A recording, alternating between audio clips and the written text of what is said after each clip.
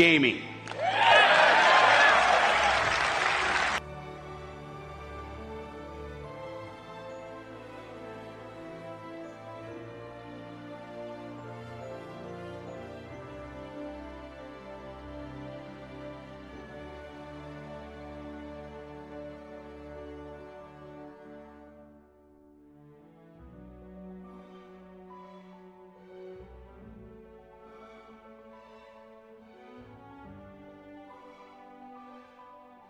But gosh dang it, I've had so much fun playing it.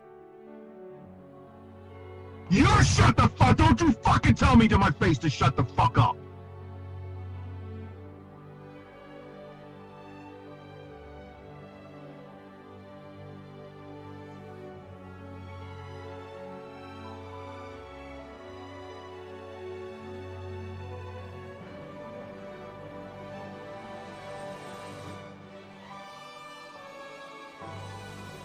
Diabetes.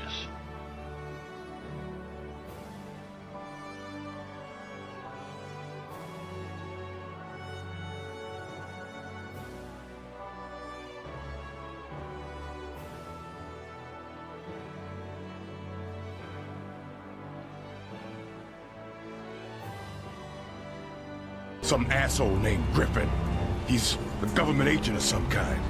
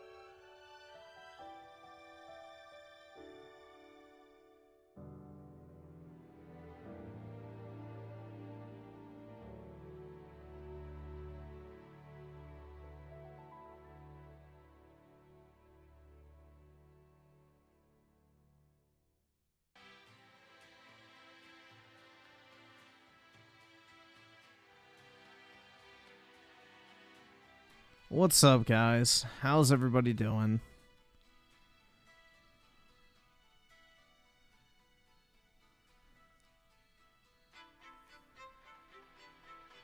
Yeah, I figured we would start off with, you know, Peak. Dude, I don't know. I have like a very strong urge to play through Rebirth again, which I'm not going to, but I have to ease myself off of it. But yeah, I got my soundtracks today from Japan. So that's pretty exciting. Even though I don't have a means to play them. But yeah. They're in my possession at the very least now.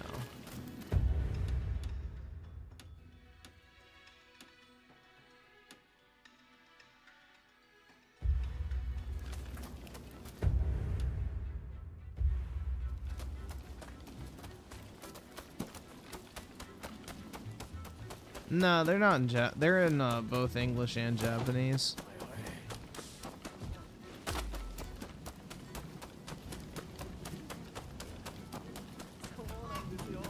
Yeah, it came from Japan.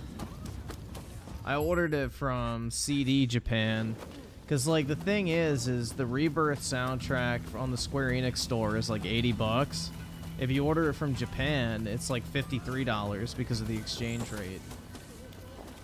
So, yeah, I ordered it direct from Japan. I ordered it from CD Japan. It's like $20 shipping, but I ordered a bunch of them, so it, like, you know, equals out.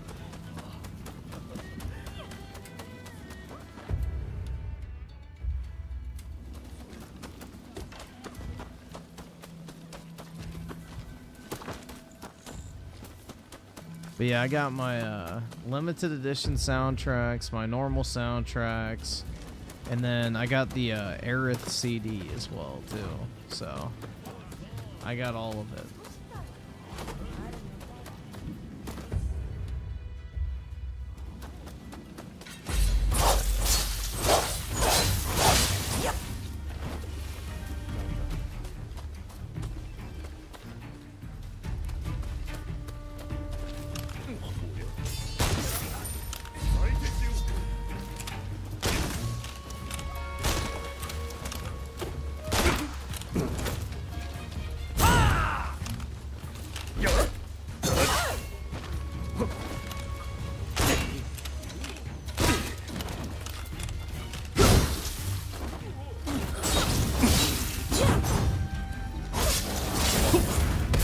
Oh shit.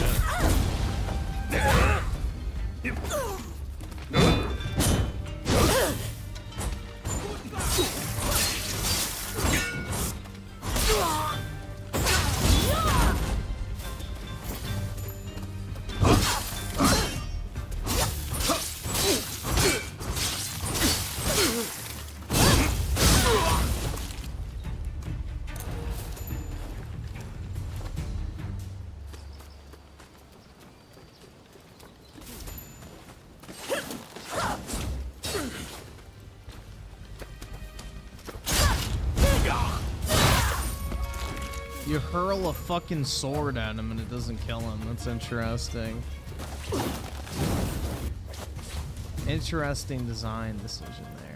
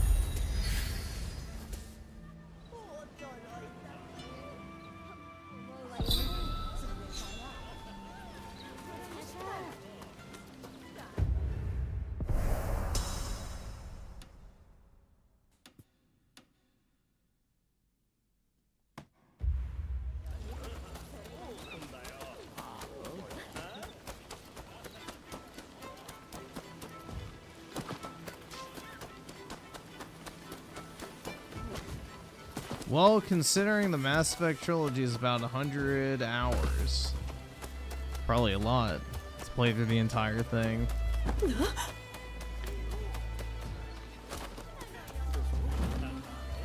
I'm tall and black? Let's go, dude.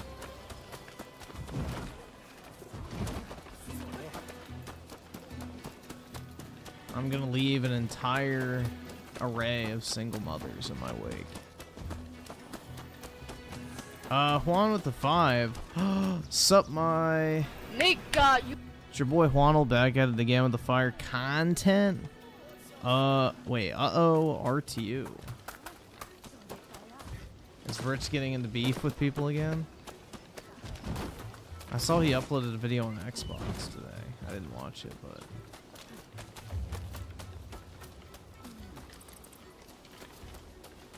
Oh, there's a lot of enemies around here.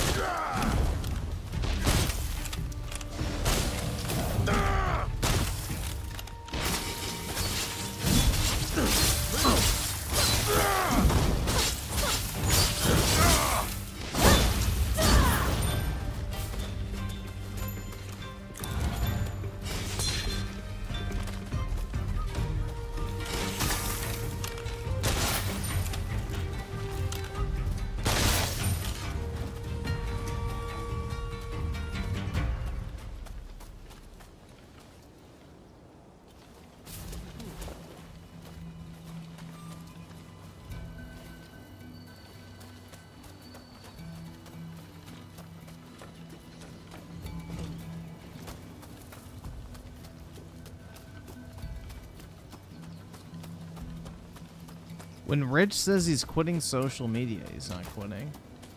Is that what he's saying now? Uh-oh.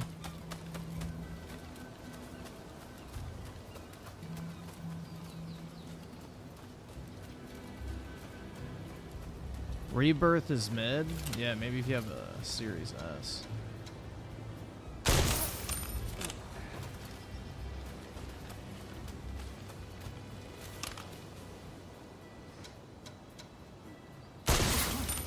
Bring it on.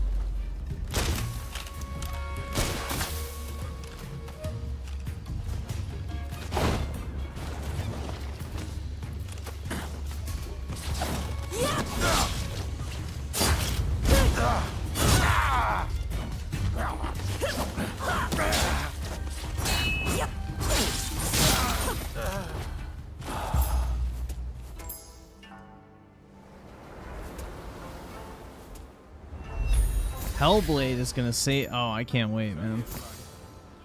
It's right up my alley. Hellblade 2, baby.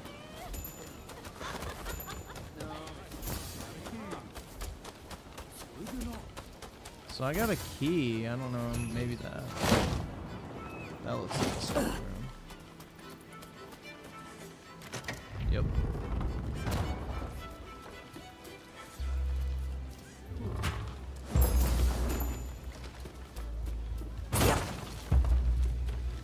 Dude, where's the fucking, like, slutty outfits in this game?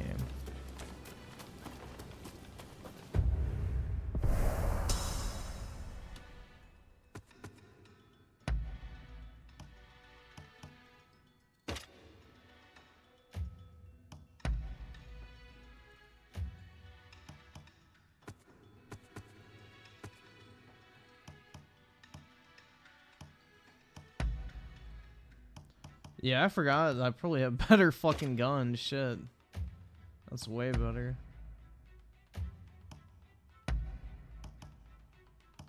Oh my god, bro. That's beautiful.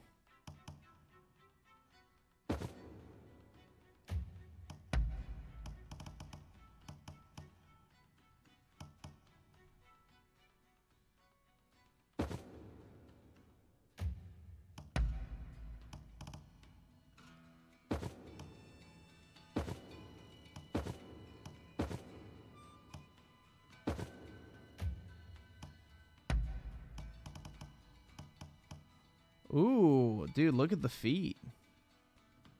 Nice. They're shiny, too.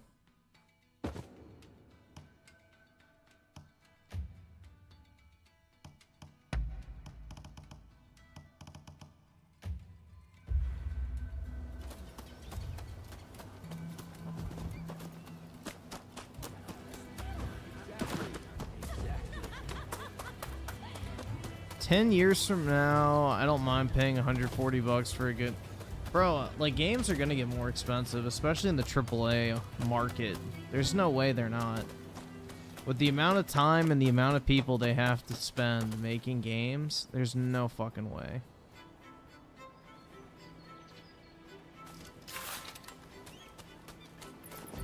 Like, the thing is, you know, basically we're gonna have to start getting a bunch of budget tier games, or they're gonna have to raise prices. There's just no other way around it. Because, dude, if you have 1,000 employees, you pay them $100,000 each on average. That is $100 million a year. Just in development costs to pay your development team. So, unless your game comes out and makes enough money to cover $100,000 in or $100 million a year in dev costs for 1,000 people, you're like, it's tough, man.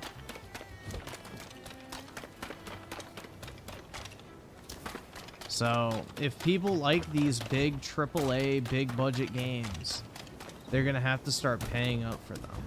Like, that's just the reality at this point. Like, the Sonys can afford to lose money on them because, you know, they have, like, the back-end benefit of making money selling everybody else's games. But studios like EA and Ubisoft and Rockstar and all that type of shit, it's not justifiable for them to spend a lot of time on a game they can't, like, you know, dramatically monetize over a prolonged period.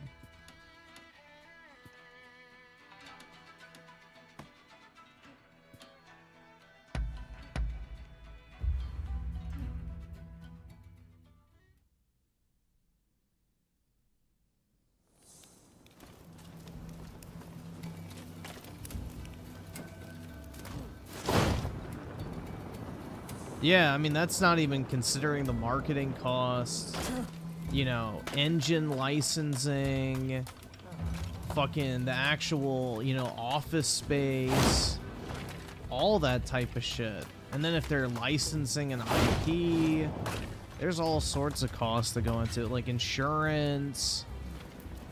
Bro, like, the amount of money that it costs to make a game now is pretty astronomical.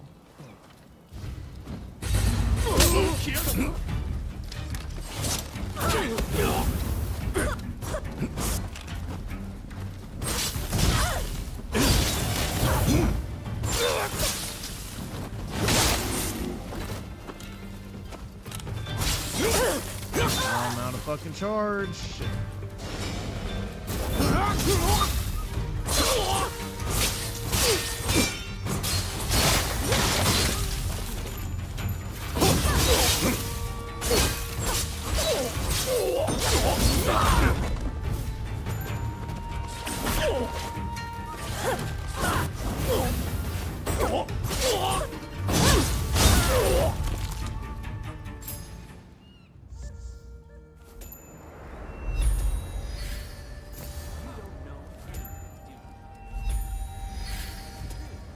And I mean, that's like, I mean, dude, think about that. If the average dev cycle, let's say, if a developer's fast, is 4 years, and they're a 1,000-person studio, that's $400 million just to pay the development team.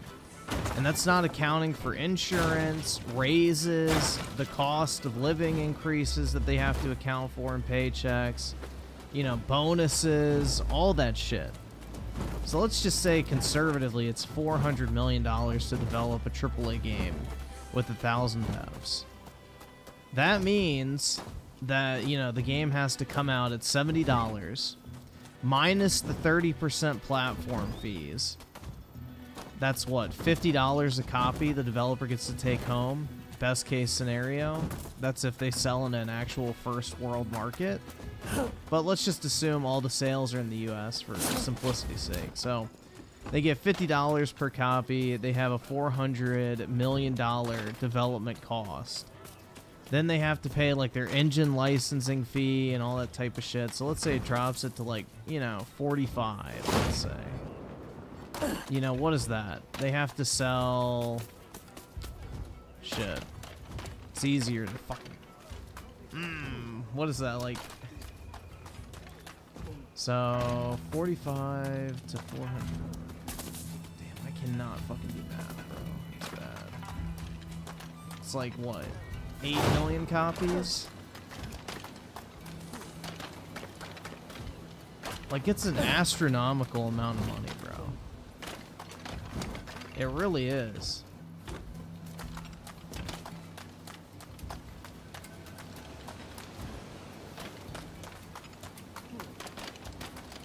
So, think about that. Like, just to break even, you have to sell that many copies of a game. Most games do not sell that many copies or even come close to that shit at all. Like, a game breaking over 3 million sales that's not like a super mainstream title is rare. So... And then you have to account for the drop in price over, like, discounts. If the game is sold physically, then retailers take a bigger than 30% cut. So it's, right, it's rough. It's rough out there.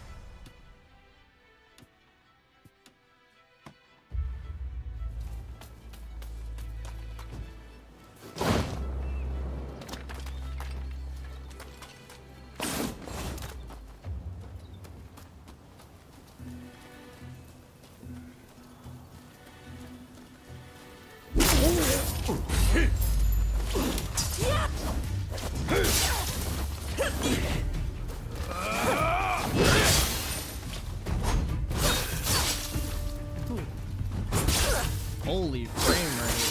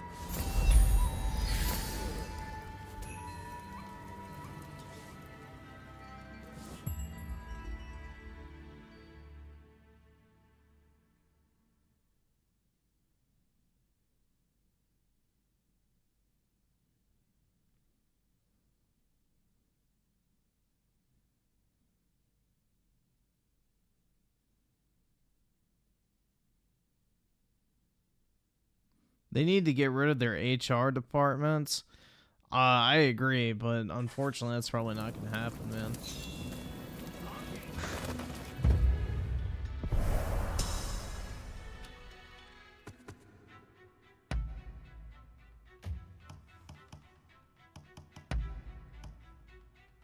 Hell yeah, dude. Some fresh white sneaks, bro.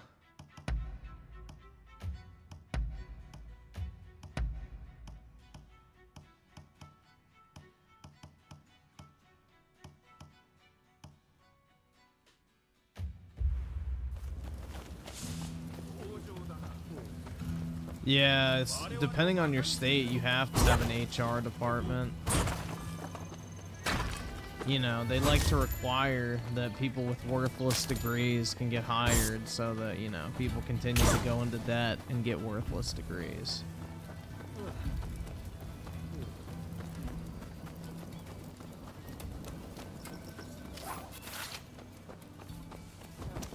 That's how it goes, man. You gotta keep the cycle going. Damn it! Of all the horses to get stolen, it had to be that. Hey! It's a...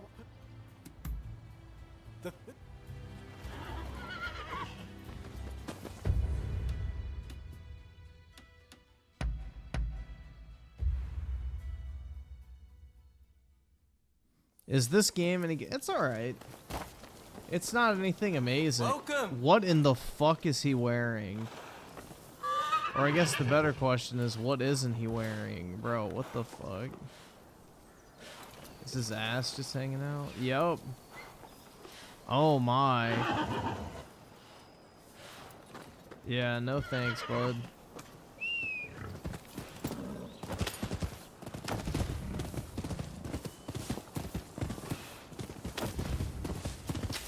I need that fit for my character, but...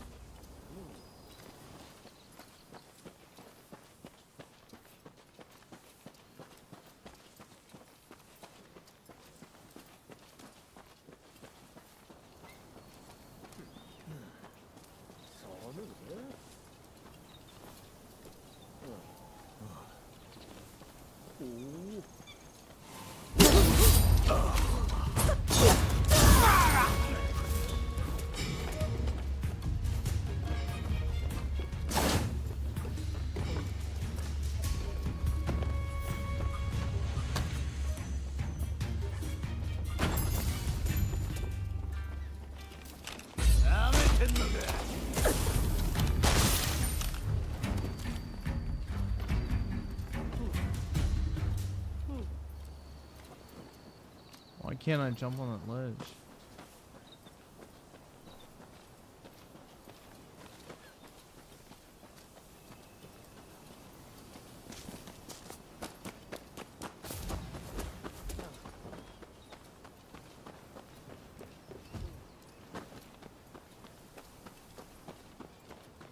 Yeah, the combat's definitely better than Ghost of Tsushima.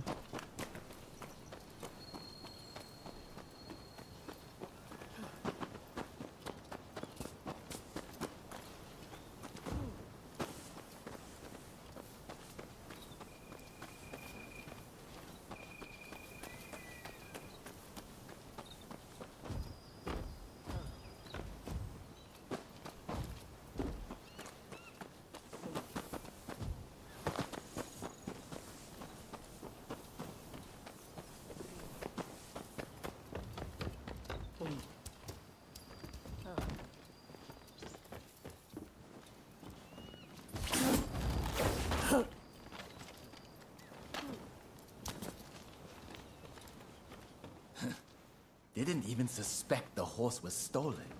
How dim can that dealer be?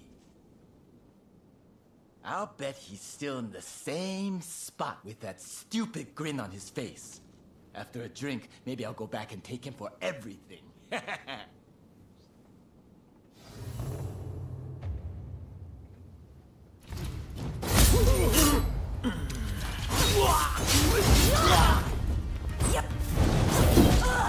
Oops.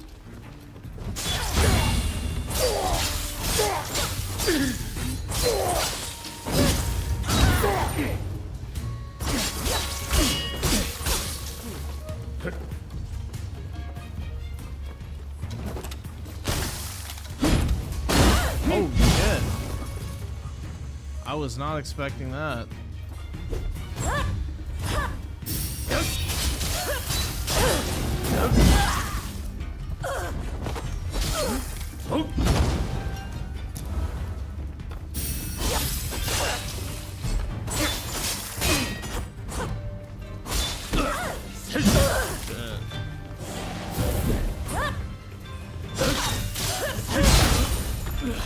There we go.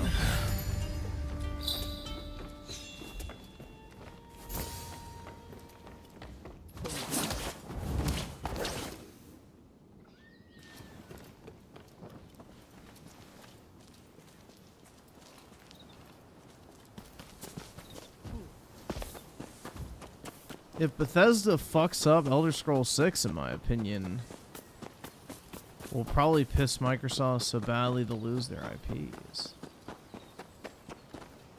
Oh, you mean like Microsoft will basically say, yeah, you're not in charge of this shit anymore? I don't know, man. I don't think Microsoft has a fucking clue how to run a creative company. Like, there's no creativity at Microsoft.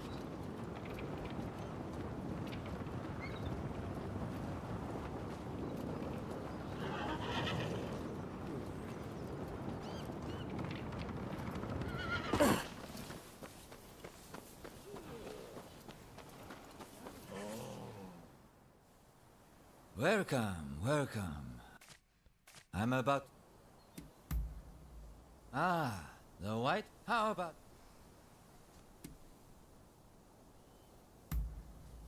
You won't regret...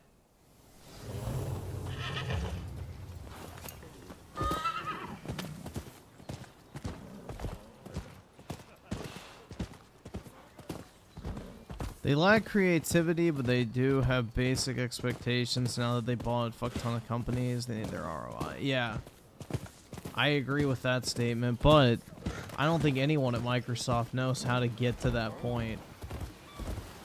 That's their problem, is like, yeah, they want money, but they don't really know how to make it still.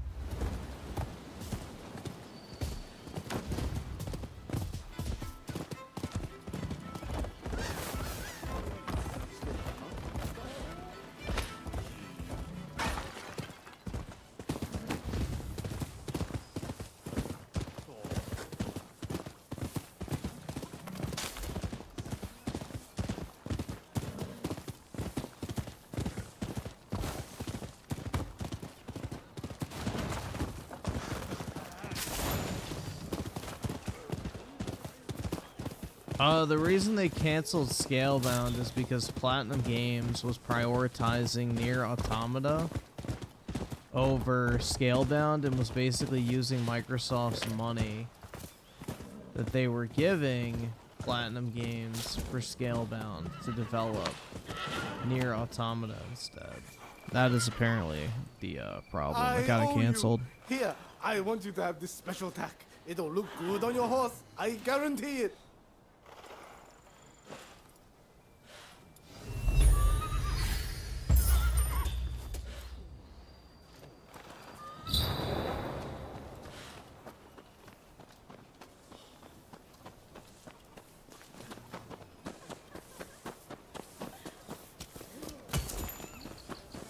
Please, stay a while.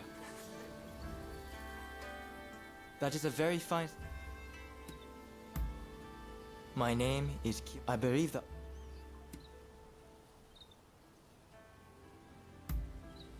Then let me be...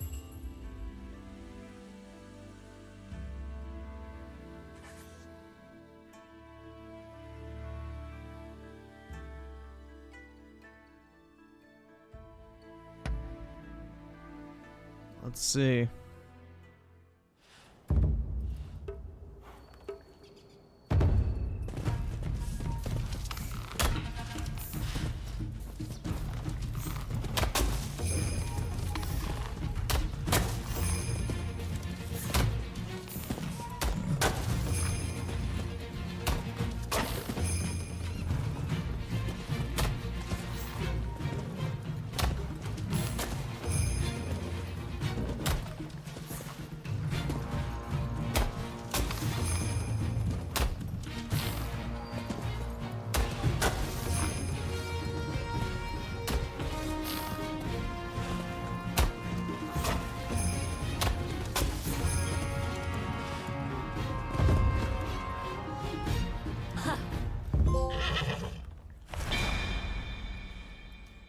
I got a perfect score? What the fuck? Hell yeah, dude. Marvelous technique. Marvelous? That's right.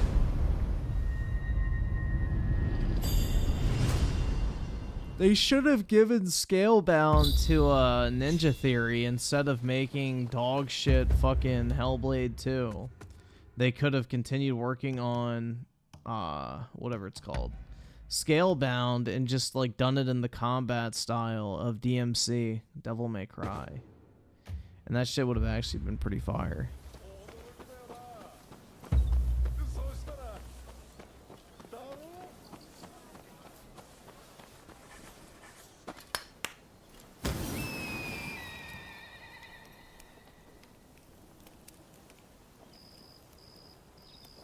Yeah, Ninja Theory did Heavenly Sword, Hellblade, and then that DMC Devil May Cry game.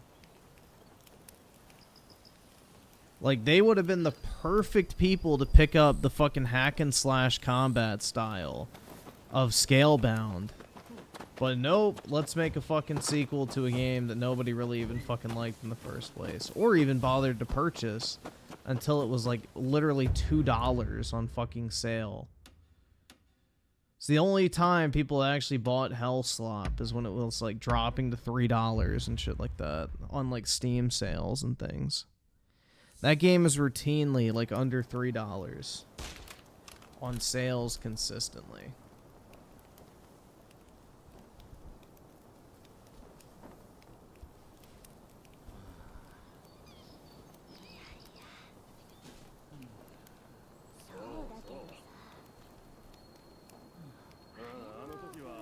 Yeah, the story for DMC Devil May Cry was not very good, but the combat was fun. The combat was really good.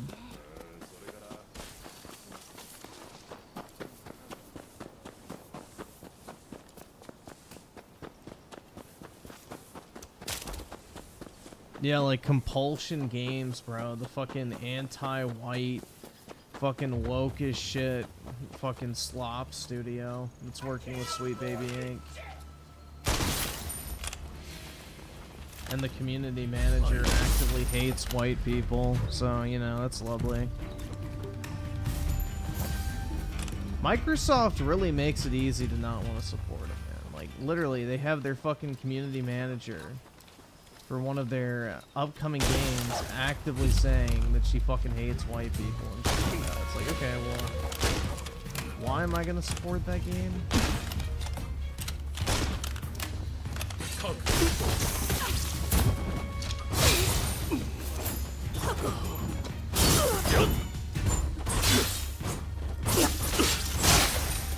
Like, that's the person that Microsoft chose to be, like, the brand face, essentially. Like, the community manager is the person who is responsible for, you know, facilitating a community, as the name implies. Well, if they want their community to literally be, I fucking hate white people, then why the fuck should I want to support that shit? Like, they're actively paying someone to, like, fucking hate me, essentially.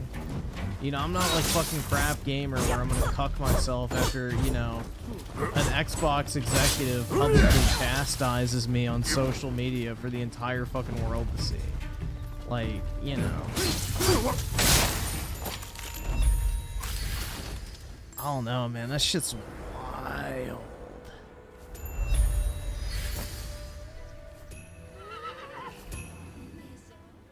Hello there.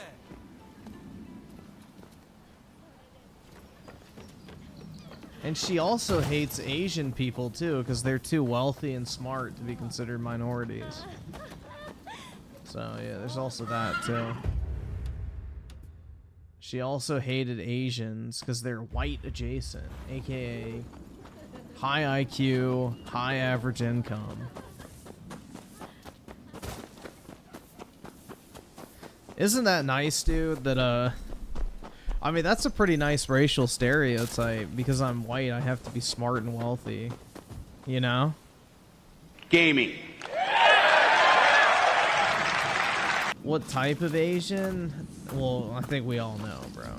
Not the, Indian variety. Or probably even, like, you know, Vietnamese or, you know, Filipino and shit. Like Japanese, Korean, Chinese.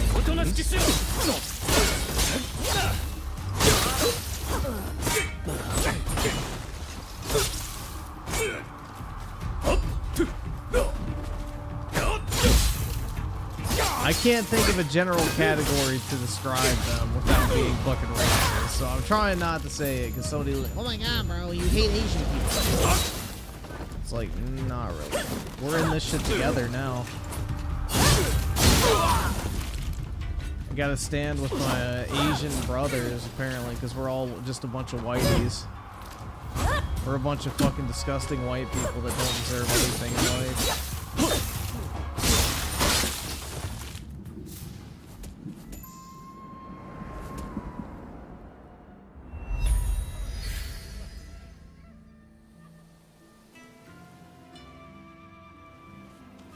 Yeah, I guess the best way I can describe it, if you don't have brown skin, then the compulsion fucking community manager doesn't consider you to be a minority group. If you don't have literal brown skin, you're just a white person. There we go. That's the best way I can put it without being racist. But yeah.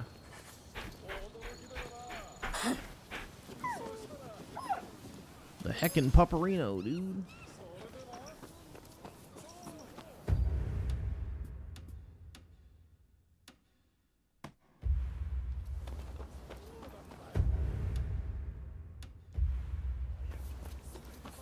Yeah, I can't get up there.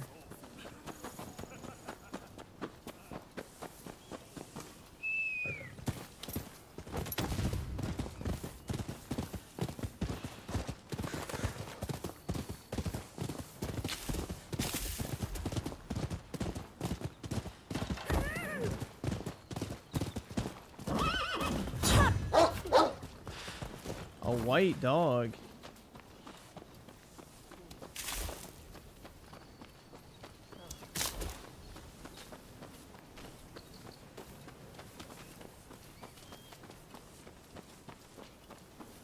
Well, the thing is Hispanics have basically a class system. If you have European genetics, then you're considered like a first-class citizen in most of Latin America. If you're like fully native or look native, then you're like a second-class citizen.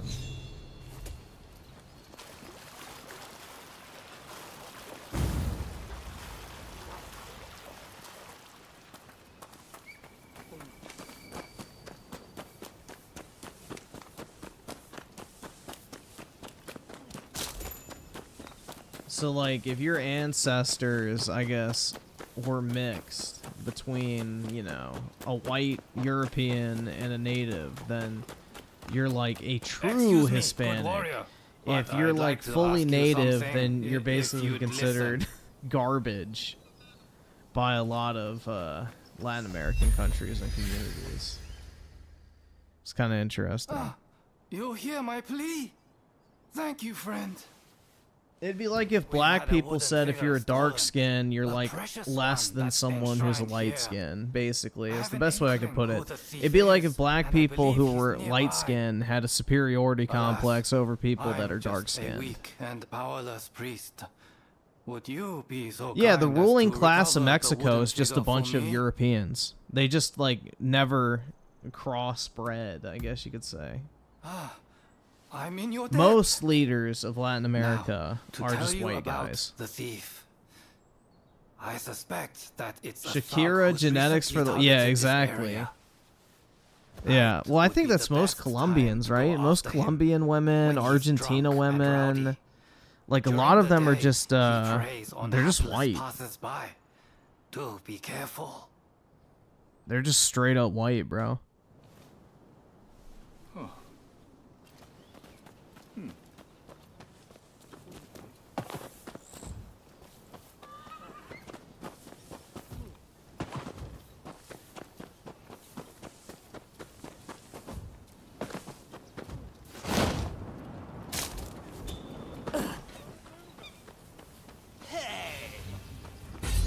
Like we might be worth something.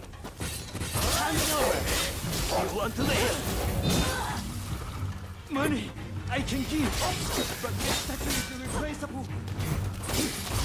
What the hell are you? This here is my quarry.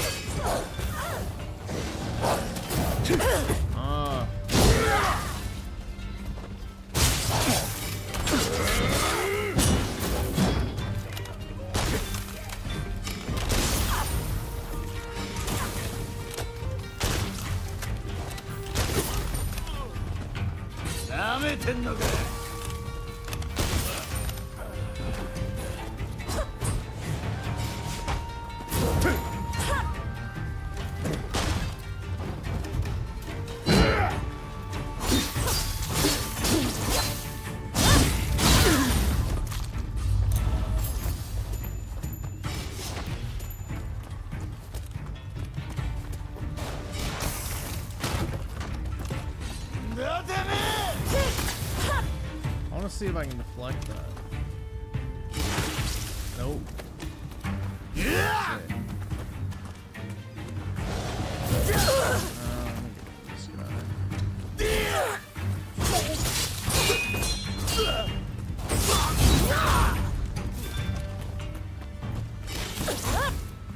my time is.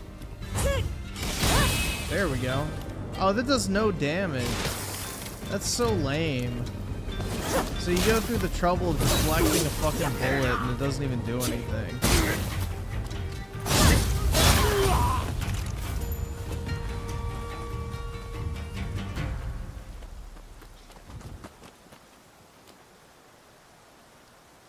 But yeah, it's kind of interesting. Like if you look at a form like for the government now, if you are filling in your race, it says white non-Hispanic. Because a lot of Hispanic people are just literally white people. But they're from Latin American countries. So you want the thing?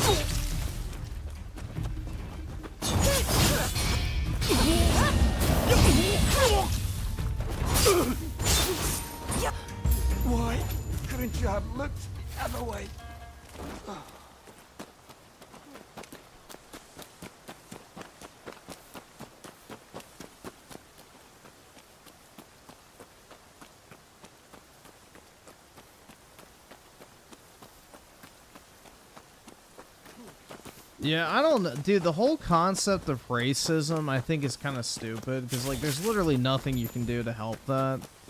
Like, you don't get to fucking character create at the beginning of your fucking life of, like, you know, what race you want to be. So I think fucking racism is dumb. The thing I will 100%, like, agree with, I guess, is, like, a discrimination tactic is culture, bro. Certain cultures are better objectively than others. And I don't care what any fucking shitlib says, where they're like, oh my god, bro, all cultures are beautiful and unique in their own ways. Like, no. There are objectively good and bad cultures. And there are cultures that are better than others. Culture is the fucking problem. That is the issue.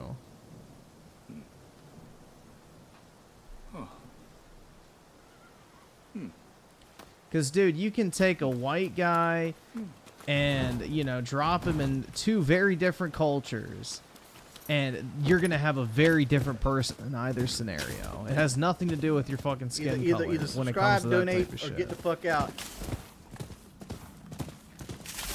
It has everything to do with your environment, your, you know, morality and belief structure, and, you know, your, I guess, sense of self and where you fit in the, like, community.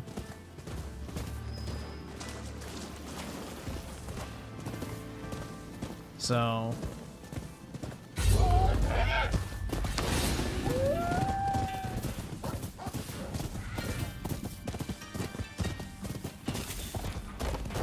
people who say that all cultures are valid and, you know, great in their own ways are just fucking lying. That is objectively fucking false.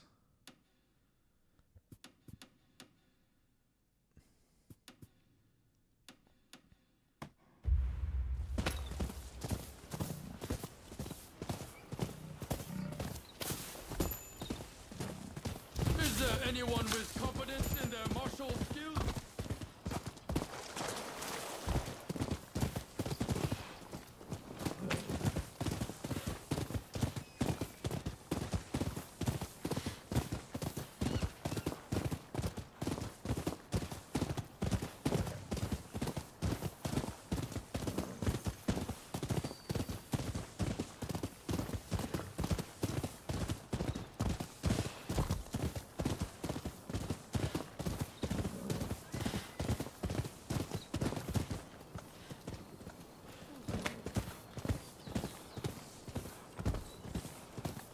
Let's see. Oscar the 5, let's watch a grown man tell us why Disney is not woke.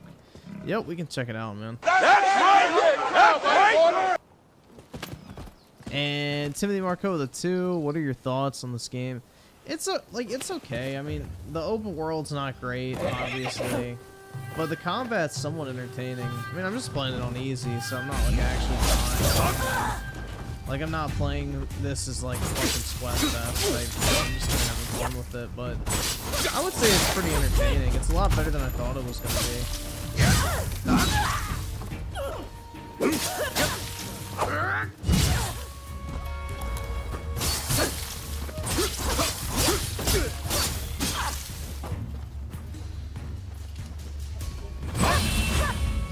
The combat is definitely better than Stellar Blade, that's for sure.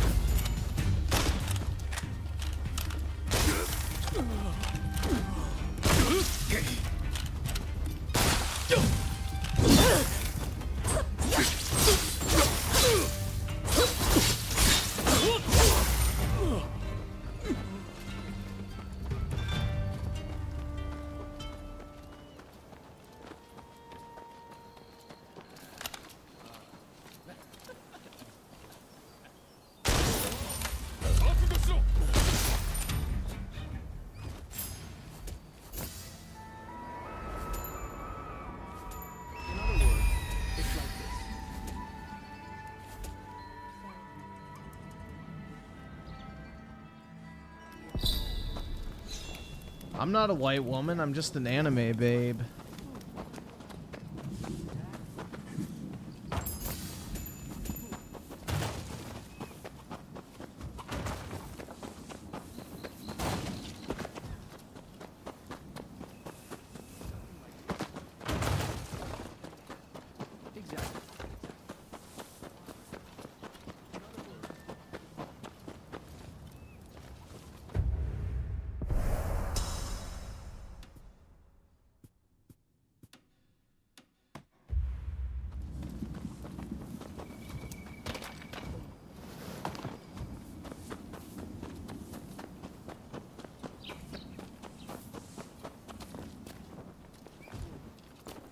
Well, dude, saying white people is not a culture. There's like hundreds of cultures within the fucking category of white people. Like, there's what? At least 100 different cultures within the fucking white communities of America. Like, yeah, that's duh. That's stupid.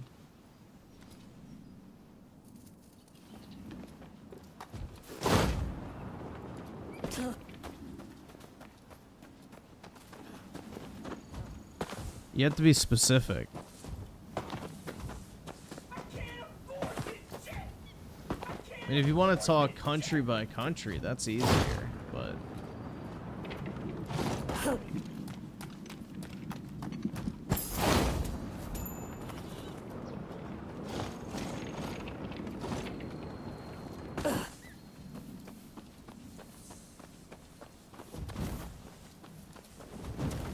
let's see. Type of the two. What's your top 5 iconic video? What was it? It was Pikachu, Mario. I'm trying to remember the order we did. I would say Pikachu, Mario. Number 3. Probably Link. Then after that would be maybe Sonic. And then 5 would probably be like Charizard or something like that.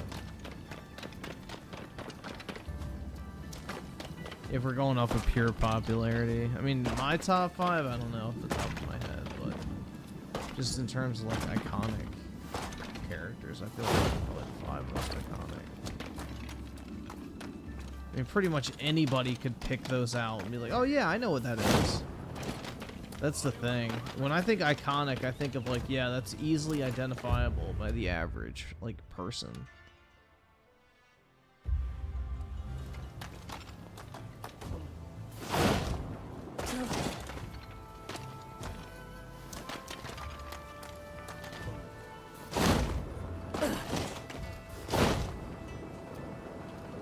Excuse me, but could I ask you to do something for me?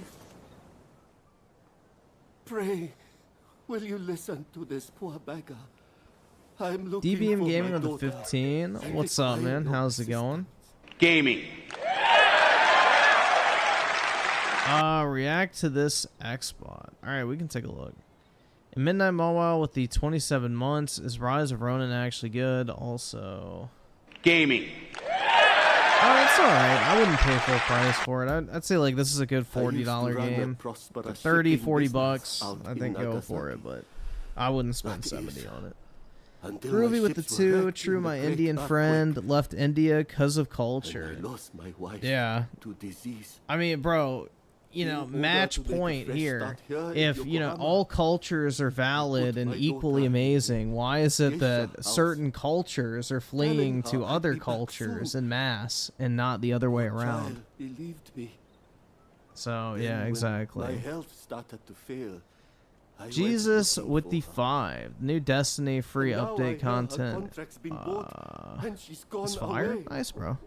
Glad to hear they're actually doing something right for once. DJ Aftershock of the 2, you saw they toned the Outlaws actor beauty down. That's a Western game. It's not surprising. That's not surprising, man. They gotta appeal to, you know, the fucking trans people. And then, you know, the ugly bitches. So you can't have a video game character look too attractive. Otherwise, they'll get jealous.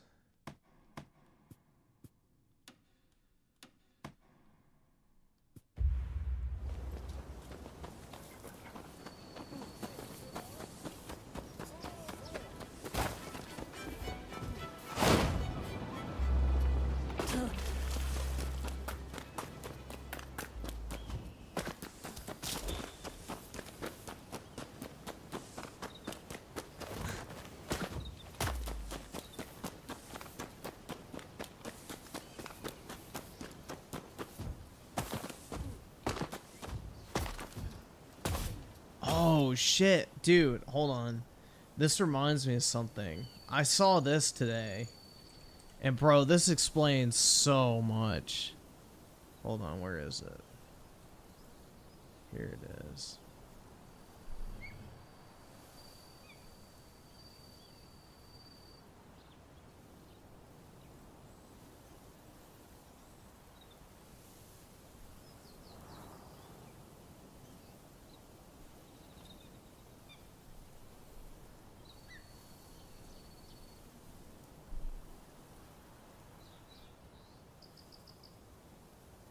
Yeah, check this shit out, guys. Kate Rayner, the transgender lead developer at Coalition Studio, Gears 4 and 5, looks shockingly like Kate Diaz from the games. Could this game's Kate Diaz be based on Kate Rayner? Xbox once again proving it's the home of LGBT gamers. Bro, this explains so much. That if this is one of the lead developers, no wonder why the fucking games suck. No wonder why 4 and 5 are so fucking terrible. But yeah, there you go. Oh my god, man. Shit's wild.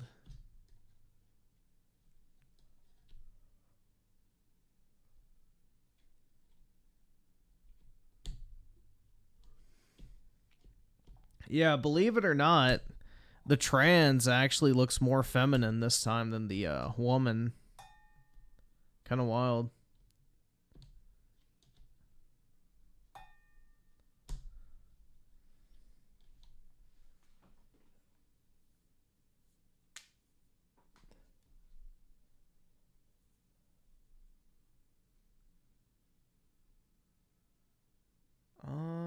There we go.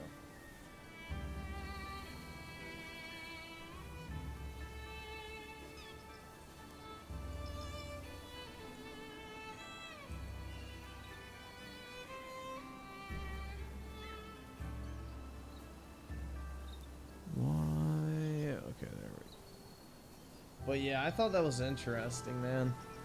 It explains a lot. Yeah, Kate could be a self-insert.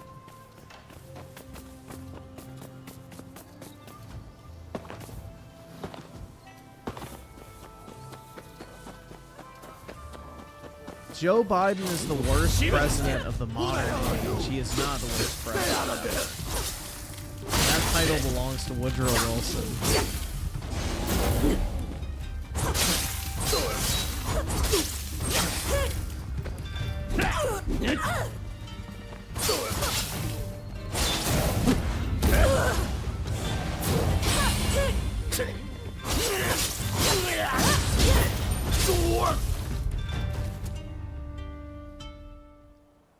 You saved my life. I don't know how I can ever repay you.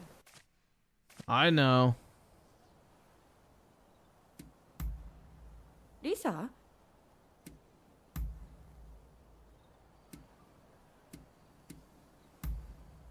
Oh, so it...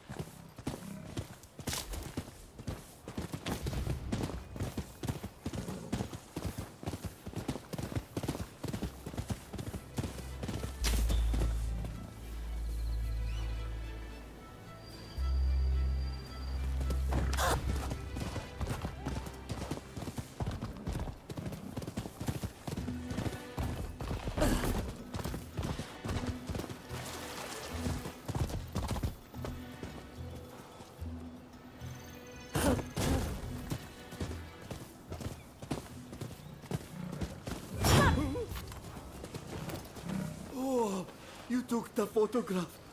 Well, show it to me.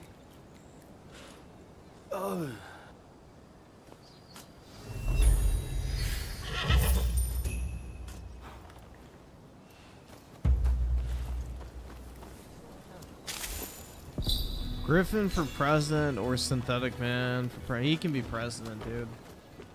I just want to run shit behind the scenes. I don't want to be the face. I don't want the actual title myself. I just want the power that comes with it.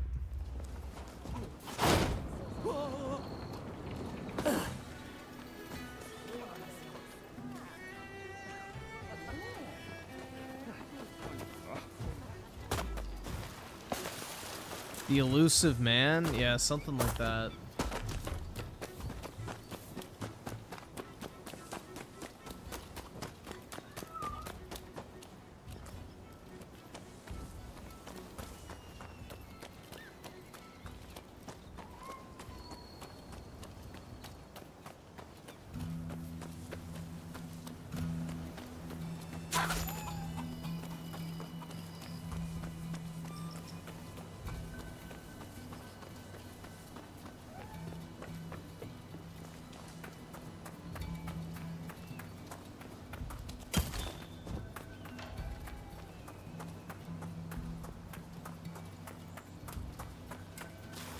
Yeah, I'll become a member of the shadow government. There you go.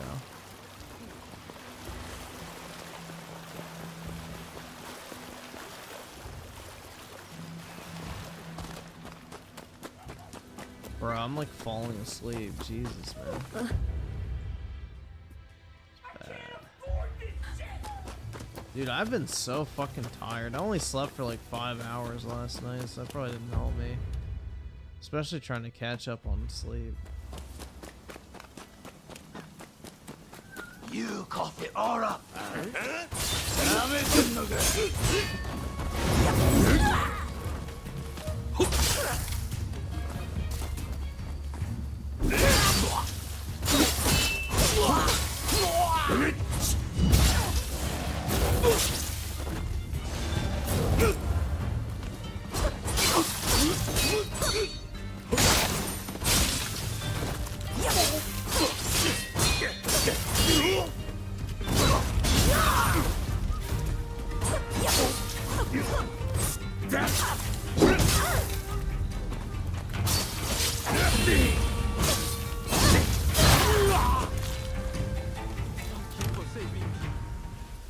This isn't much, but I want you to have it.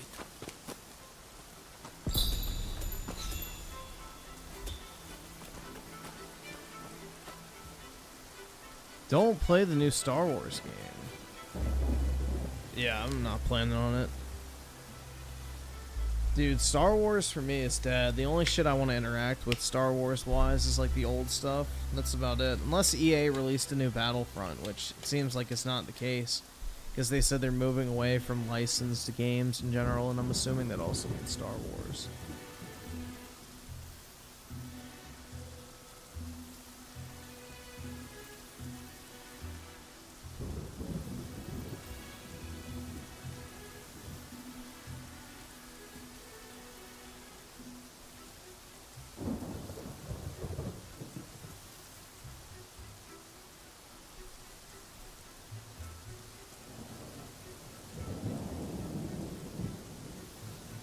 Why would you give the main character of Star Wars and Star Wars Outlaws a mullet? Because it's like retro space, kind of, is the original trilogy vibes.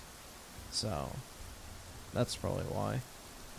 To make it look like an original trilogy character, because they were heavily inspired by, you know, the clothing styles at the time.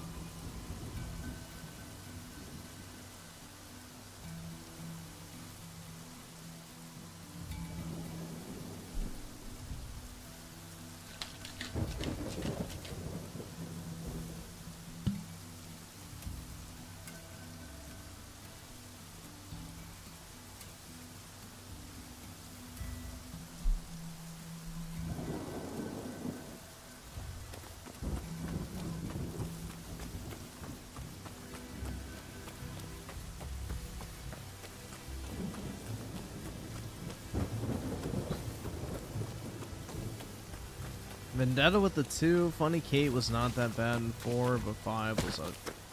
I don't think she was ever really attractive, but they definitely gave her the more boss bitch, I don't need no man type shit in 5. Rank the Gears series from best to worst, or worst to best. Okay, so the worst game is Gears 5. Second worst game... I mean, this is just campaign. I don't really think we need to do multiplayer. Obviously, none of the multiplayers are really that different past 3. Other than Judgment, but yeah. We'll just do campaign, so this is campaign. Worst is 5, second worst is 4. Third worst is probably Judgment, then Gears 1, 2, and then 3 is the best.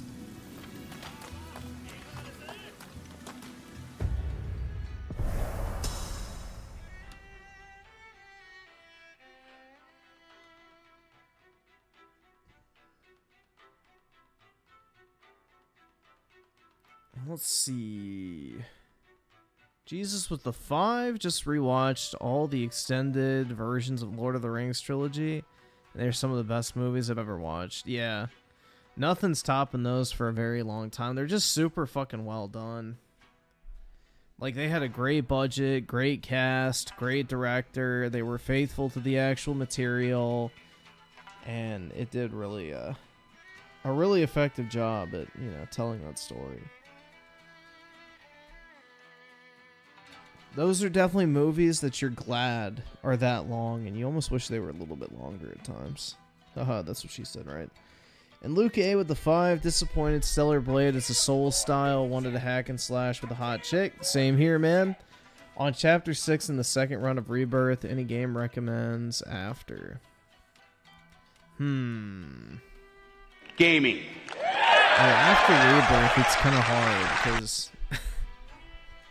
you're left with this empty feeling because like no story is gonna touch it. I mean, if you haven't played it yet, I would get Dragon's Dogma 2. I think the game, like, it's got issues, but I think overall it's still really fun. Dragon's Dogma 2, I still had a really good time with. I mean, it's not like perfect by any stretch of the imagination, but it's still a fun game. All things considered.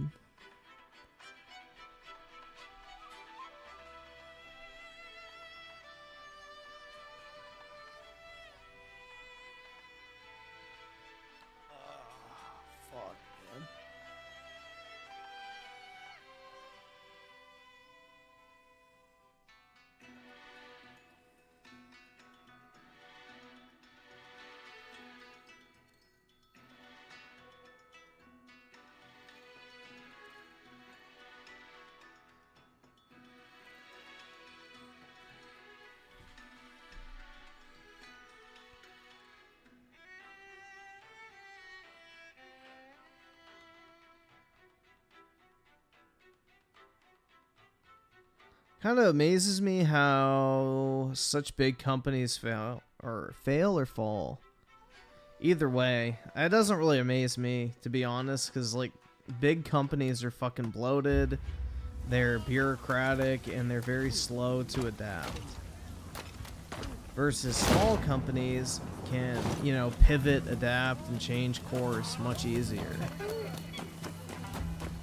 So it's just a built-in disadvantage of having a large company, as it takes longer to change.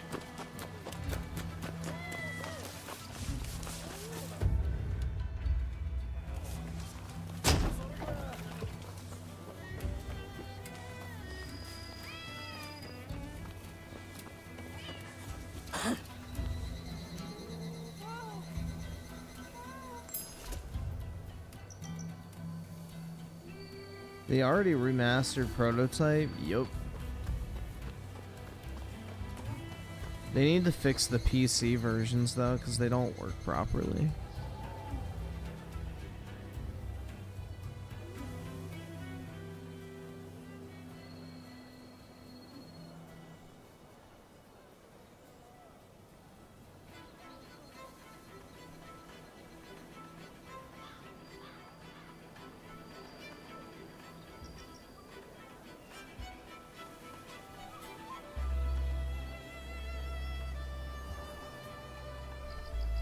Dude, I am so this shit sucks.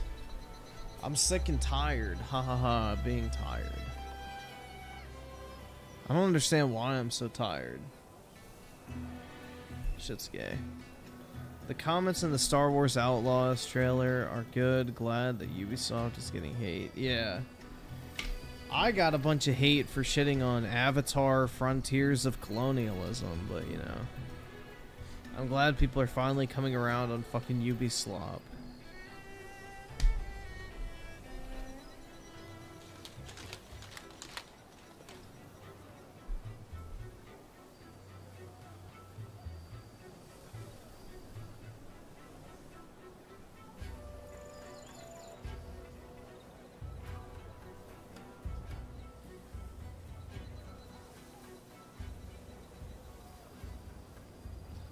Well, they canceled the Mandalorian game because EA probably doesn't want to pay Disney the licensing fee anymore.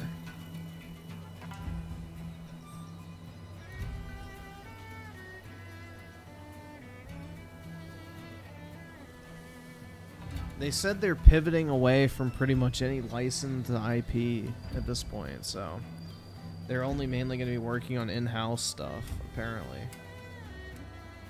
We'll see how true that is, but that is apparently what's happening.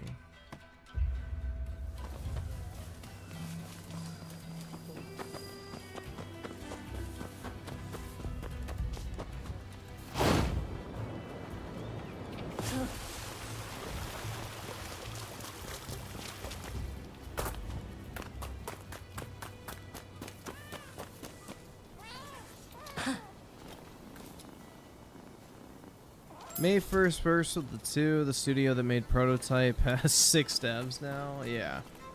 So that's definitely not coming anytime soon. That is definitely not going to be a reality. For at least a very, very long time, if ever.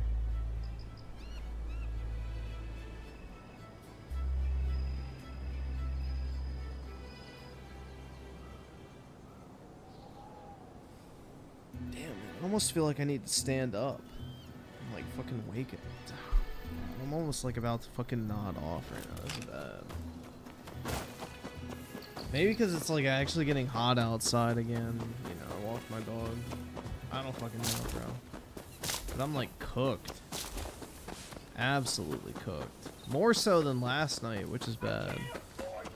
Eat something? Nah.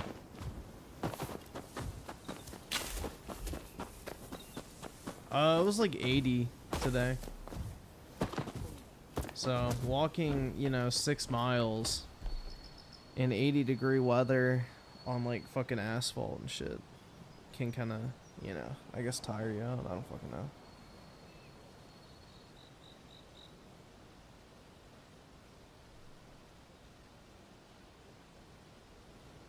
Like, my dog is beat, bro. He is out.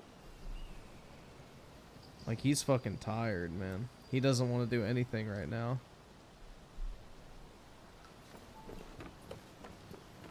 He just wants to fucking lay around and sleep, so.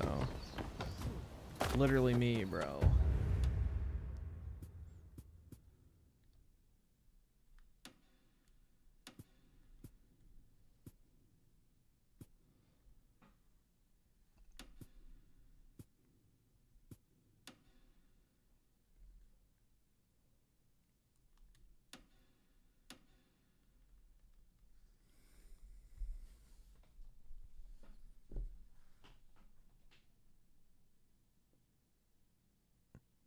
No, I don't drink coffee.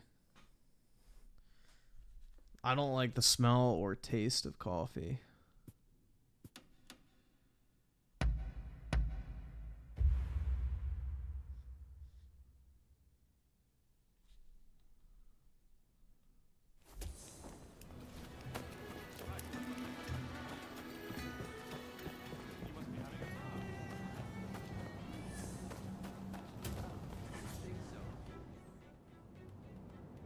I'm listening.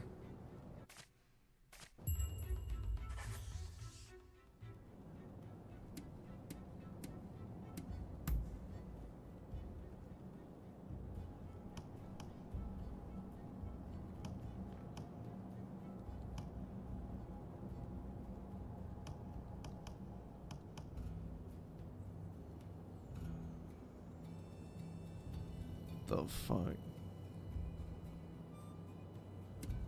Why do I want to give him just trying to see. Yeah, I don't think there's a point to give him a gift. What's that?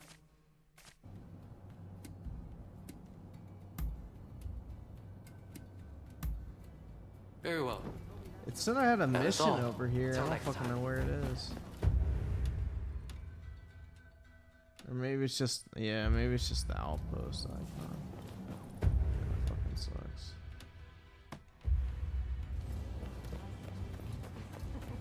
You'd think so, wouldn't you? Right. Oh, too. No, I know.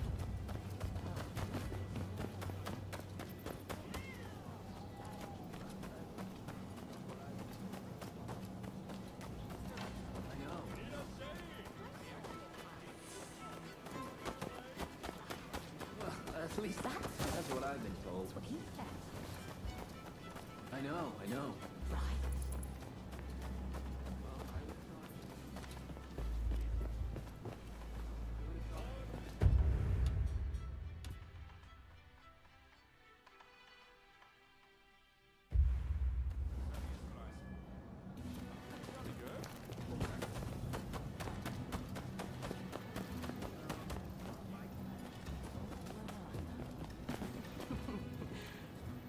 So I take you visit. That's what he said. Oh, you're doing it, I trust. Kojima fell off? He can't fall off of something he was never on, bro. Jesus with the 4 months. Don't forget Skull and Bones is a quadruple A game. Yep, that and quadruple A Perfect Arc as well. Welcome. True quadruple A bangers, man.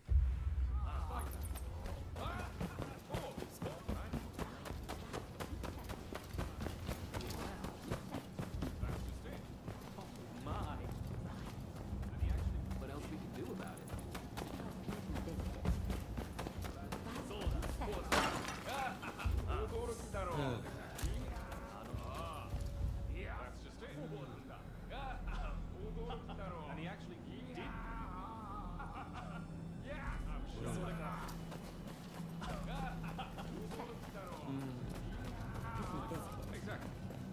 That's what he said.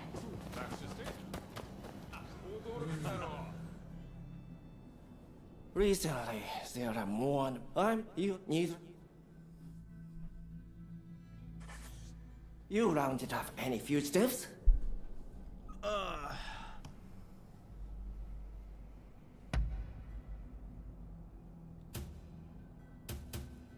Interested in anything else?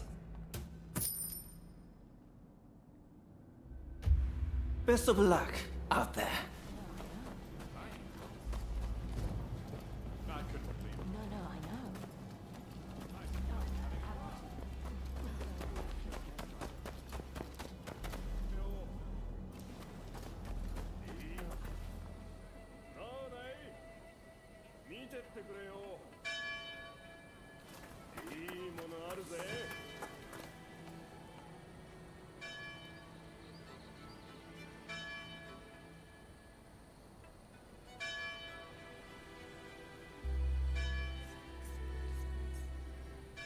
Nah, I don't really want to play Helldivers.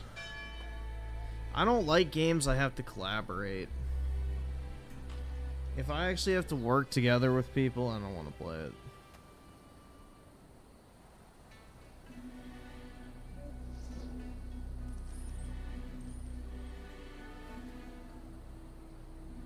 I should play a Slop Tendo game next. I could.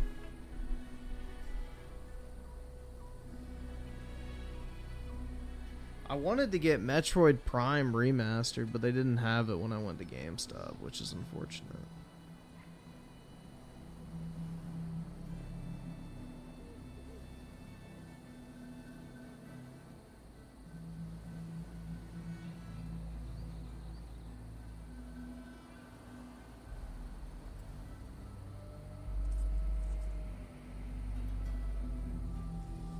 Play like, dude, if you want me to go to sleep, then that'll put me to sleep. I tried playing Judgment, and I literally, like, 20 minutes in, I was like almost about to fall asleep.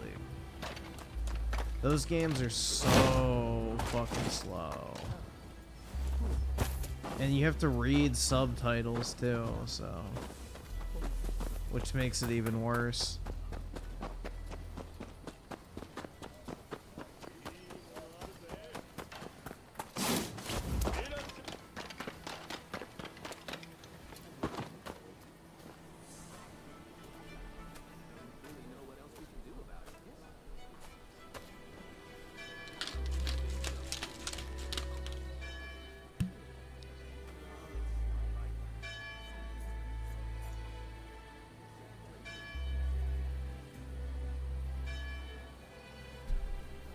Nah, Suicide Squad has been uninstalled permanently. Plus, I don't even have my fucking Xbox in this room, so...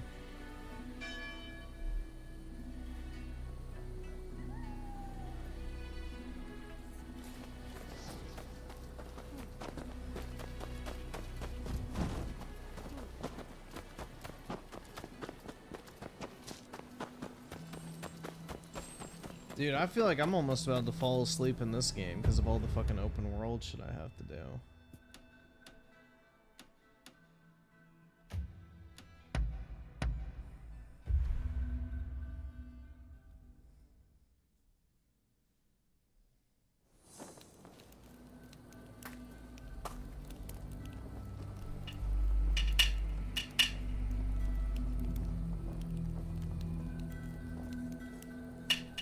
Yeah, Suicide Squad will definitely end up in like Game Pass and that type of shit, I'm sure. I mean, unfortunately the game sold somewhat well, but not well enough, I'm sure, to justify the development time and cost that went into it. I'd really like if you were to join us in Edo.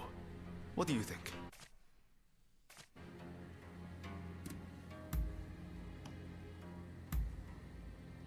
Good to hear.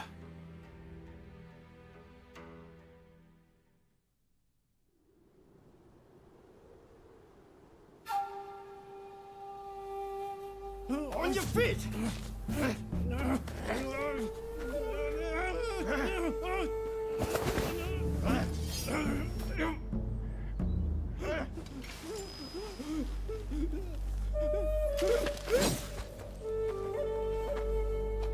You're up next.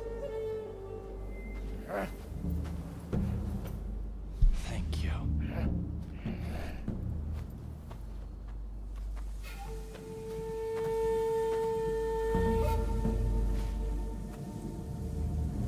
Move! Out of the way!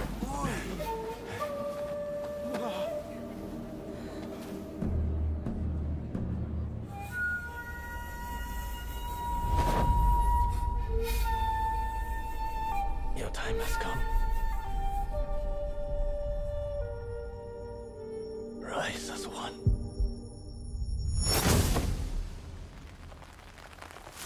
Whoa.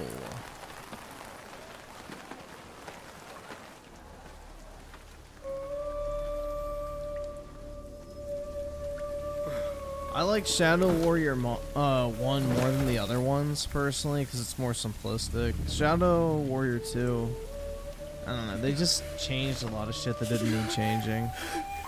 Master Sword.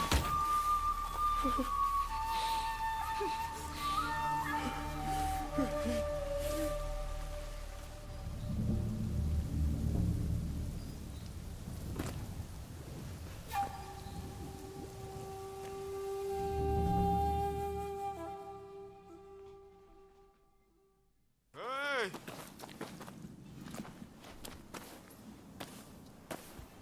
You saw it too, right? He stayed true to himself. Right to the bitter end.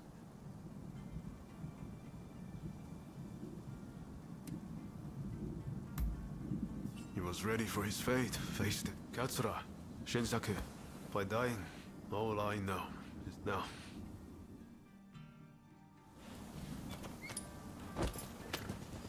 We'll have to be careful. Edo is the Shogunate's stronghold. The Red Demon has eyes everywhere, so we can't move in plain sight.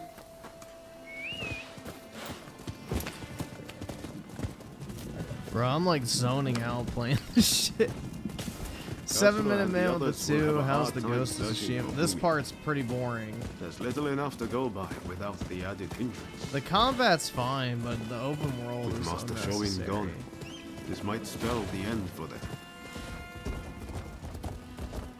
Truth be told, I was counting on Master Shoin to be here. I thought that with him, our country really stood a chance. But now I see that leaving my fate in someone else's hands is foolish. My future begins and ends with me. Your time has come.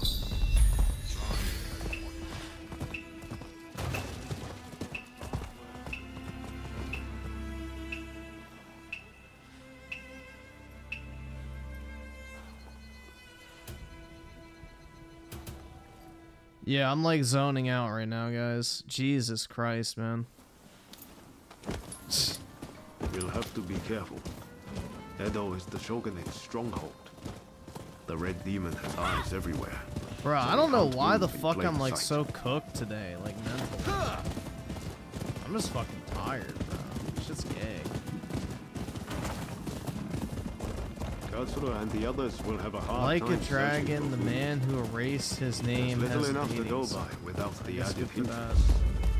hindrance. With Master Shoin gone, this might spell the end for them. Truth be told, I was counting on Master Shoin to be here. I thought that with him, our country really stood a chance. But now I see that leaving my fate in someone else's hands is foolish. My future begins and ends with me. Your time has come. Rise as one. I will take Master Shoin's last words with me as long as I live. The effects of getting older? Nah, I wouldn't even terrible say sight. that. It's just whatever reason I'm tired these past couple days. So many struck down by cholera. It saddens me to see Edo It's this probably way. because I didn't get much sleep To this be a weekend. shadow of the bright and bustling place I once knew. That's probably what it We is. can't leave things as they are. Something must be done. I barely got Saioji any Temple sort of is a sleep secret this meeting weekend, place for so Choshu retainers. A special signal is required. most likely to I enter. just didn't get a chance to actually teach like, it to you. recover from my shitty Watch. fucking sleep pattern. This way.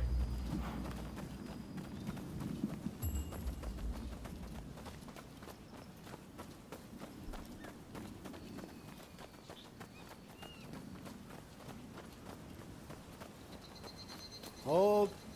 Those entering the temple must perform the special signal. Remember what I just taught you. Give it a go. Come on.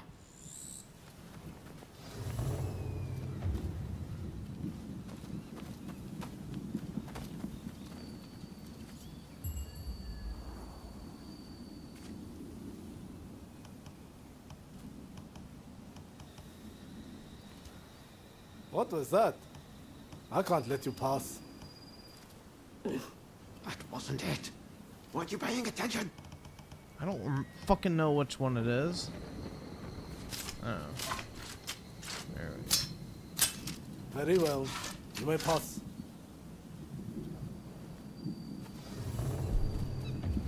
Retarded. That was completely unnecessary. Ah, the rain's finally let up. They say no rain lasts forever, you know.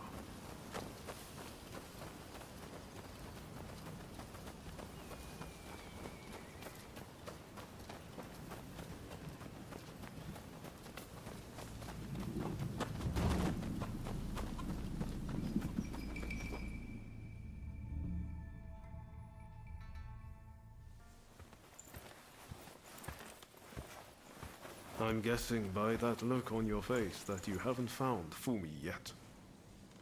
Pardon me. Hell yeah, dude. The whore.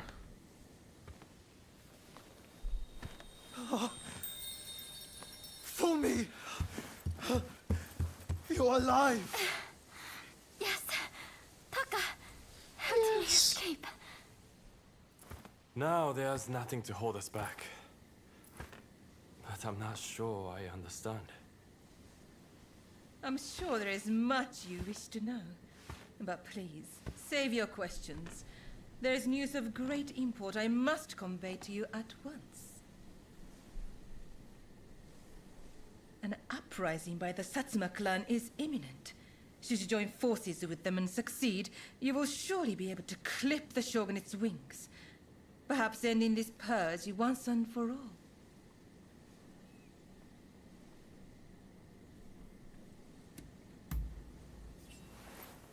You're right. We need to be a part of this. The Satsuma clan is every bit as powerful as the Choshu. This is a godsend. Yeah, dude, the quirky girl with glasses would totally be my girlfriend. With all things Western. They cannot be trusted. Joining forces with them is folly.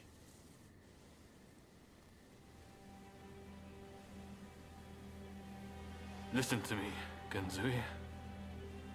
I want you to decide. As Master Shoin's favorite student, it is you who is heir to his vision. Was I supposed to make a vow selection? I was to help zoning you out again. in any way that I can.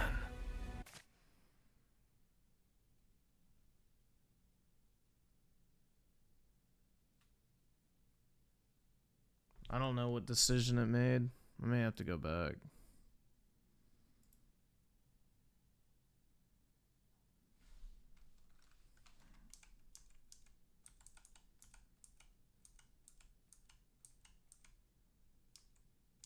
No, okay, I didn't have to make a decision.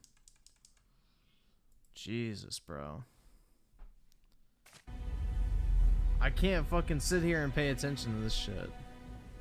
Your time has come. Rise as one.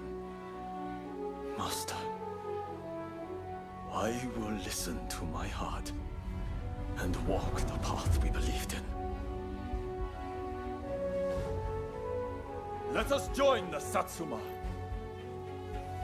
To correct Japan's course, we must put our petty differences aside and embrace what we share. What say you? Do I have your support?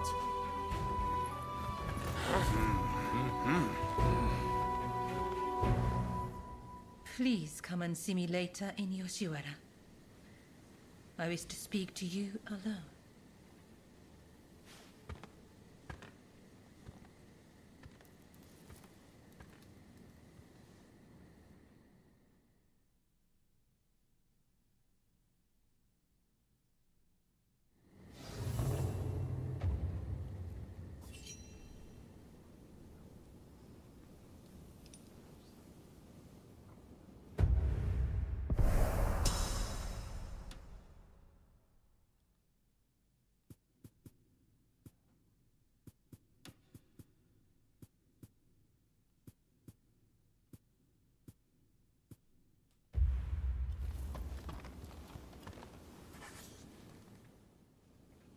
The testament of the soul Master Shoin left us?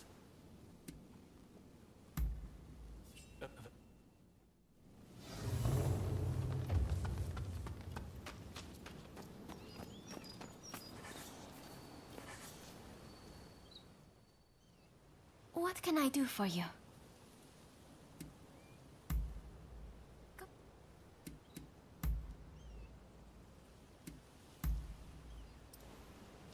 I will be going now.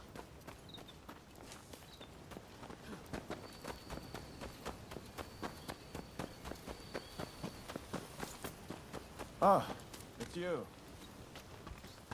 Have I seen the loopholes Jews make? Yeah, I've seen it.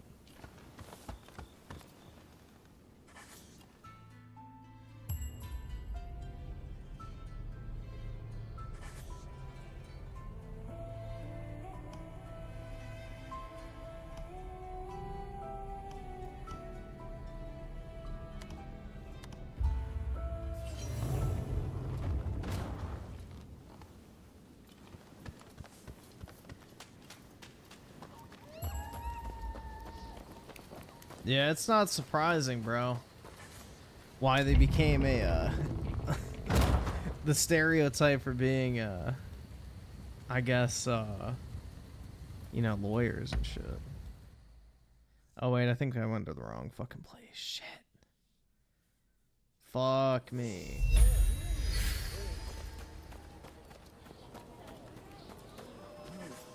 No, I didn't. Okay. Ah. So you, before we can...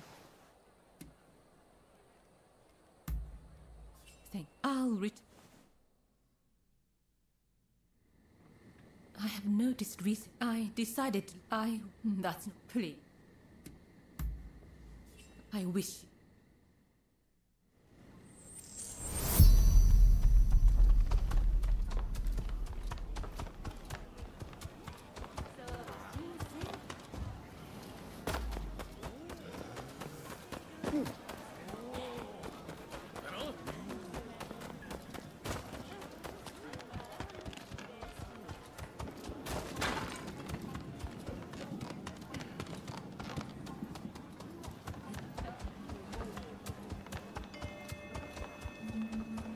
How the fuck do I get over there?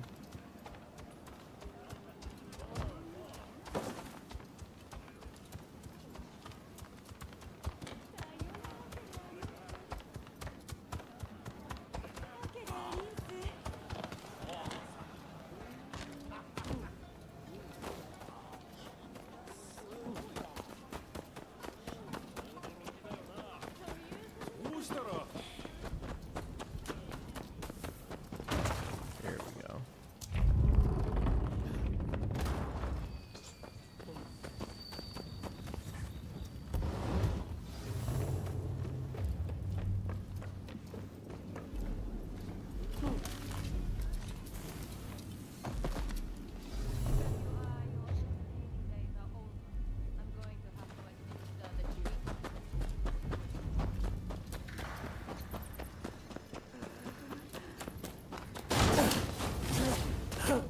Who's there? How did you get in here? Ew. Where...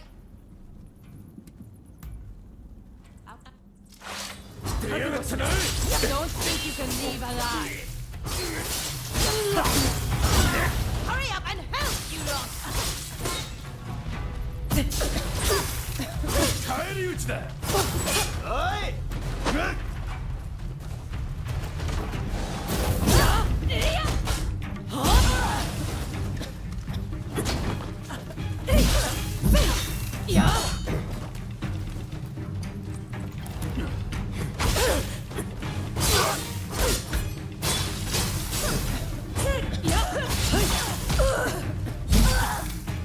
Fuck, dude. Shit. Even in combat, I'm having a hard time focusing right now.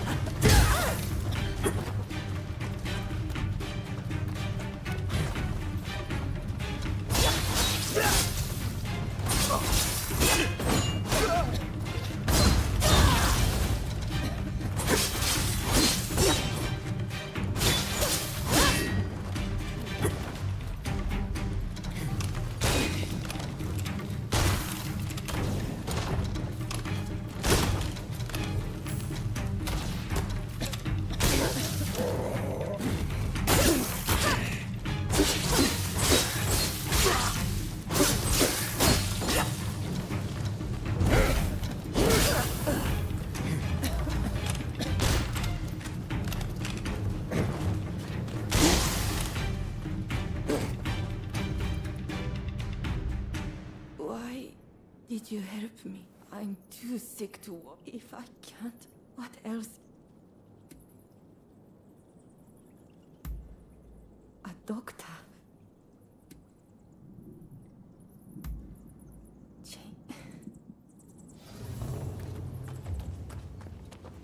There we go.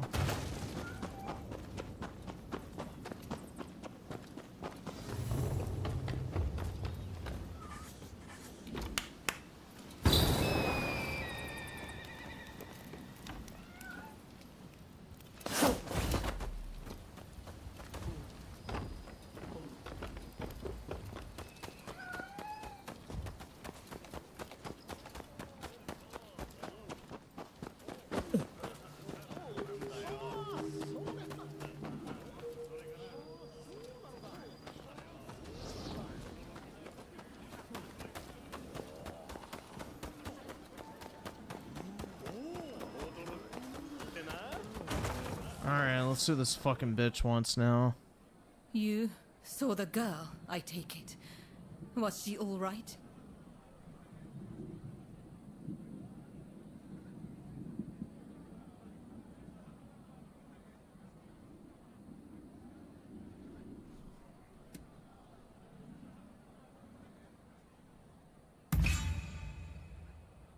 Oh, I see.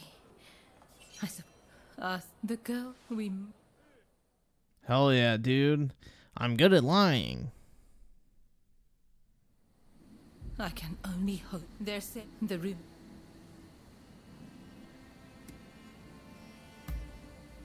Indeed. But the culprit, yes. I suppose these... When we remember, they said, why? Oh.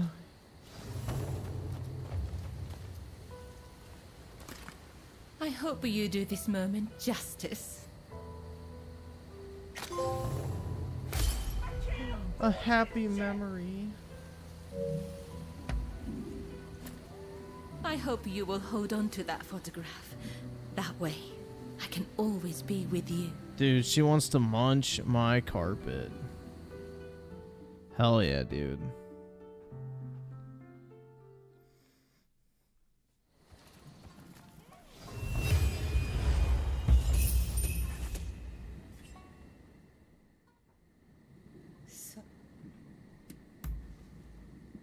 In fact, this hairpin is a gift from Lord E.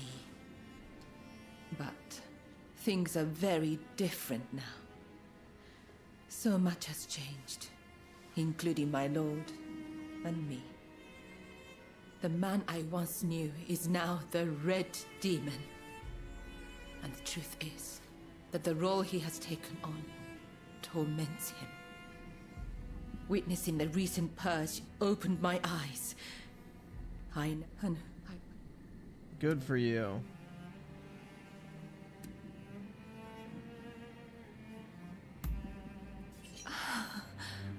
That I'm feeling much better now. Will you join the Satsuma uprising? I wonder. I know a back street, out of sight of the shore. I only...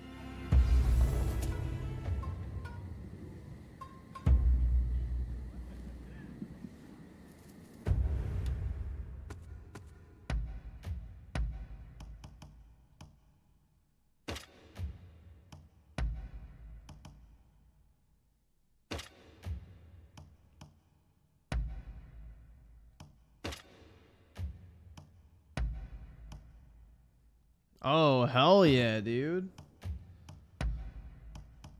Drip.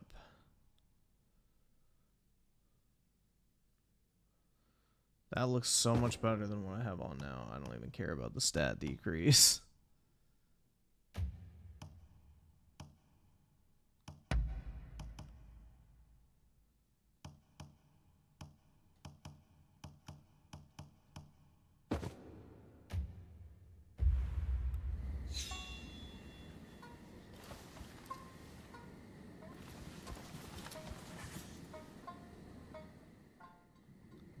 Shall we make up a way to the... Yes.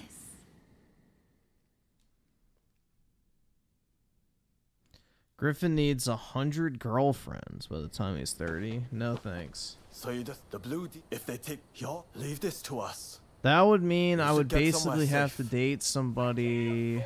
Please, take care of yourself. So I'd have like what 4 years, let's say. Now to support the Satsuma. So 25. You ready? Jesus Christ, man. 25 a year. So every 2 weeks I'd have to get a new girlfriend. No thanks. No thank you. I'm good.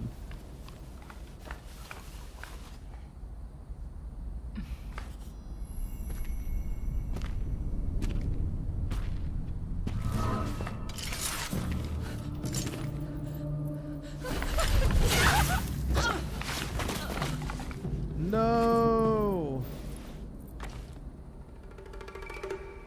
I thought that you saw things the way I did. How could you betray Lord E like that?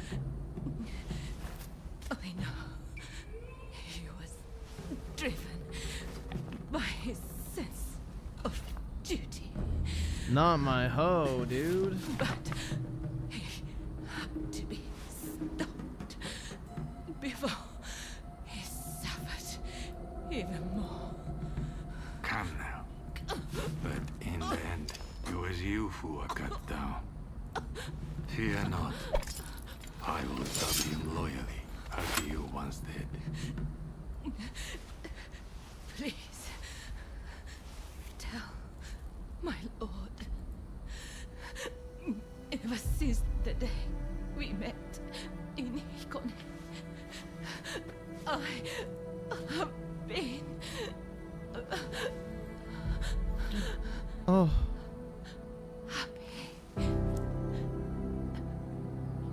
Go.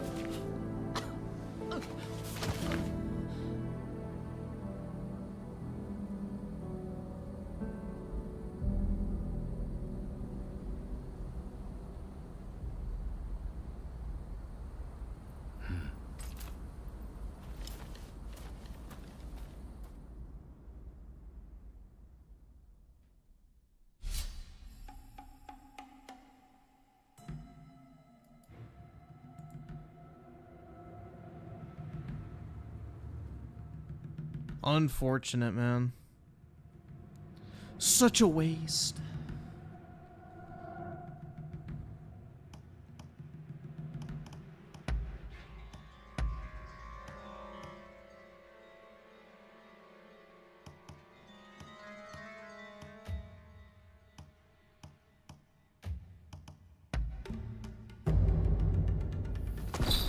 When we work together, we've nothing to fear. So let's see. Soy cast out the 10. Watch. His mama definitely smoked crack while he was inside. Let me find it real quick. Oh my god, bro. Dude, my fucking contacts are about to fucking fall out of my eyes right now. Jesus Christ, dude.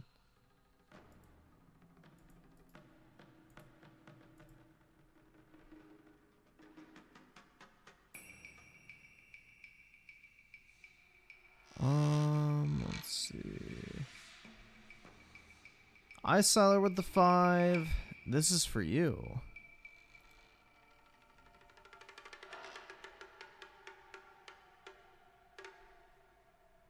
Let's see. Meet future class Alex Jones, who... Wait, Alex Jones? Oh my god. It's a different spelling, but still, that's fucking funny. Who has worked on titles including Final Fantasy VII Remake and Elden Ring. I'm guessing as a fucking translator. Because this person does not look like a fucking Japanese. So, yeah. I'm assuming it's a localization person. In 2023, she founded her studio, Silver Script UK. Yeah, okay. To create the autobiographical game, The Quiet Things. I mean, she's definitely a thing that I wish would be quiet, so there you go. But yeah, it's probably just some fucking retard localizer. It's probably not even a real person who actually worked on the fucking game. It's probably just like, oh yeah, I worked on like the marketing or some shit like that. 100%. Yeah, I don't really think this is a decision maker over at Square Enix, guys. So I don't think that's a problem. Or at fucking From Software. So it's probably just some fucking localizer is my guess. Yeah, but that's who the Game Awards are promoting. Things like this.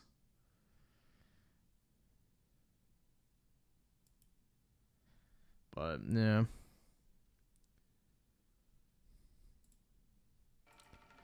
The modern gaming industry is wonderful.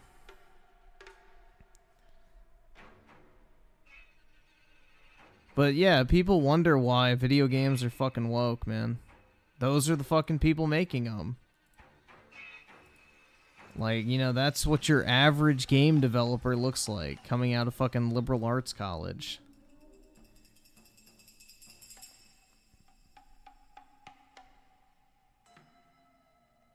Let's see. Soycast guy the 2. Twitter link.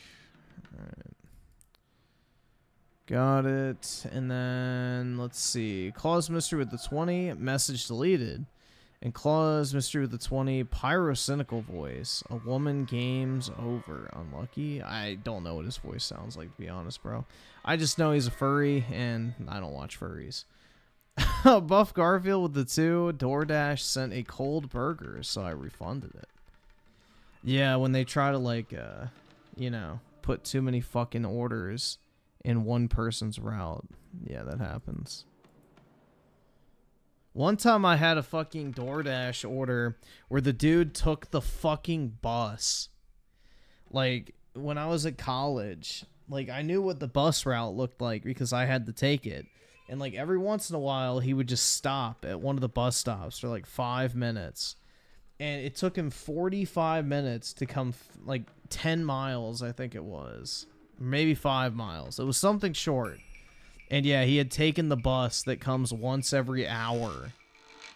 So, literally, it took him over 45 minutes to get my food to me. And it was, like, ice cold by the time it got there. And I, like, reported him to DoorDash. And they're like... yeah, we see he doesn't have a registered vehicle. I was like, yeah, no, he was taking the bus. I know the route. I checked the times. He took the fucking bus. The bus stop was right by my apartment building, too, so I saw him get off the bus and start walking over towards my, like, building. So, yeah. Fucking retards, man.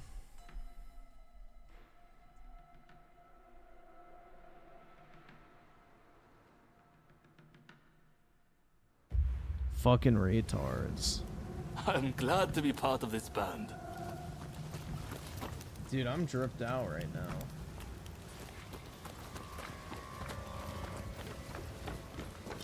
We must find Princess Atsuko before the enemy does.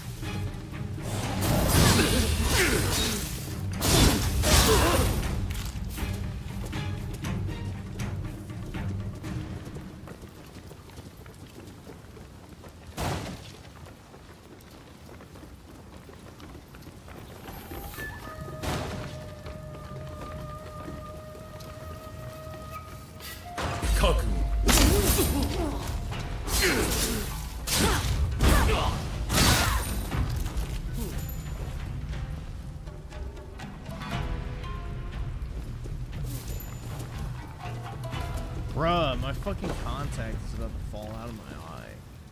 That's how, like, fucking cooked I am right now, bro. I guess my eye is, like, so tired that it's not wetting itself enough to keep my contact from falling out.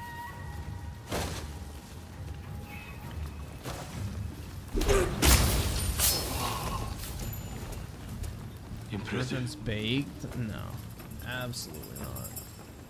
I'm only high on life, dude.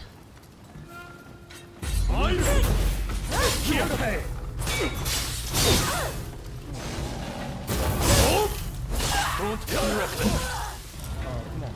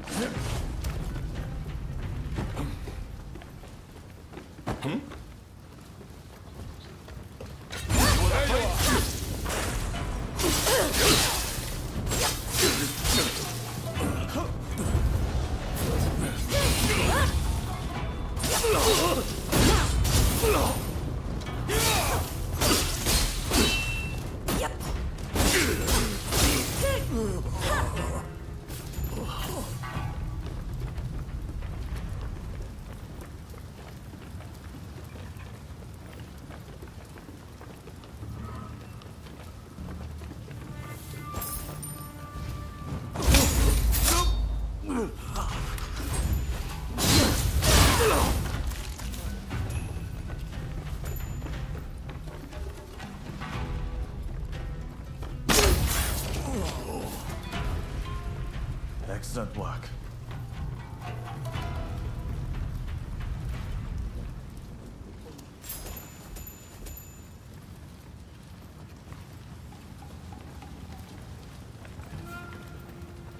I have no idea what I'm looking for right now.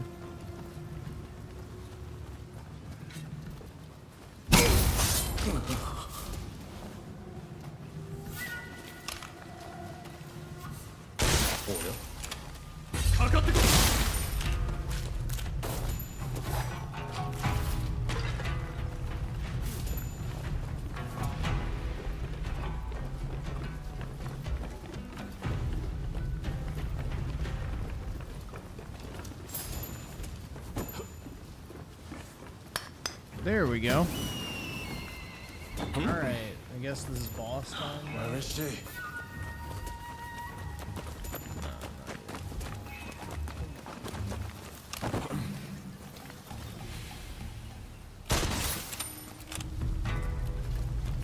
Spray his cheeks.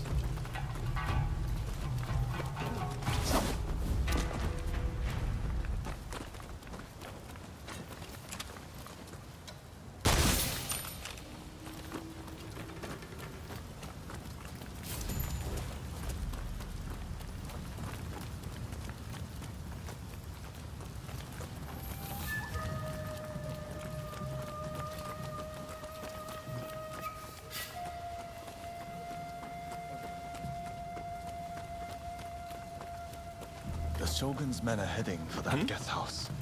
That's where the princess must be. Come on.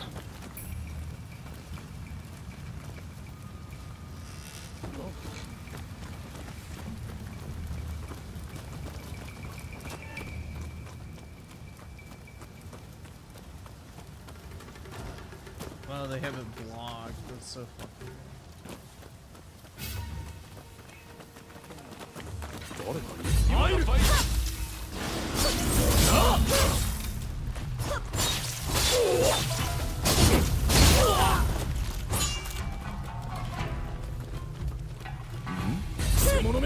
Bro, how can you not sneak up on somebody like that?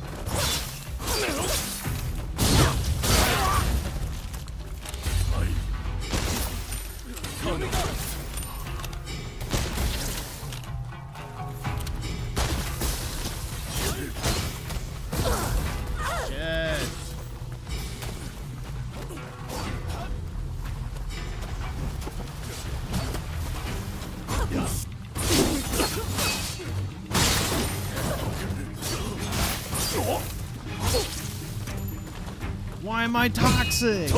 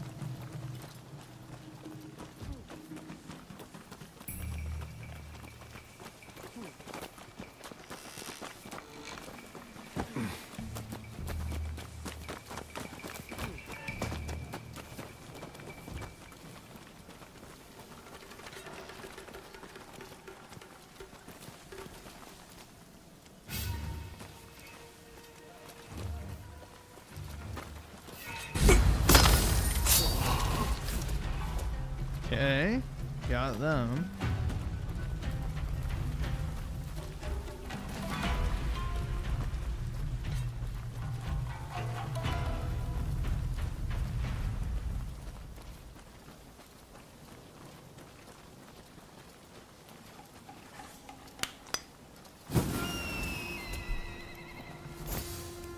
Alrighty.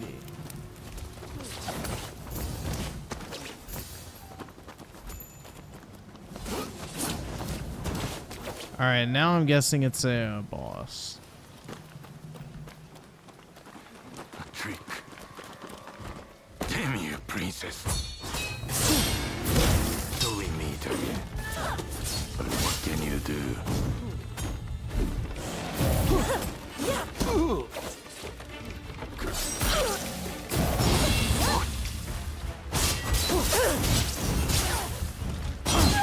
Holy shit.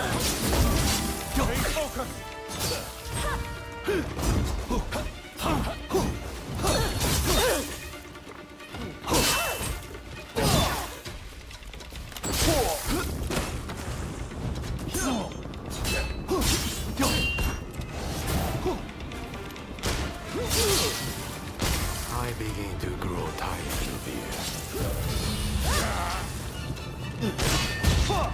Kill him.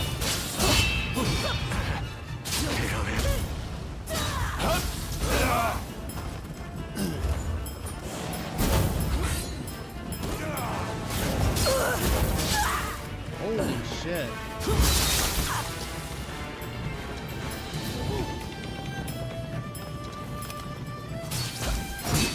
You improved a little.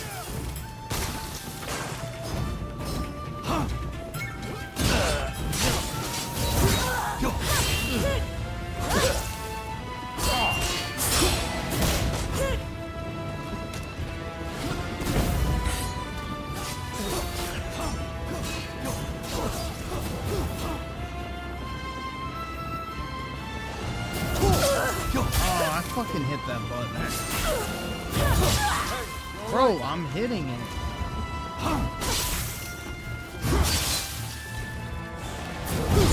There we go. I should struggle with the likes of you.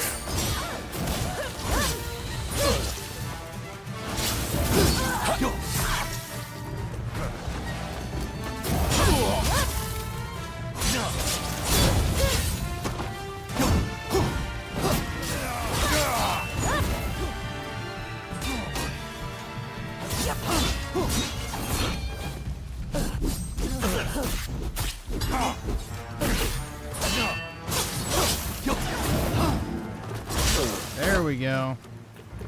Cooked his ass. Damn. Look, Princess Sato, they finally caught a rat. Manabe.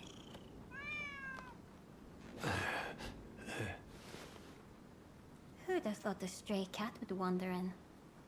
Still, you did well. You have my thanks.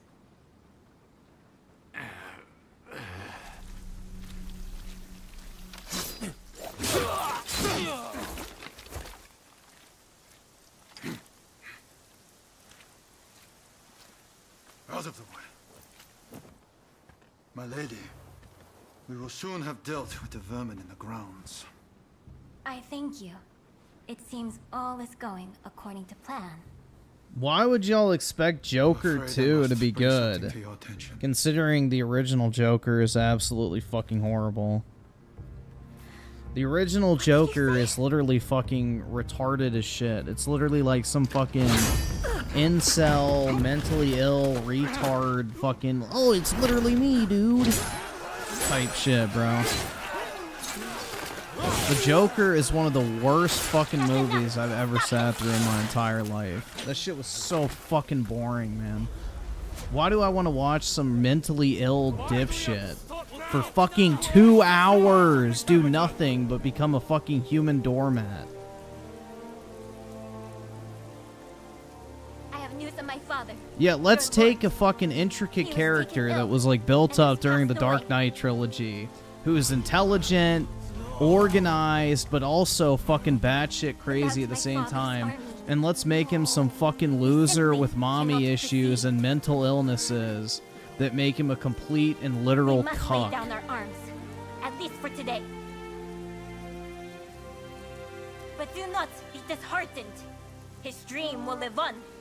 Yeah, basically the entire movie is basically we need to give white men pills to keep them from going crazy. That's the entire fucking theme of the movie. Is take your fucking normal pills, white people.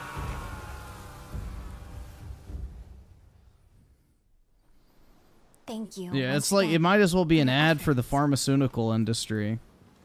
It pains me, but now we can. It do might little as well be more a than fucking wait. ad for the pharmaceutical industry. I will seclude myself in my inner chambers. You have no need to fear for me. Even the chief minister would not dare come for me there. With my stepfather now gone, the Satsuma clan will be shaken to its core. It's Its a future reskin of depends on you Taxi and Driver. Saigo.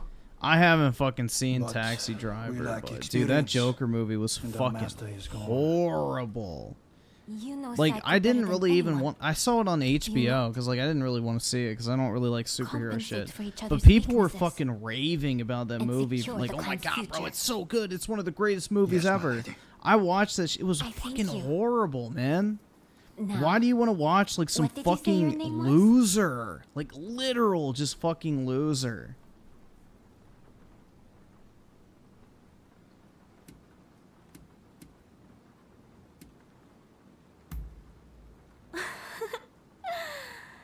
Then you're astray with... Well, Princess Sato,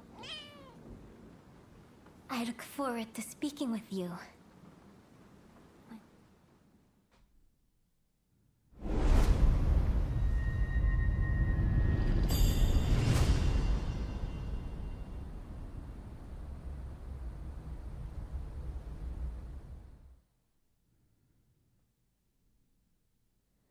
Please forgive me, my lord.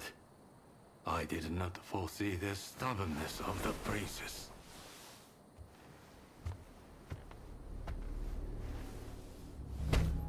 You have been taking matters into your own hands, it seems. But at least the princess has been subdued. For now. Fine work. But you are relieved of your duties for now. Yo, actually, what is the... never mind. Wait, what's that fucking movie? Hold on. It's not Taxi Driver. That's a fucking clone of the Joker. Or the Joker's a clone of. It's another movie. Fuck. It's not Taxi Driver. It's something else. It is the exact same movie. Like, literally the exact same movie. Only, basically, Robert De Niro is the Joker instead of being the comedian. But basically, his character is obsessed with being a comedian, is obsessed with a late-night talk show host, and, like, fucking kidnaps him. It's literally the exact same fucking... There's nothing original about the fucking Joker at all. Like, it's literally a ripoff of another movie, and it literally has the same cast to a degree. It's horrible, man.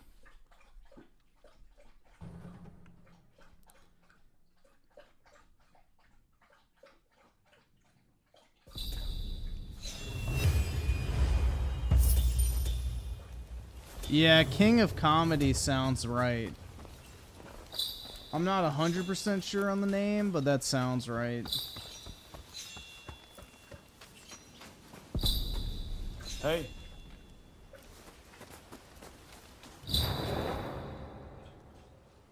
You've heard about Tucker's death, I trust. I just can't stop thinking about it. Ever since we met in Yokohama, she's done so much for us.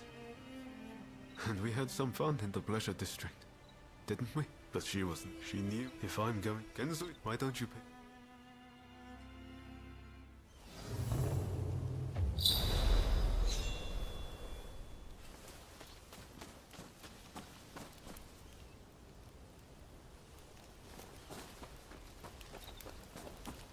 Do have a browse.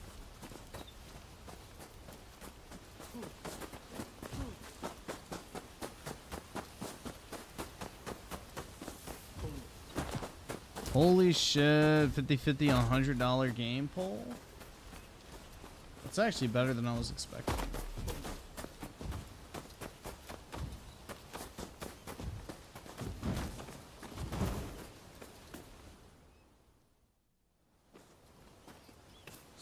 heard. Well, let us pray for her.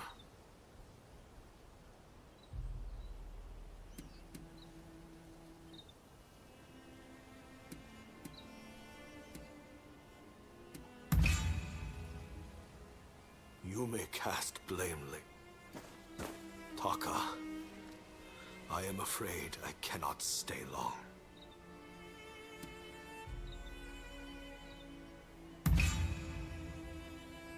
Indeed I do. And that are you and what?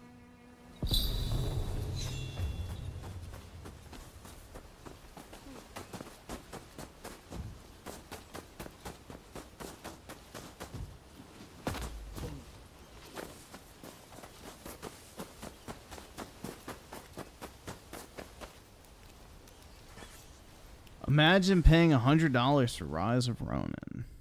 Yeah, I would not. I wouldn't even pay 70 for it, bro. I'd say 40 bucks. This is a good pickup. What do you? Good.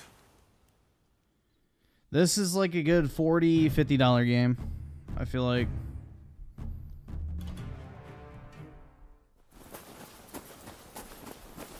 Hell yeah, dude! I would definitely drop $100 on a. I would definitely drop $100 on Hellblade too. $20 an hour to walk in a straight line. You always pop up. Incredible deal. Don't you? No. Let's see. Claws Mystery with the 20. I just installed Injustice 2 on my PC. Setting up. Nice, bro. And it crashed after checking stuff. Firstly, there you go, man. I would like to thank you all for joining us. We all come from different domains. And let's see. Johnny is the 2. Just got in. What game is this? This is Rise of Rōnin. In fact, some of our and Michelle Soguchi with the 2. Hearing Jay may have another panic attack. Oh my god, man. Oh, poor guy.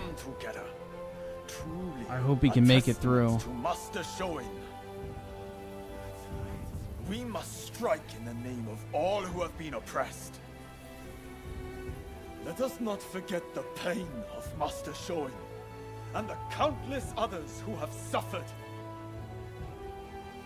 We will bring this darkness to an end and deliver divine retribution to the Red Demon! He didn't, but read the title and agreed with Sin.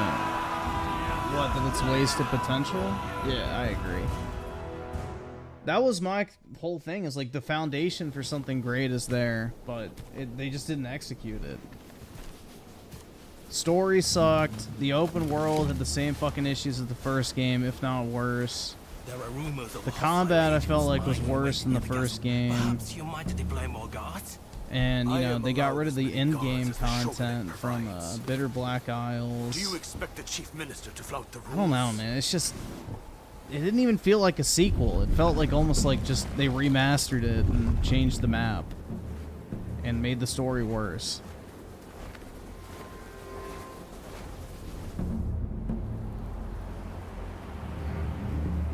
Like, Dragon's Dogma 2 is a solid 7 out of 10 game. It's not anything great. It's not anything bad. It's better than mid. It's just a good game that has fun gameplay, but that's about it. You're buying that game for like a 30 to 50 hour experience, playing through it once or twice, experimenting with the different subclasses, getting a taste of what it's like to be really OP and fucking like two-shot everything. And then you're kind of done with it. There's not really much to do from there on out. The enemy variety sucks. The boss variety is not great. There's just not a reason to dump a shit ton of time into it. It's like a solid 7 out of 10 game. That's what I would give it. So they are here. Ready yourselves!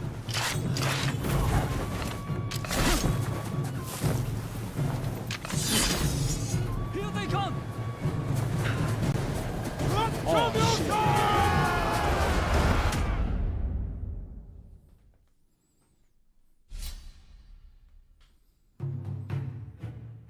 You said 7 out of 10 isn't a good score for Callisto Protocol?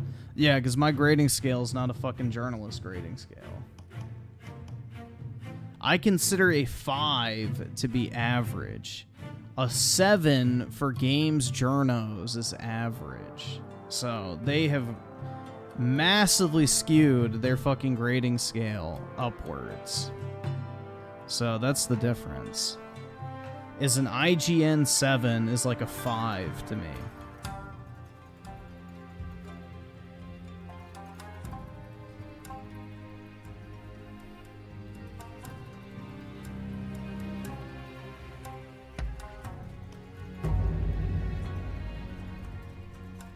Alright, Steven, eat the Harlequin!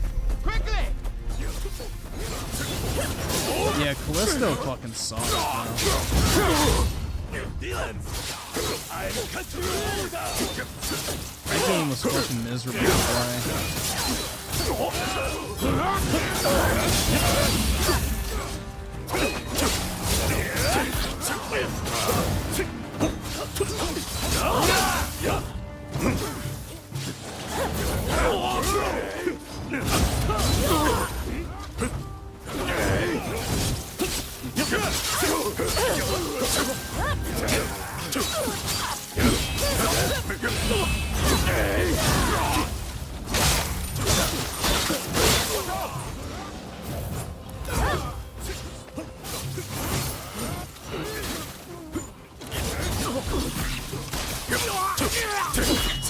What the fuck?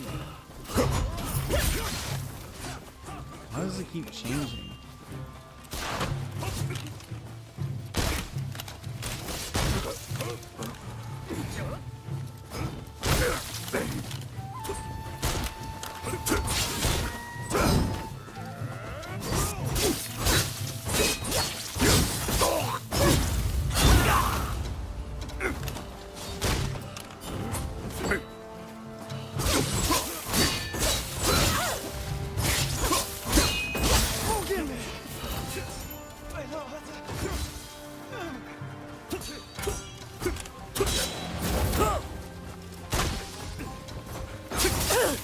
He dodged my bullet?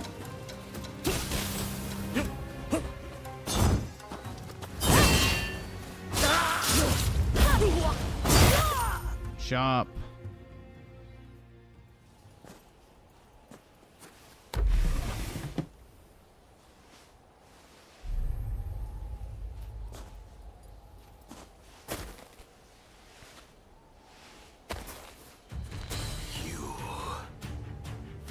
Rebirth is worth easily $100.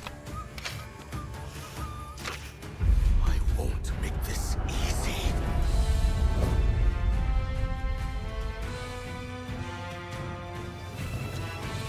Come then. Come and take your prize. I don't have any bullets now.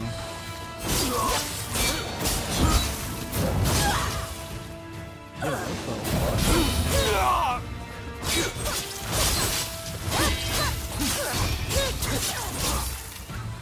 the fuck?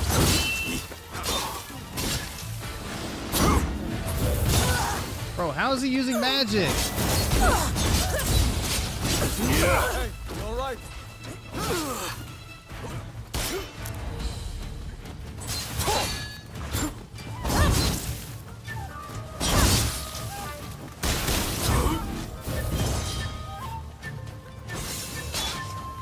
The fuck? I want magic. So you are the main adventure assassin. Time to shine.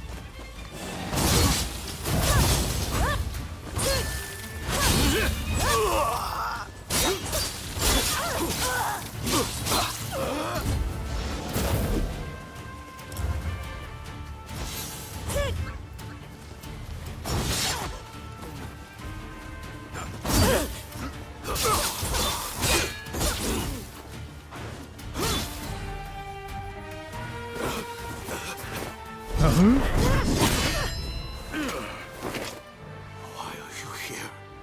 I already dismissed you. Correct. And so I came here of my own accord. As a man, I have the right to choose where I will die. I won't thank you. With me. Oh, are you fucking shitting me? You are finished. At least they refilled my ammo.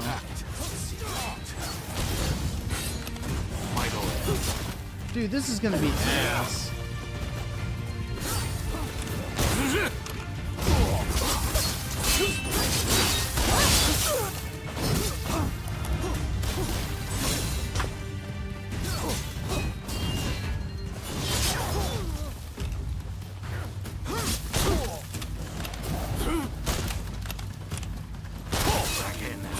You have believed in me.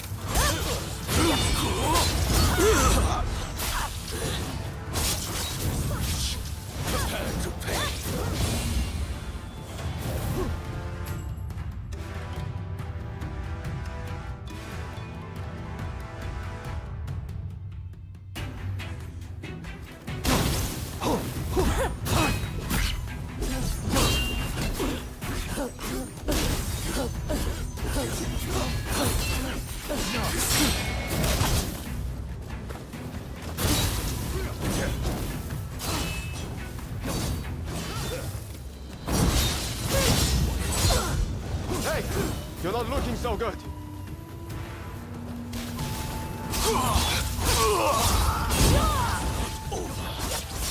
Not yet.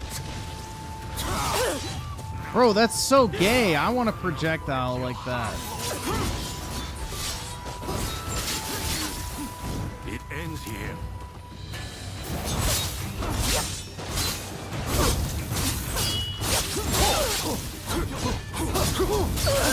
Oh, I'm getting juggled. Fuck.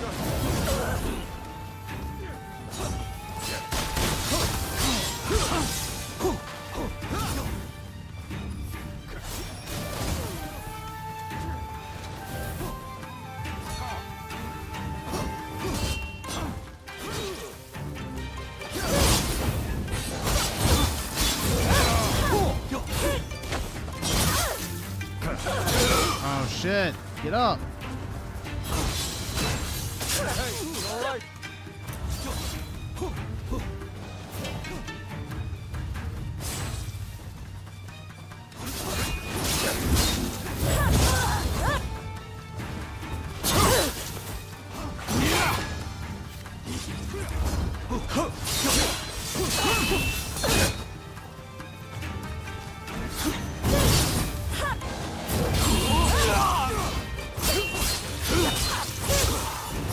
Oh shit, finally. Jesus, man.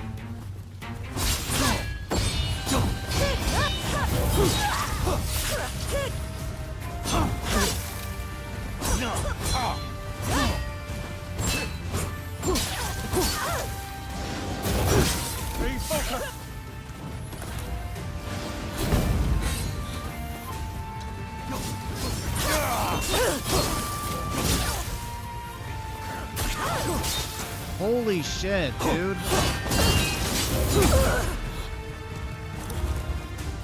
Oh my god, this is so cancer.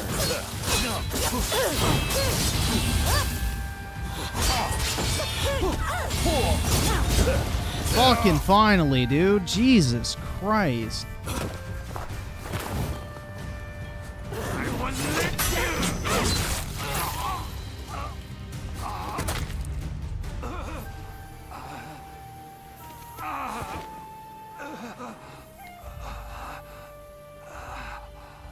So this is my fate.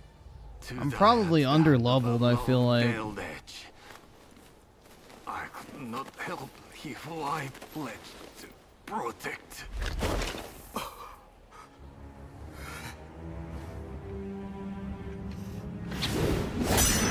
I've got my hands full. The rest is up to you! And now your sister comes in.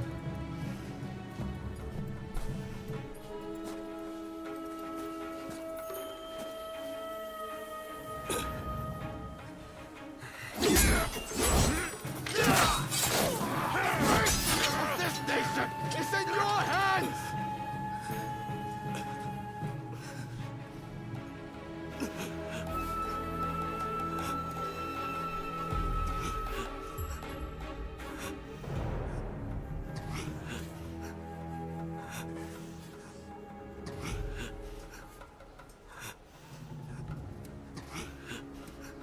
So I don't know which one is like the better choice. Here, let's see.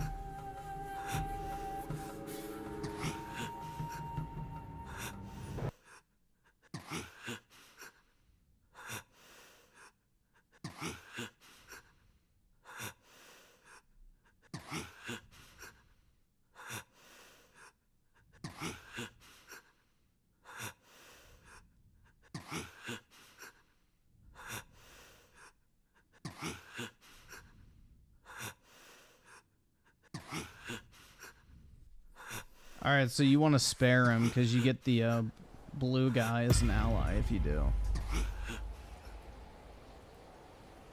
Come.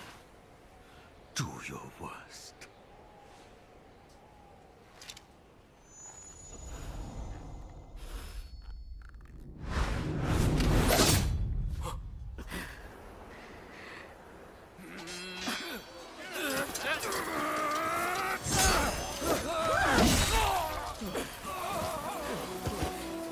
Are you alright?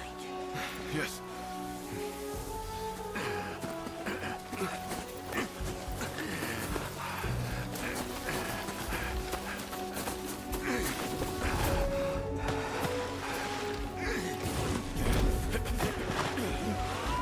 You ain't even gonna leave! That's enough! We must retreat! Retreat now! With the failure of the assassination plot, the struggle between the shogunate and those who opposed it entered its final, decisive phase.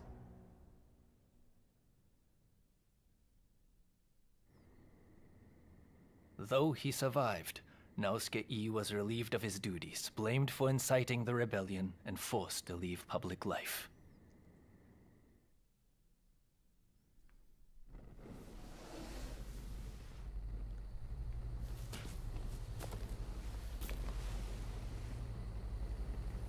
Come. Let us return to Hikone.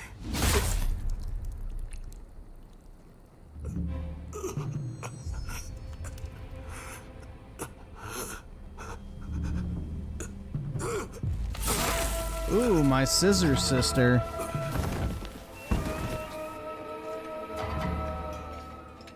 Hell yeah, bro.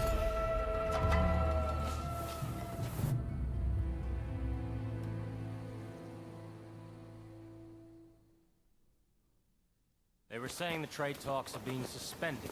And you just believed them, did you? You try arguing. I don't welcome the taste of steel, personally. Right? Wait, who are you? Time to die!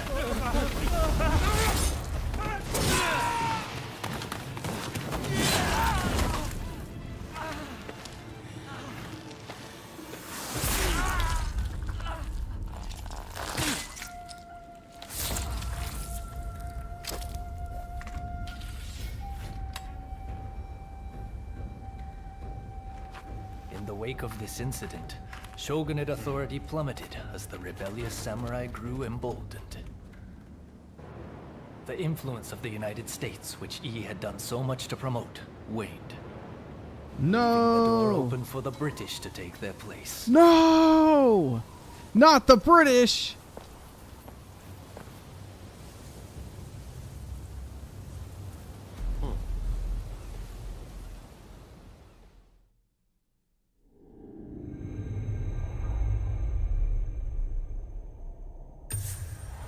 After their triumph at the Sakurada Gate, Kusaka and his allies plot the next step in their quest to expel the foreigners.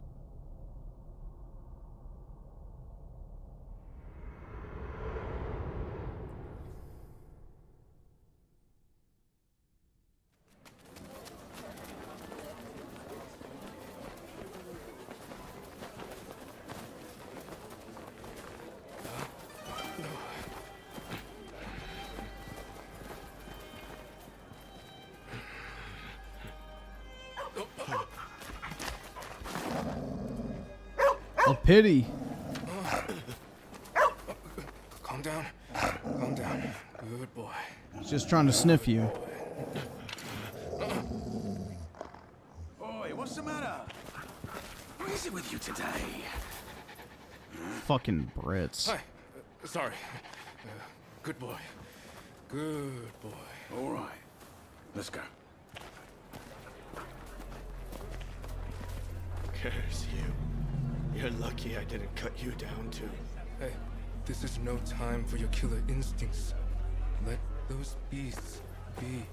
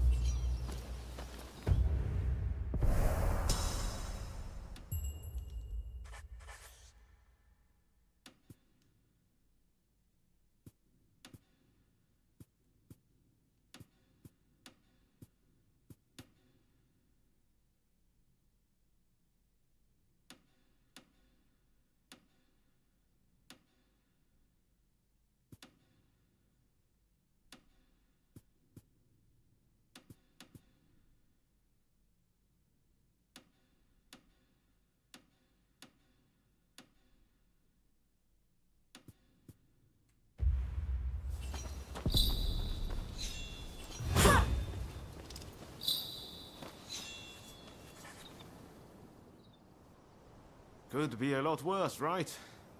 It won't be Nah, I easy for don't them think to they'll find shut us down here. Suicide Squad. They'll probably keep it Lots of running for a constables while. on patrol tonight too.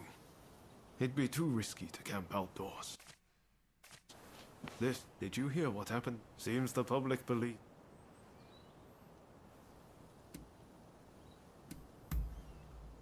No. Yeah, any idea? Ah, nice. Why not? What?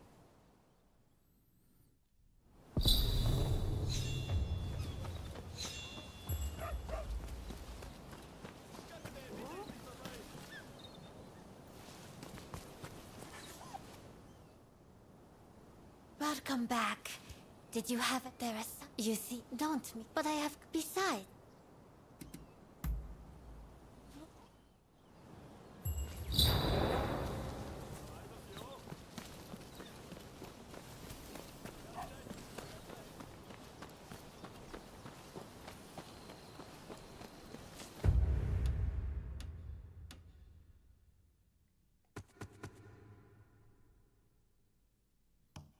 Yeah, so I was kind of under-leveled for that final, or for that boss fight, or whatever the fuck.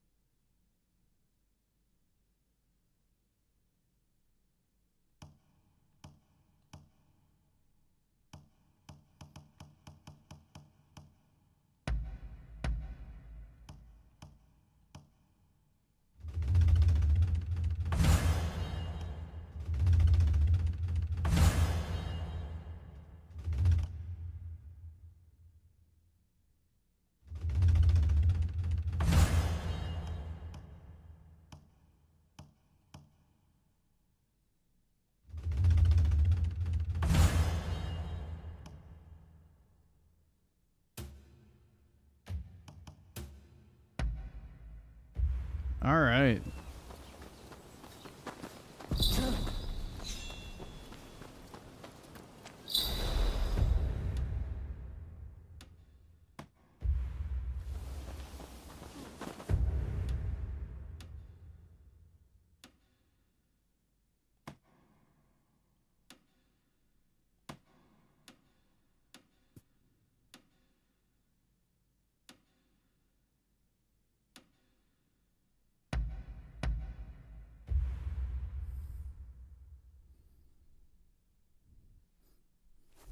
Is there a super deluxe version of Hellblade 2? If so, yeah, I'll buy it. Why not? No, I'm not going to.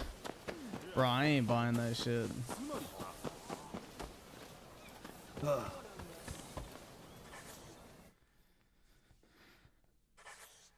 So tell me, what do you need today? Do come again.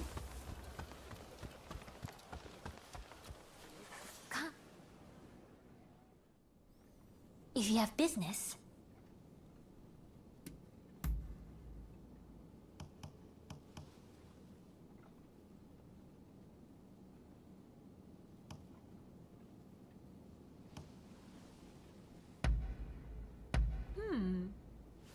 I'm well pleased.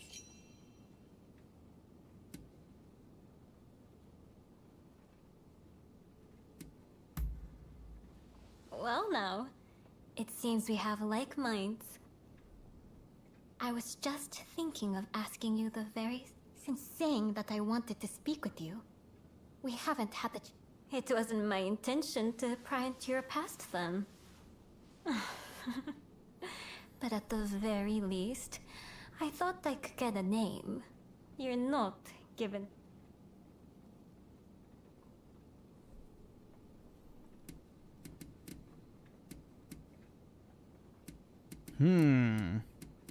Let's simp. Careful with the clumsy jokes. This, I say as someone who was once like you. I spoke it, be it dark now. Delightful creatures both. Adorable and sweet. They snuggle up to you.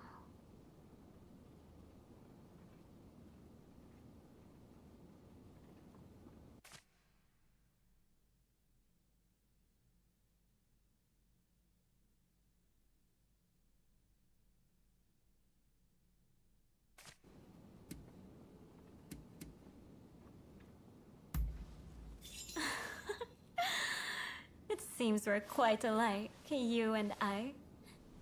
I'm reminded of the darling chin I used to have.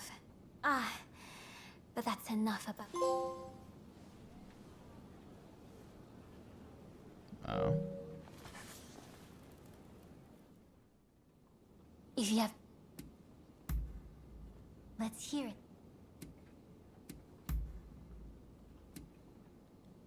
This is the faction base, which That I is want to all. help, but... You may go.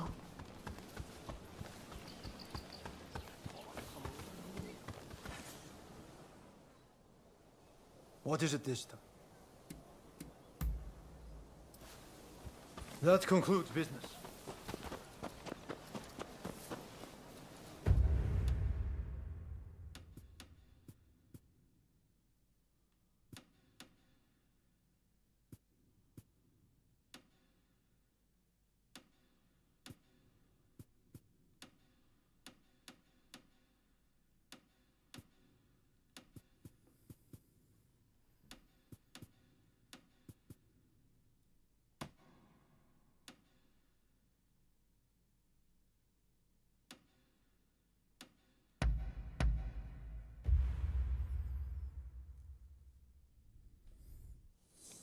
$100 is like $10 nowadays. Don't know why everyone's acting like $100 game is life or death. Bro, yeah, $20 is the new $5 and $100 is like the new $20. Like, bro, like in my area, if you have 2 people going out to eat for dinner, that's like $100 after like tax and tip and all that type of shit. So $100 for me on like a new release video game that I actually really want is not a lot of money, comparatively speaking to pretty much anything else you can spend money on. Hey! Ah,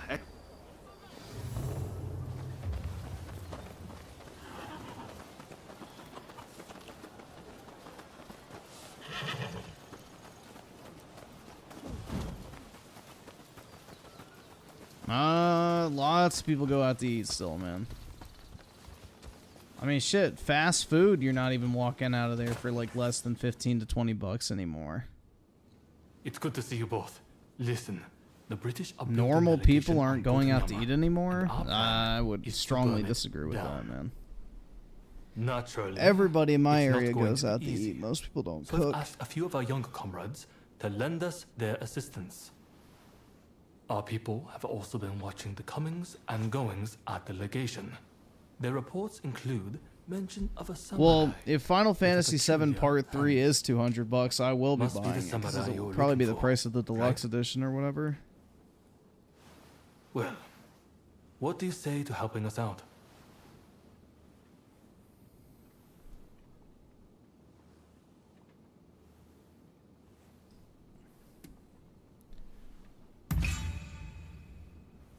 I didn't want to twist your arm like that.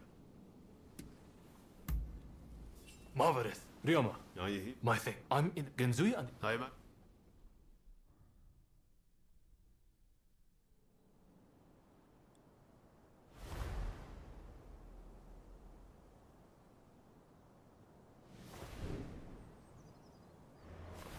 Look at this place.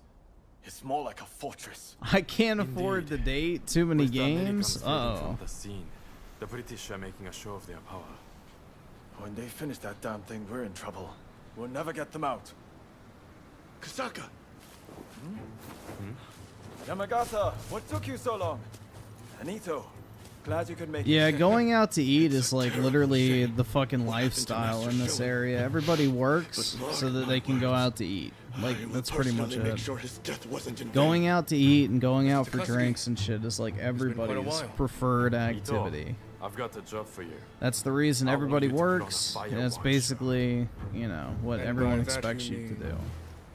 Destroying a certain building. Exactly. Now the Red Demon's gone, the foreigners are next.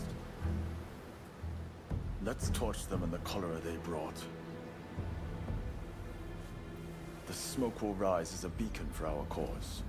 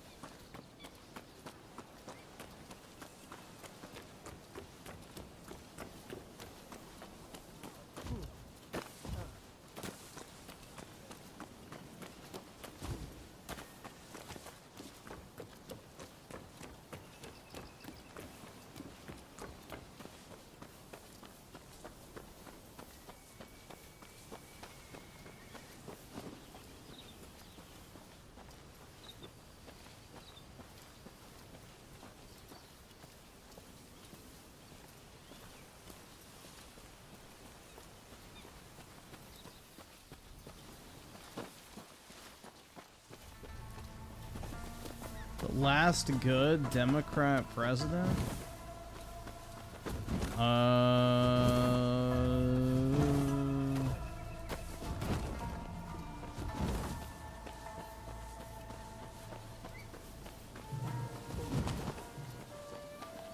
That's actually a really good question. I can't think of any. Maybe Kennedy, but he kind of got shot before he could do anything.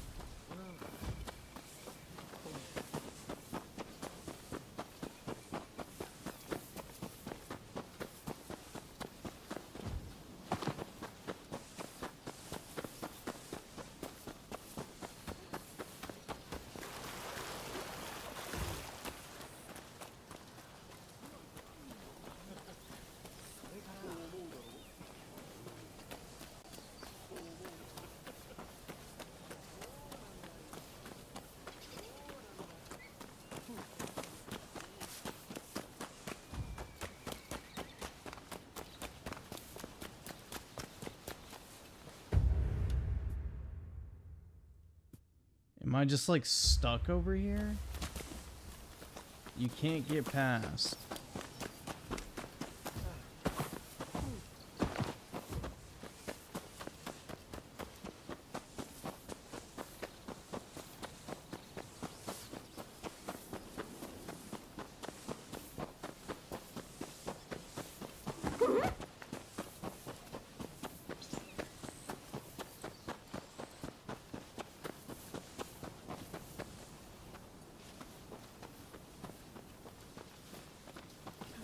Yeah, I guess you're just like stuck over here. That's nice.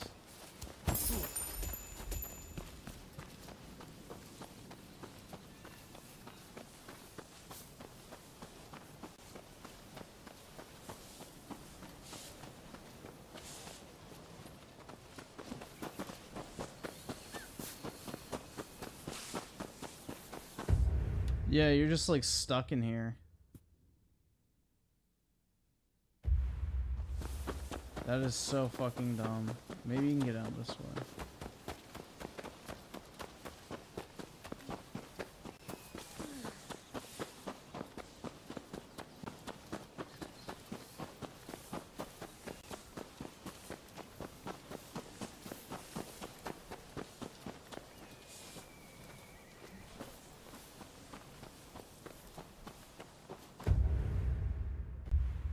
Yeah, I guess I'm like stuck. I don't fucking know. Maybe. Where's that? There we go.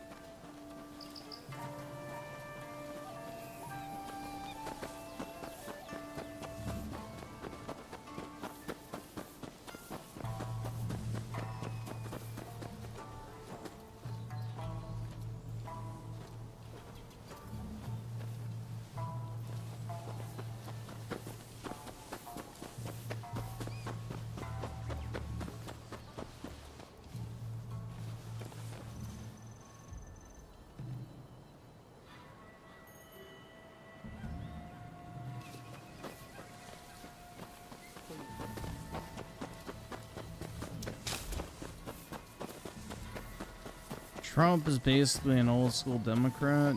Yup. It's just politics have shifted so far to the fucking left that, you know, what we now call Republicans are basically just moderate Democrats.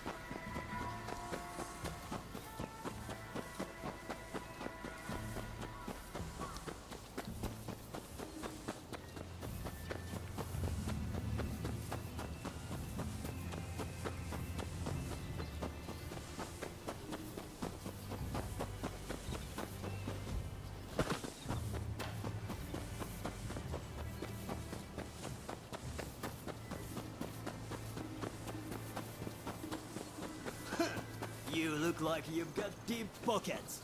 Pay up! No.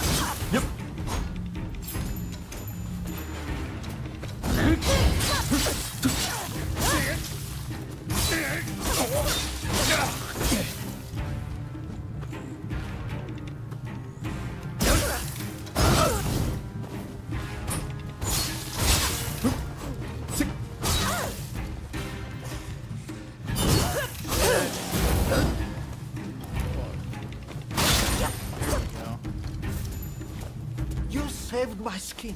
Yeah, take this.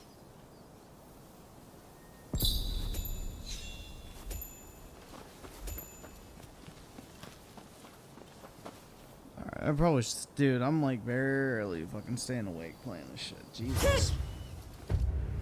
I'm too tired to be playing this game, man. It requires too much brain power. I need just like a mindless action game right now, and this shit requires actual skill, which is irritating.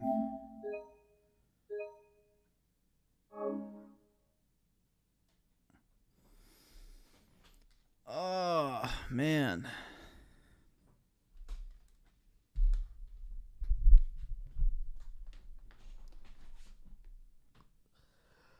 Oh, fuck. I need like one of those fucking things that they crack in front of your nose that like fucking wakes you up. I forget what those things are called, but I need one of those or something.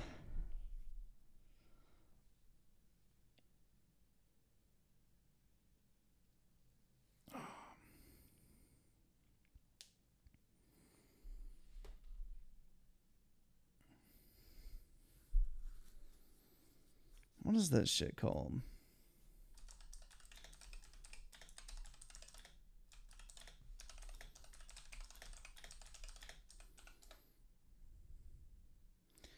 Like a smelling salt, but it's like something stronger than that.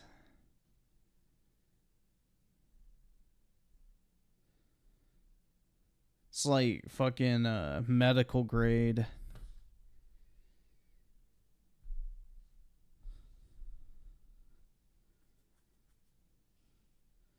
They give it to you when you're like passing out and they need you to stay awake. I forget what they're called.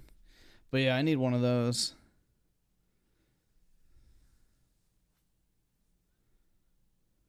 Yeah, lavender for sure. That'll wake me right up. Fucking lavender. Pretty sure lavender helps you go to sleep.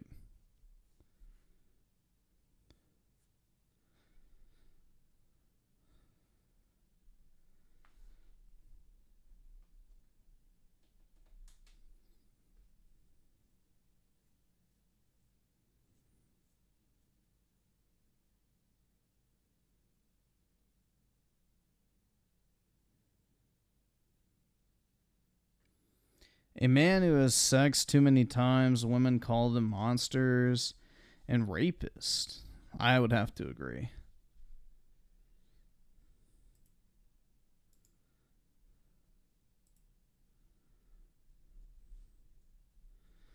Nah, hold on. Let's see what it's called.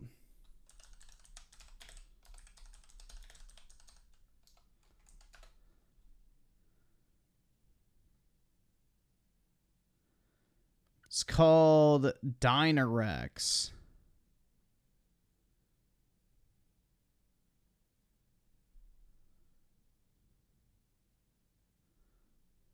Dynarex ammonia inhalant. is what it's called.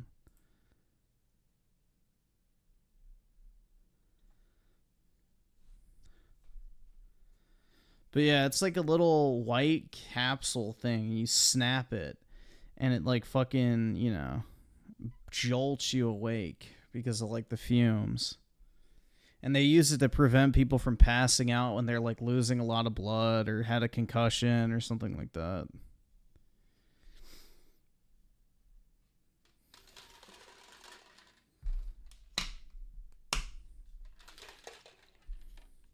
It's what they use when they need you to stay awake.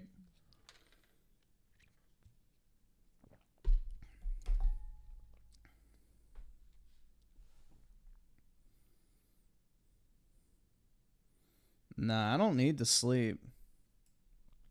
I don't know. It's just yesterday and today. I've just been tired. I don't know. It'll go away eventually.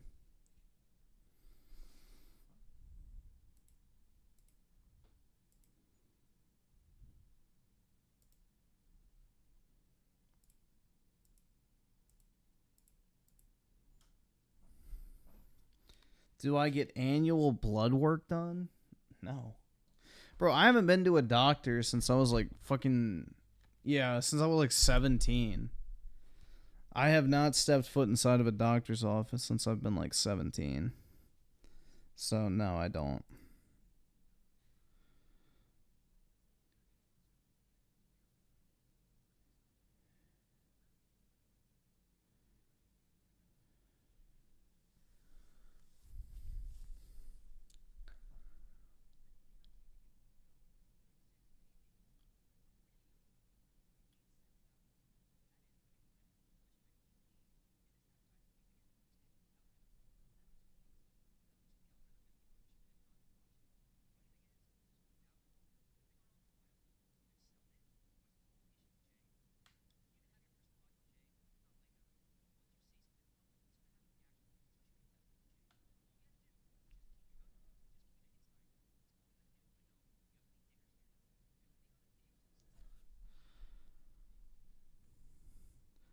Yeah, I don't really feel a need to go to the... Even when I get sick, I don't go to the doctor. I just let it run its course. The most I'll do is go to the pharmacy and get like Sudafed or some shit like that, but that's about it.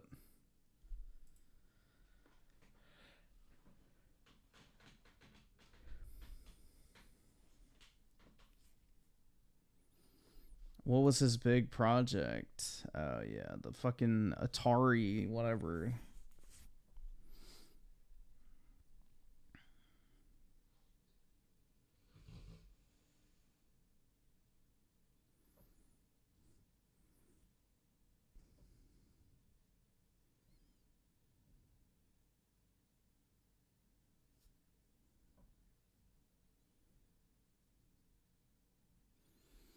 Yeah, the streams are his moneymaker.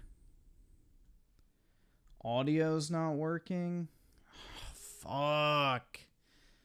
Alright, I'm gonna speed this up because I'm not re-listening to all that shit again. Hold on. Fucking OBS. Give me a second. Properties. Focusrite. USB. Alright, it should be working now.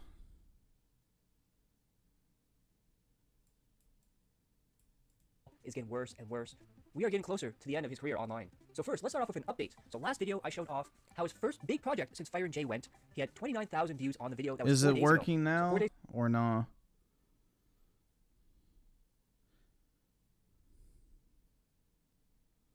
Okay. later, that 29K video is now 36K video. In 4 days, it gained 7,000 views. That is really pathetic, especially when... Dog, you got... I don't know, man. Like, this is... I don't like people that are like, oh my god, you only got this many views, and it's like literally 40 times their sub count. It's like, really? If Rich isn't worried about his view count, why the fuck are you? Like, why are you uploading videos at all if you're, like, so concerned about a video getting 40,000 views? Like... What is going on, ladies and gentlemen? We are back. Should you just never upload again because you only get like 200 views, bro? Like, it's just dumb. Like, if he's getting like 400 views or something like that, yeah, it's not worth uploading. But 40,000 views on a 40-minute video is like $400. That's pretty good. He paid to get this advertised. If he put a bunch of ads in there, that's like a $400 video. That's pretty good. This 10-minute video is probably like $150 to $200. This 7-minute video was a mistake. He should have made it 8 minutes, so he could have made like what, 120-ish. But yeah. To get boosted in the algorithm, that also means it got boosted in the algorithm, and people are choosing not to watch it. And the funny thing is, this whole downfall, it's been going on for a while. Excelled it was the whole issue with yeah, Jay. views. I don't want to be Mr. Views. Once you say something in public, it's going to have a reaction with people, especially people that like Jay. And all you had to do was just keep your mouth closed and just keep it inside. That's all you had to do, but no, you have to be dickers here. If you look at the other videos since that video was posted, you got 6 days ago a video with 30K, 6 days ago a video with 52K, a video with 40K in 5 days, and then 19K in 21 hours. Of course, his big projects just don't work out, do they? Then we have this from JG Win. I wonder if Arch... I don't know. I didn't watch his retrospective video, but I don't like that type of... I mean, Rich is a news channel, so him, like, going through for 40 minutes his history with gaming is probably not what his audience really wants to watch anyway. He was heading for the slow burn, like DSP's channel. Like, Rich's channel blew up from covering, like, fucking console news. So that's the type of shit people watch his channel for. And we have Rich here. News tomorrow. Are we working on the next project? Remember when he said he's no longer doing news, by the way? I'll begin streaming again when the secondary... Yeah, 30K video makes about $150 if you put the right amount of mid-rolls and stuff like that. And as long as it doesn't get demonetized or whatever. Yeah, that's about right. Set is complete, and I'm in the right mindset. I'm not there yet. I'll focus on pre-recorded content for now. Because remember, when he fired Jay, he said, oh, I'm no longer doing news. I'm going to focus on streaming. And then he immediately went back to news, basically rage quit streaming, and doing all these big projects that are not working out. Oh, and he also hired an editor for his clips and stream channel. We have MG. Bro, you're going off track. Get back to the streams. And Tyler chimes in with, his channel has lost all momentum it once had. Yeah, his fucking streams are his moneymaker, so he should be doing that, but I don't know, man. Not my place. The style of content he puts out is dated. People have seen who he really is. And that is a true statement. So once the mask fully comes off, and you see the person that's behind there, you can never put the mask back on, and the genie is out of the bottle, so they say. Because there's certain things you can never unlearn, unsee, or unhear, and this is one of the things. And of course, Rich has to respond to this. To the person who said, people have seen who he really is, he says, who am I? You're a douchebag, that's who you are. And then Review Tech USA puts this. Why are the streamers doing horizontal streams? Well, I'm doing a horizontal stream. You mean vertical. Because YouTube is putting vertical streams in the fucking shorts tab. So you can get a fuckload of new people to watch your content if you live stream vertically.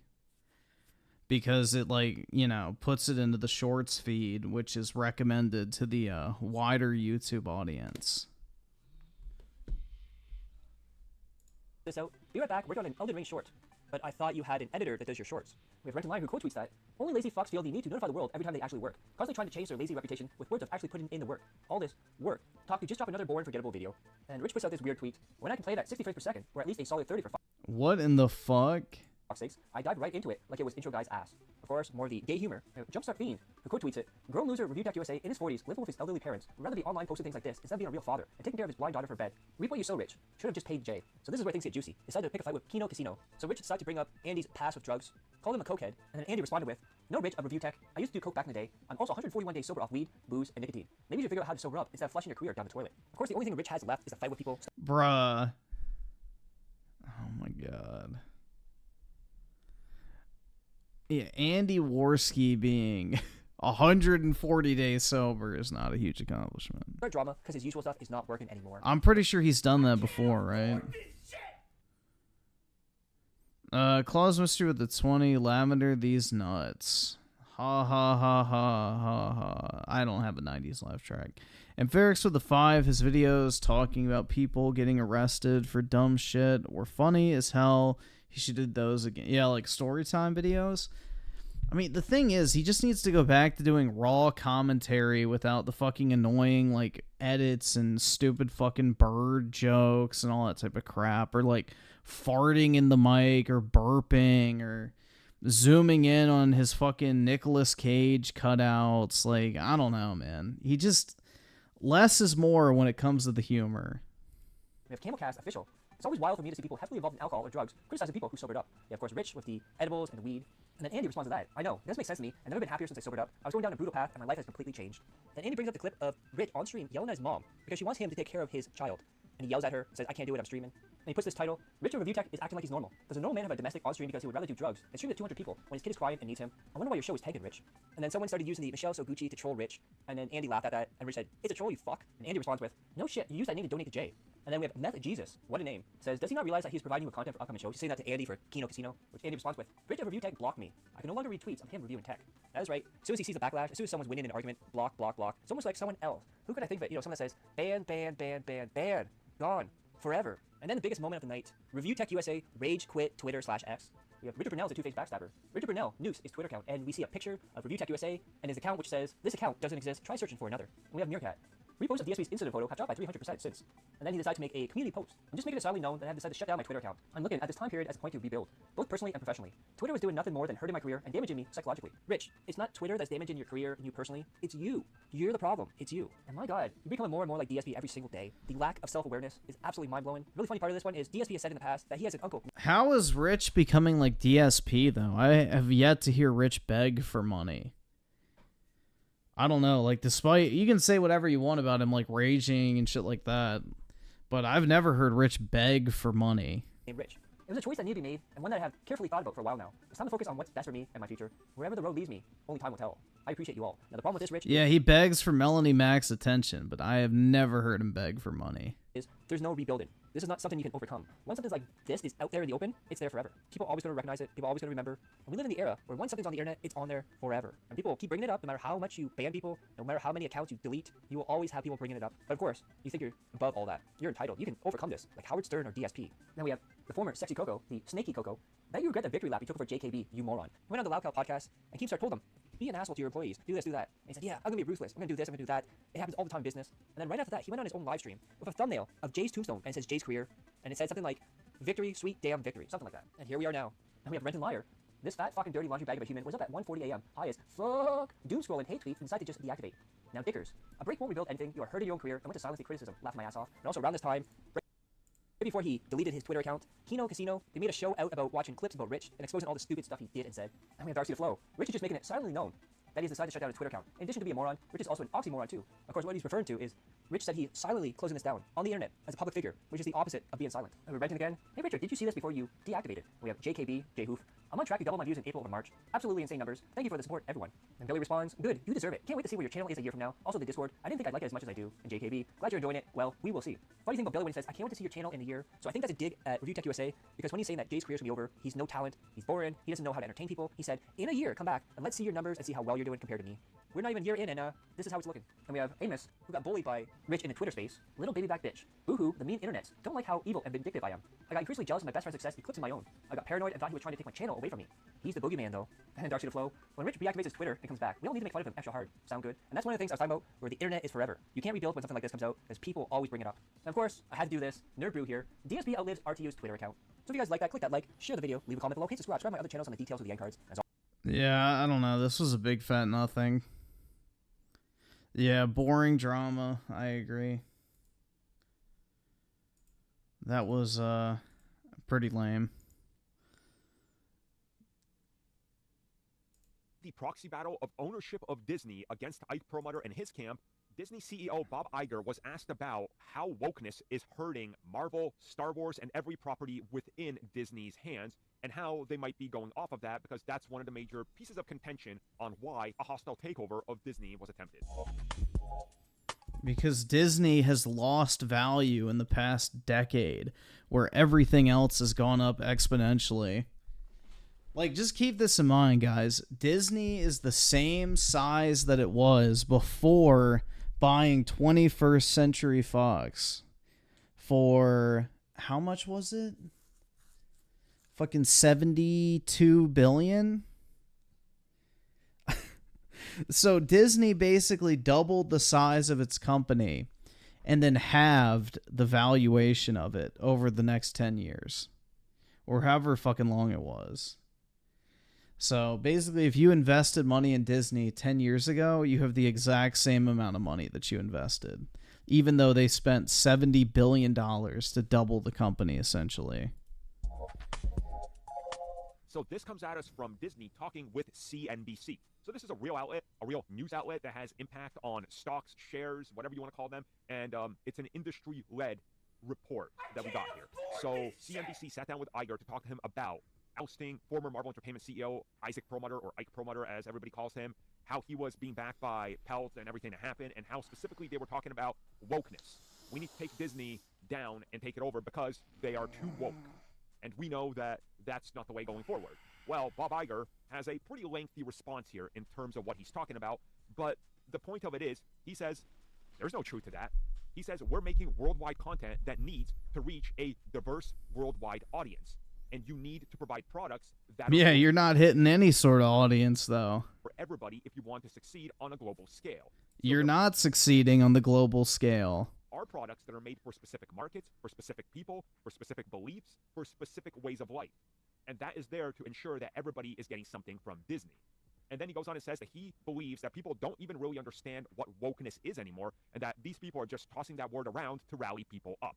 And that they literally have no idea about what it is, what it means, what Disney's doing, and how woke they are. And he's right. We talked about this before. Miss Marvel might not have been the biggest series in the United States, but internationally, in those markets, specifically markets where it's dominant Muslim populations, it was the #1 series, destroying almost every other Disney thing out there, including topping charts above Netflix and other streamers. So they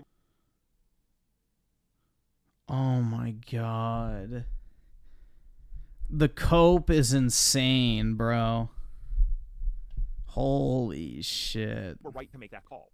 And if you look at demographics as well for other shows, you know, She-Hulk, for example, females. So they were catering to specific audiences, and that's what Yeah, I'm sure She-Hulk was super popular with women, because if there's one thing women love, it's fucking Marvel. Holy fuck, dude. here. And addressing the whole wokeness situation by saying these people don't even know what they're mad about, what they're yelling about, and why they're angry is fact. How many times can you go watch a video on something you like, and the next recommended video is from a grifter who is skipping half the Oh, you're a worse type of grifter. Because you're looking for the fucking corporate paycheck, not just fucking reaffirmation donos from people who fucking worship Disney slop. You're looking for the fucking actual Disney payout. You're a grifting shill. story and convincing you that having Luke Cage have a black girlfriend is woke. What? What? But that's what they're doing, and the fan base is dumb enough to buy it.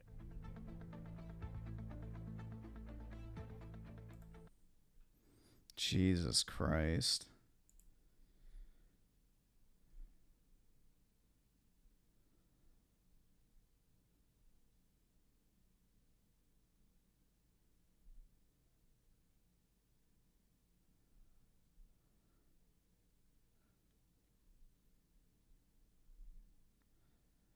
They just casted a woman as Silver Surfer. What are you exactly?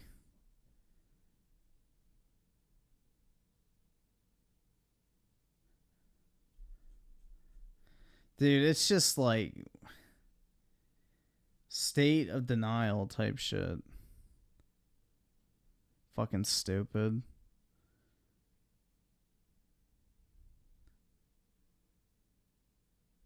Claus Mystery with the 50. It's a Gundam recommendation. We already watched a video on that, so unless there's something new, I don't really think we need to rewatch anything on that, because unless there's something new, we already kind of watched that, so. Like, he was talking to the fucking Israeli police officer, got arrested, witnessed a fucking Hamas shooting, and, like, is fleeing the country now, or some shit like that. And then he also got jumped. That was the other thing, too. So, yeah. Unless there's something new, I don't know. I don't really feel like we need to sit through that again. Claus Mystery the 20. This cuck. You don't know what's woke. Dude, the thing is Bob Iger, you know, why don't you come out and give us your wonderful definition of what you consider to be woke?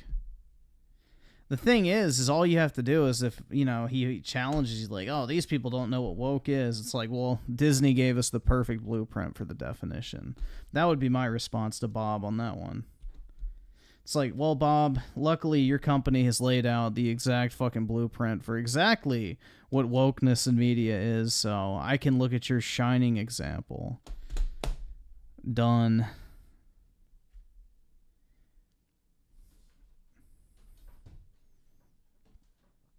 Bob Iger is the definition of... Exactly, dude. He's a fucking woke cuck. Alright. Today I want to talk about the Xbox games there, and... That's quiet. Hold on. I gotta turn up my headset, too. It's like fucking silent. That should be good. I thought Disney was moving away from... Yeah, right. Dude, they're such a fucking just absolute political cesspit. Good luck. They're never gonna fucking change. Only way they're gonna change is if they go bankrupt or somebody buys them. Mostly debunking these fucking rumors there. Even they're still saying PlayStation. How old is this? 2 weeks ago. They already went third party. Is still gonna get these games there when it's technically been debunked. They already went third party. I mean, if this was like by Phil Spencer himself, he said only 4 games. They bought Activision to literally go third party. Are going over to rival consoles there, and those 4 games are really, really small. I'm going to point this out. They're really small there. Some of them actually have hits on them there. But porting those smaller games over does make sense there. They mostly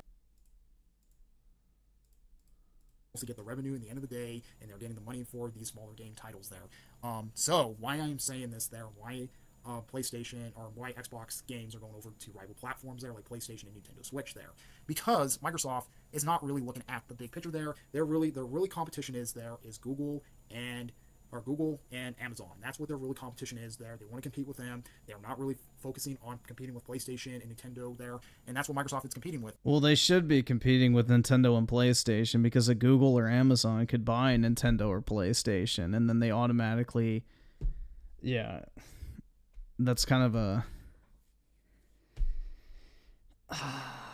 That's like saying that Netflix doesn't compete with, you know, film production companies. They absolutely do.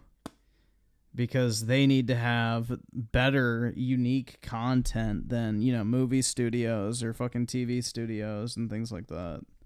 To entice people to, you know, watch their service over others.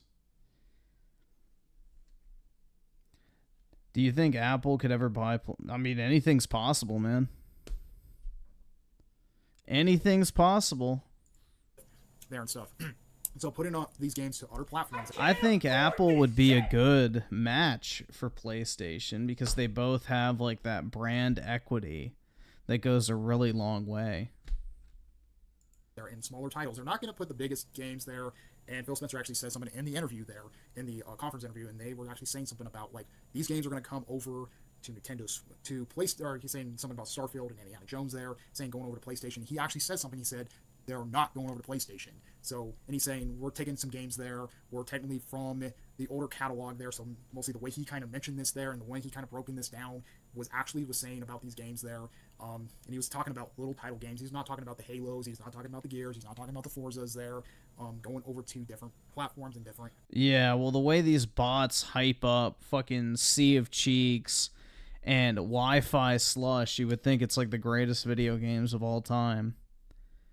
Who's the guy in here that always goes like, Sea of Thieves has 32 million players or some shit like that? Like, that's a little game now? Consoles there, that he was not actually saying about that there. He confirmed that there. They're not going to actually have these games to other platforms there because it doesn't make any sense as a company there to actually have it doesn't make any sense there to put all these bigger titles onto rival platforms there. They want to keep the Xbox going there, and they want to get money from the Xbox there. And it's okay to port stuff over to PC. And mostly you're going to say something about the PC. Oh, why they port their stuff over to PC? Because PC makes money. PC makes money in the end of the day there. So Microsoft and Nintendo get money off of those asset resources there for PC. There for PC there, Microsoft gets the money off of those resources there. Microsoft there, it's mostly really a port there because technically they both own the Xbox and the PC rights there. Sony, for the other hand, doesn't do that with their games. They don't own the PC rights. If Microsoft sells a game on Steam, it's not on their platform. They mostly have to wait to get stuff ported over because they don't own the PC. So it's much harder to put those games on. It's mostly much harder for Sony to put games on PC there versus. No, it's not. It is literally as simple as sending Valve the fucking exe file. They upload it to the fucking store and done. The fuck? It is just as easy for Sony as it is for Microsoft to stick a game on Steam. Holy fuck. It's like Microsoft there, where they technically own the IP there, so it's easier just to slap PC games and Xbox games onto different platforms there, like Xbox games they're going over PC games going over to Xbox there, like vice versa there. So that's the only reason why it's super easy. Microsoft, they can actually do that with the Xbox there. That's why it's so easy to do that with the Xbox there. What I've heard, which is interesting, is Microsoft doesn't even make dedicated Xbox ports, or I guess not ports, Xbox native versions of their games anymore. So Xbox no longer develops games for the console. They develop it for PC, and then they put like this bastardized kind of like just locked setting version of the PC like version of the game on console. That's how they apparently port games to console. So everything they put out now is developed for PC first, and then the console gets like this weird kind of like halfway port, halfway native version of the game. Whereas Sony develops two individual versions of each game. There's one specifically made for the PlayStation 5, and then there's one specifically made for the PC. Xbox just makes the one for the PC, fucks around with the graphical settings, locks that, and then puts it on the Xbox, basically. So they don't actually like optimize the console ports of their games like they used to in the past.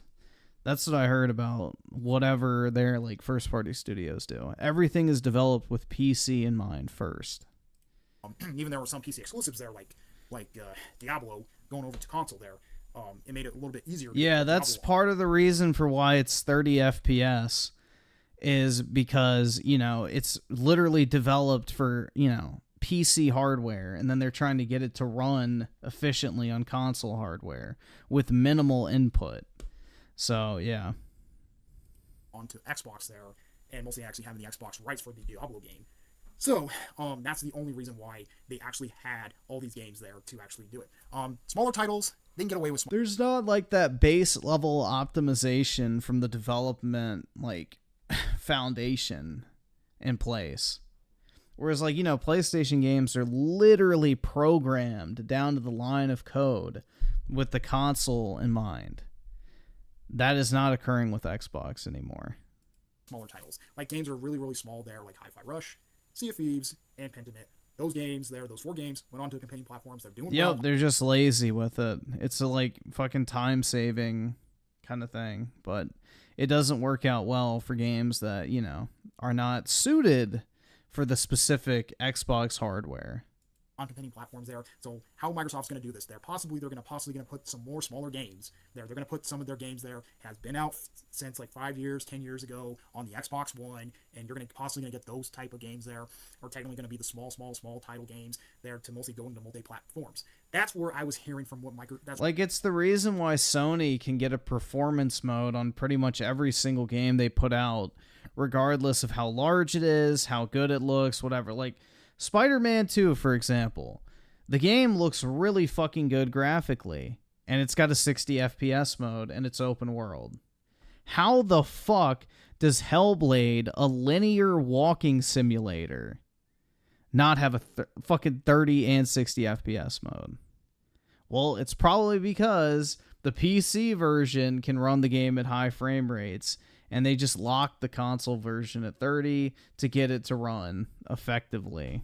My guess is 60 FPS was giving them trouble, and they didn't want to fuck with it. I don't know, man.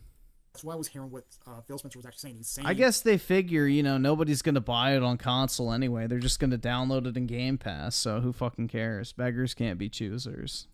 There's going to be Xbox games that are going to be on different platforms, but he's talking about the really small AA games there. The games there are mostly like technically scraps there. They're not really AAA games there like Halo, Gears, and Forza. That will still be on the Xbox console. They want people to buy the Xbox console there. That's what it is there. So mostly there's a lot of people are saying this narrative there, all these dumb people there, I call them, mostly are... Nah, PC doesn't have the locked frame rate. They already confirmed that. Fanboys are always narrating saying, oh, we're going to get Halo, we're going to get Gears, we're going to get Forza, we're going to get Starfield. No, you're never going to get those You probably will. games. Those games are going to still be on the Xbox platform there, and those games are going to still be on the Xbox platform from years to come there, and that's the real reason why those games are going to stay on the Xbox platform, because Microsoft wants you to go buy an Xbox there or go mostly buy a PC to play these games on their platform. That's what Microsoft does there and stuff. Microsoft wants you to play on the Xbox. They want you to buy a PC and play it.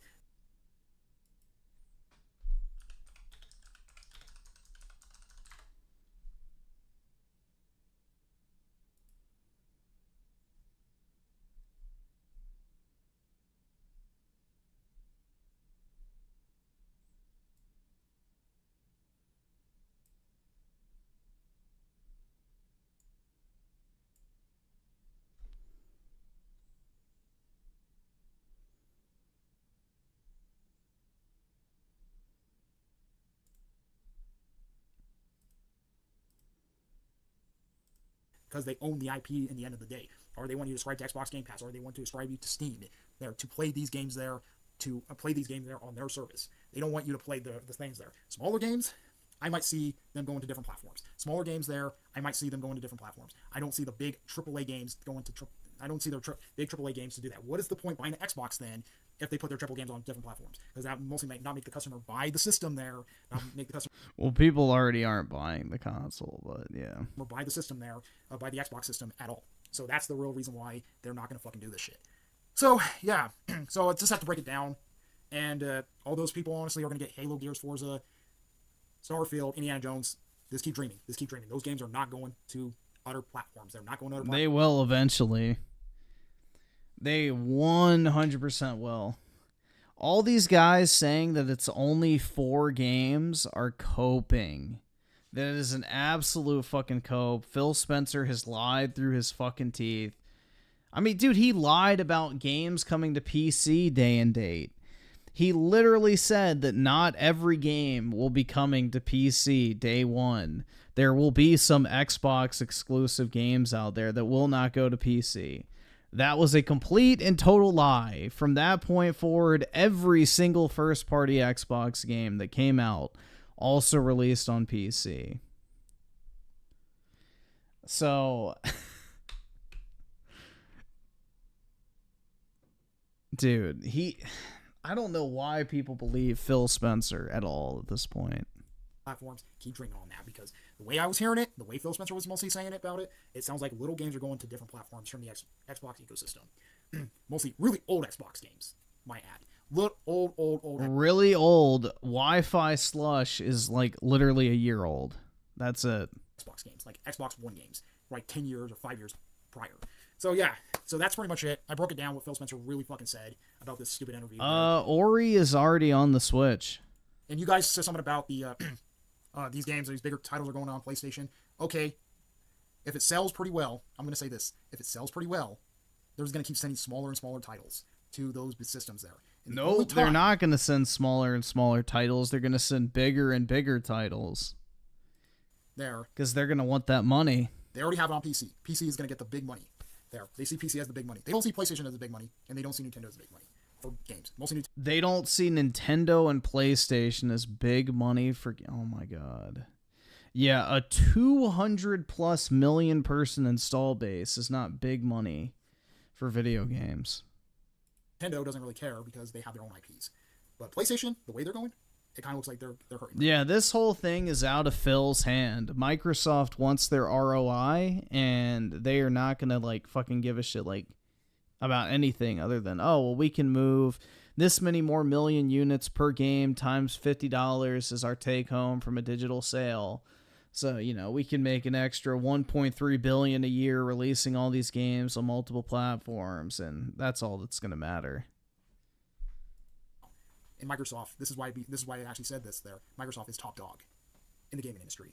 Even you see these PlayStation fanboys are porch baking over Xbox games. You can tell they're porch baking over Xbox games. At the end of the day, those smaller games they're helping Microsoft out. They're not helping Sony out. So, yep. Comment, rate, response to we like please subscribe. Hit the bell notification. Well, they are helping Sony out because you're killing any and all fucking hype surrounding Xbox. Like, if I have the expectation that eventually Xbox games are going to go to PlayStation, I'll just buy a PlayStation instead of an Xbox. So you're directly hurting Xbox's, you know, market appeal immediately.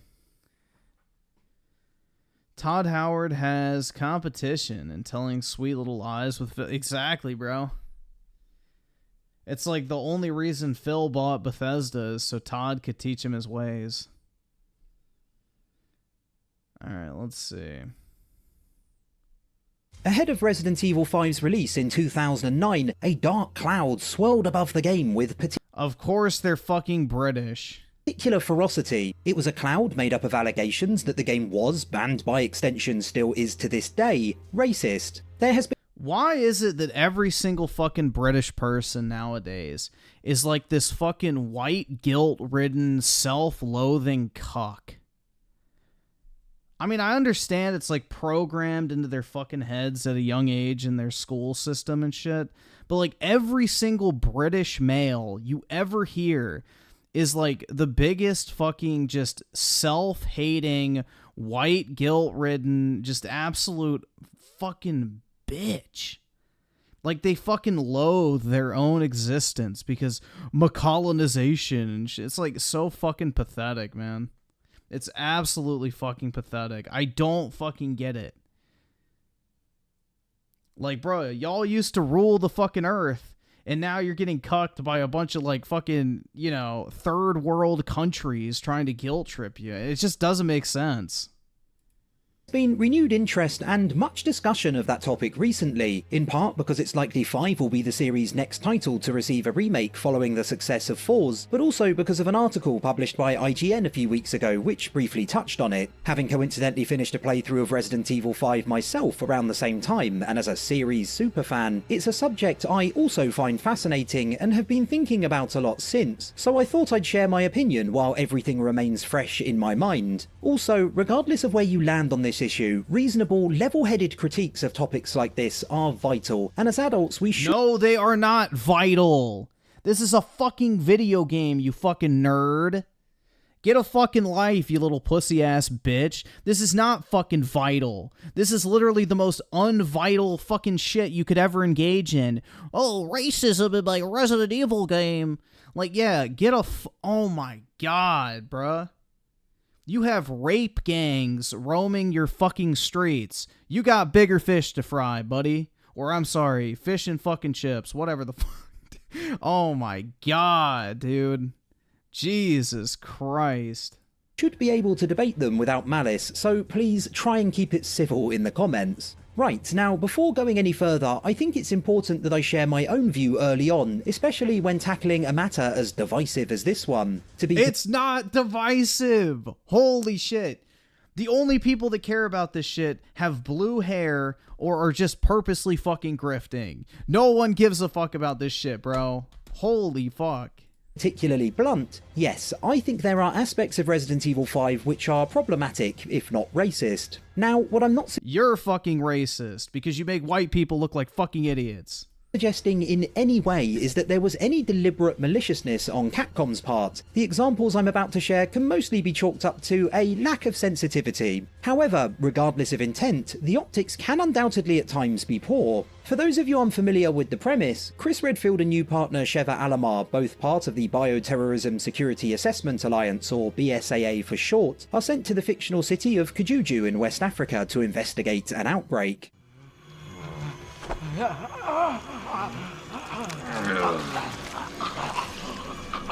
Freeze!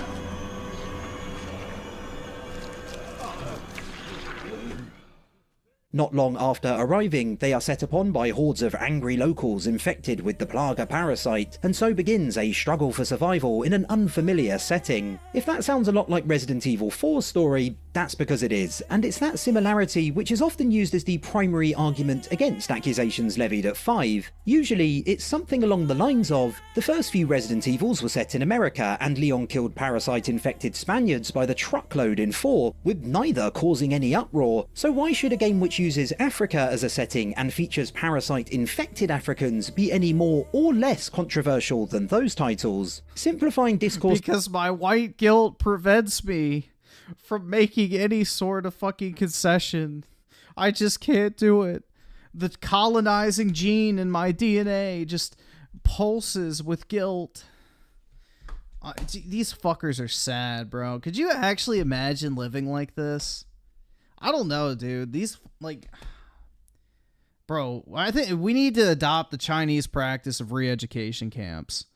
We need to collect all these fucking morons who think this way, stick them in a fucking camp, and either try to rewire their brain or just pull out the fucking lobotomy sticks. Like, honestly, bro. This shit is fucking pathetic. To that extent is at best overly reductive and at worst intellectually dishonest. It used to be Spaniards and now it's Africans, why bad? Removes any nuance whatsoever, and the details here are very— That's right. Because when a white person shoots a white person, it's fine, but if they shoot a black person, everybody needs to fucking lose their mind. Important. The difference between Resident Evil 4 and Resident Evil 5 is rooted in Africa's colonial past and the unsettling— Oh my— What about Spain's colonial past, you fucking retard? What about when the fucking Moors or whatever invaded fucking Spain and basically enslaved the white population? But I guess that's not colonial enough for you, you fucking... Dude, it's just... These guys are fucking ignorant, bro. They're absolutely fucking ignorant. They're stupid, rage-baiting dipshits that need any sort of little fucking racial controversy to have some sort of fucking relevance. It's pitiful, man. Historical underpinnings which accompany it. During the late 19th and early 20th centuries, the Scramble for Africa occurred, a race between mostly European nations to occupy as much of the continent as they could without coming into direct conflict with one another. It saddens me to say that the United Kingdom managed to grab the largest share, with France not far behind, but they were by no means the only two countries involved. Decolonization began proper in the early 1950s and continued for several decades, which means there are people alive today who lived through the process, and many more who are still reeling from the lasting effects of unwanted Western influence. To put it simply, the wounds are still they got running water. Poor babies. Relatively fresh. Oh, what? They're still rearing from the effects of colonization. Dude, that shit's this is like so fucking funny to me because literally when I went to Jamaica the last time, the fucking taxi driver we had, we basically, when you go to Jamaica, you can rent like a taxi driver for the day and they'll just drive you around wherever you want to go. Like, he was talking about how much he hated the fact that, you know, the British pulled out of Jamaica because everything went to fucking shit. Like, all the infrastructure's falling apart, everything's getting more expensive, like, you know, the supply shipments aren't as fucking frequent. Like, basically everything got fucking worse the longer they went without the British colonization, quote unquote, because they provided all the infrastructure, all the logistics, all the fucking food shipment, like everything. Everything was cost effective. You know, it was run well. And he basically was just saying how disorganized everything is. It'll take them like 3 years to fix a road, where in the past it would have taken them 3 weeks. You know, they can't even get the like equipment or supplies to build a building within a 6-month period, like all this shit. And, you know, it's just really funny because when you actually talk to people in these places, it's a very different fucking story to what these fucking white guilt dipshits who've never even fucking been to these places, keep in mind, will tell you. So, yeah, it's pretty fucking incredible, man. It's pretty fucking incredible.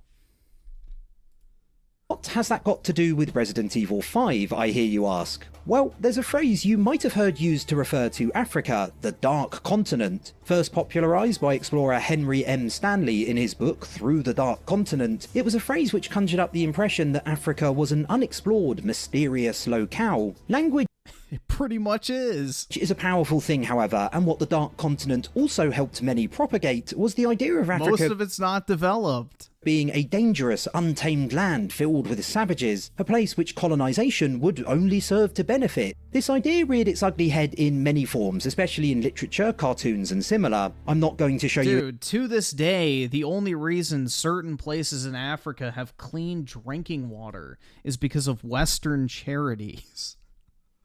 Like, bro, remember when Mr. Beast got fucking flack because he went and, like, built wells? And people were like, oh my god, that's horrible. You're undermining the local governments. You're making them look bad. It's like, oh my god. Dude, the local governments of Africa can't even provide fucking clean water. They can't even dig a fucking hole in the ground to pull water out of a well. Something that has been done for thousands of years in human history. Thousands of fucking years of human beings have dug holes in the ground to remove drinking water from fucking, you know, deposits under the soil. What? It's just... There's no fucking excuse. They don't care, dude. The fucking African governments don't give a shit about their own people. They never have. It's always been that way. That's the reason why they sold themselves into fucking slavery in the first place. One fucking tribe conquered another. Well, guess what? We're gonna sell off all the fucking men and all the women and all the children that we just captured in fucking warfare to people as slaves. And it wasn't just to white people. It was to Arabs and Asians and other Africans. But, you know, we'll just go through revisionist history and, you know, blame everything on the fucking evil white man from Yakub's fucking evil science lab. Examples on screen, as I'm a big girl's blouse and I'd like to avoid being thrown in YouTube jail, but I'd suggest reading up on works such as Joseph Conrad's 1899 novel Heart of Darkness, one I actually studied myself at university, or Serge's 1930 comic Tintin in the Congo. The point I'm trying to make is, Africa and the people who live there were subject to some pretty awful depictions in literature and other media fairly recently, and as such it's important that we are aware of them and actively try to avoid further promoting them in the present. As a side note, it could be argued that we've not managed to completely escape the practice in the here and now either. I'd say a lot more of the Western films involving Africa I've seen feature gun-toting soldiers, dangerous surroundings and the like, with far less of them shining a light on the positive aspects of the many countries and cultures which exist within it. What? South Africa? Because it was... Never mind. Jesus Christ. Oh yeah, they didn't show Wakanda, guys.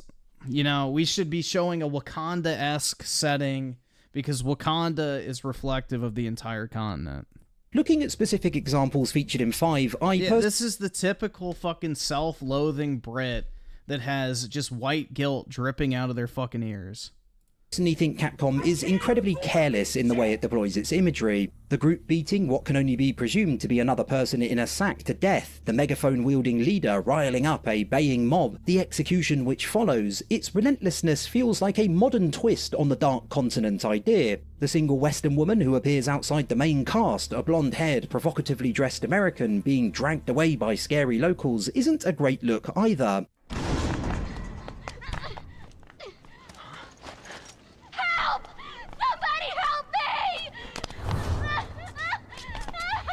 She got dragged by a white guy, you fucking retard.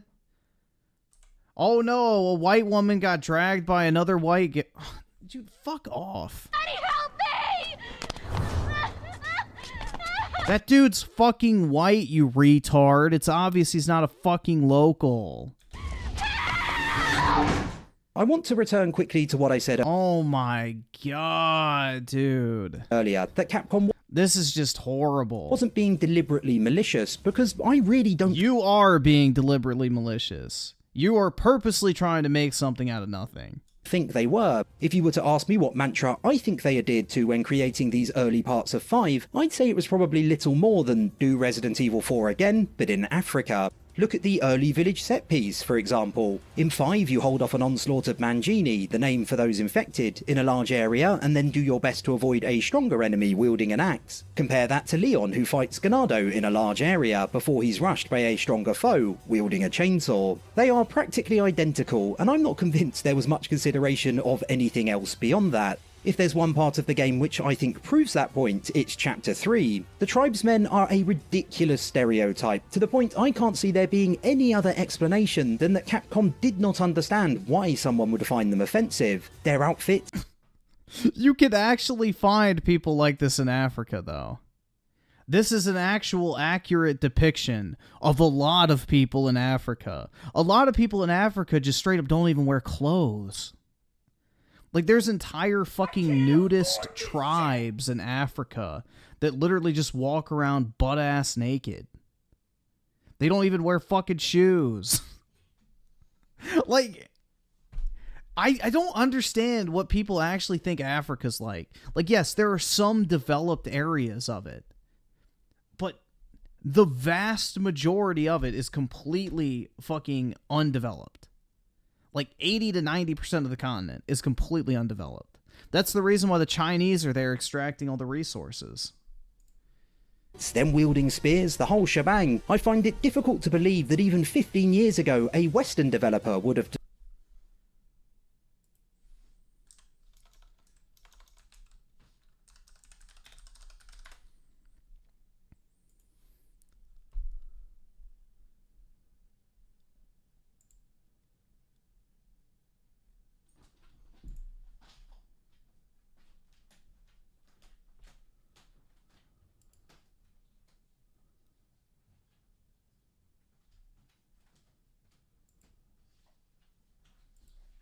Hold on, that's too blurry.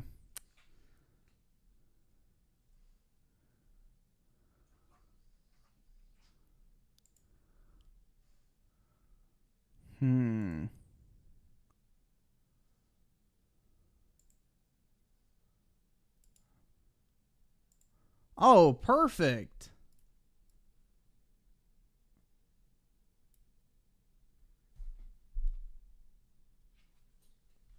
Bruh. It's almost like it's an accurate portrayal.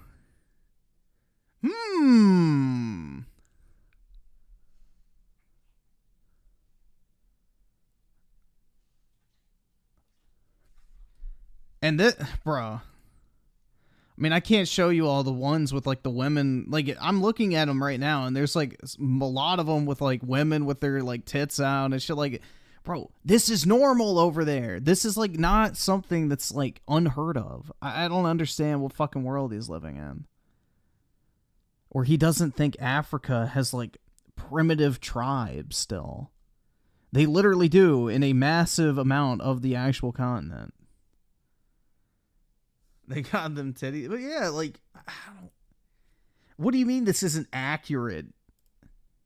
Literally with like fucking 20 seconds of Google imaging this shit, I found examples that look exactly like this. I can't pull them up because they got the titties out, but yeah. Design similar. Like literally the similar fucking skirt and everything with like leaves and shit. Hold on, does that have titties or is that all dudes? Yeah, look. Looks pretty similar, huh? Looks pretty similar. Like, I love how we're just going to pretend like that's not actually accurate.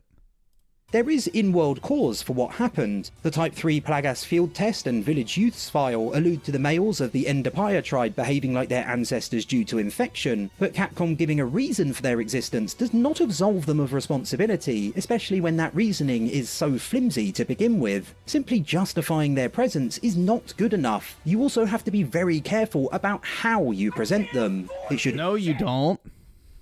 It's a video game, you retard.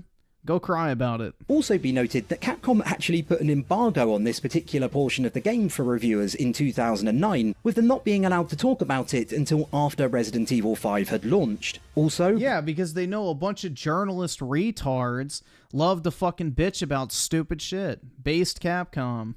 Prior to release, they did diversify the enemies you come up against compared to the groups shown in early trailers. There is evidence that they were actively listening, or were at least aware to some degree of the issues, and that's good news in the present, because Resident Evil 5 is by no means a lost cause in remake terms. Instead, it's a fantastic opportunity to sand down some of the game's rougher edges. That's right, get rid of all the black people in Africa.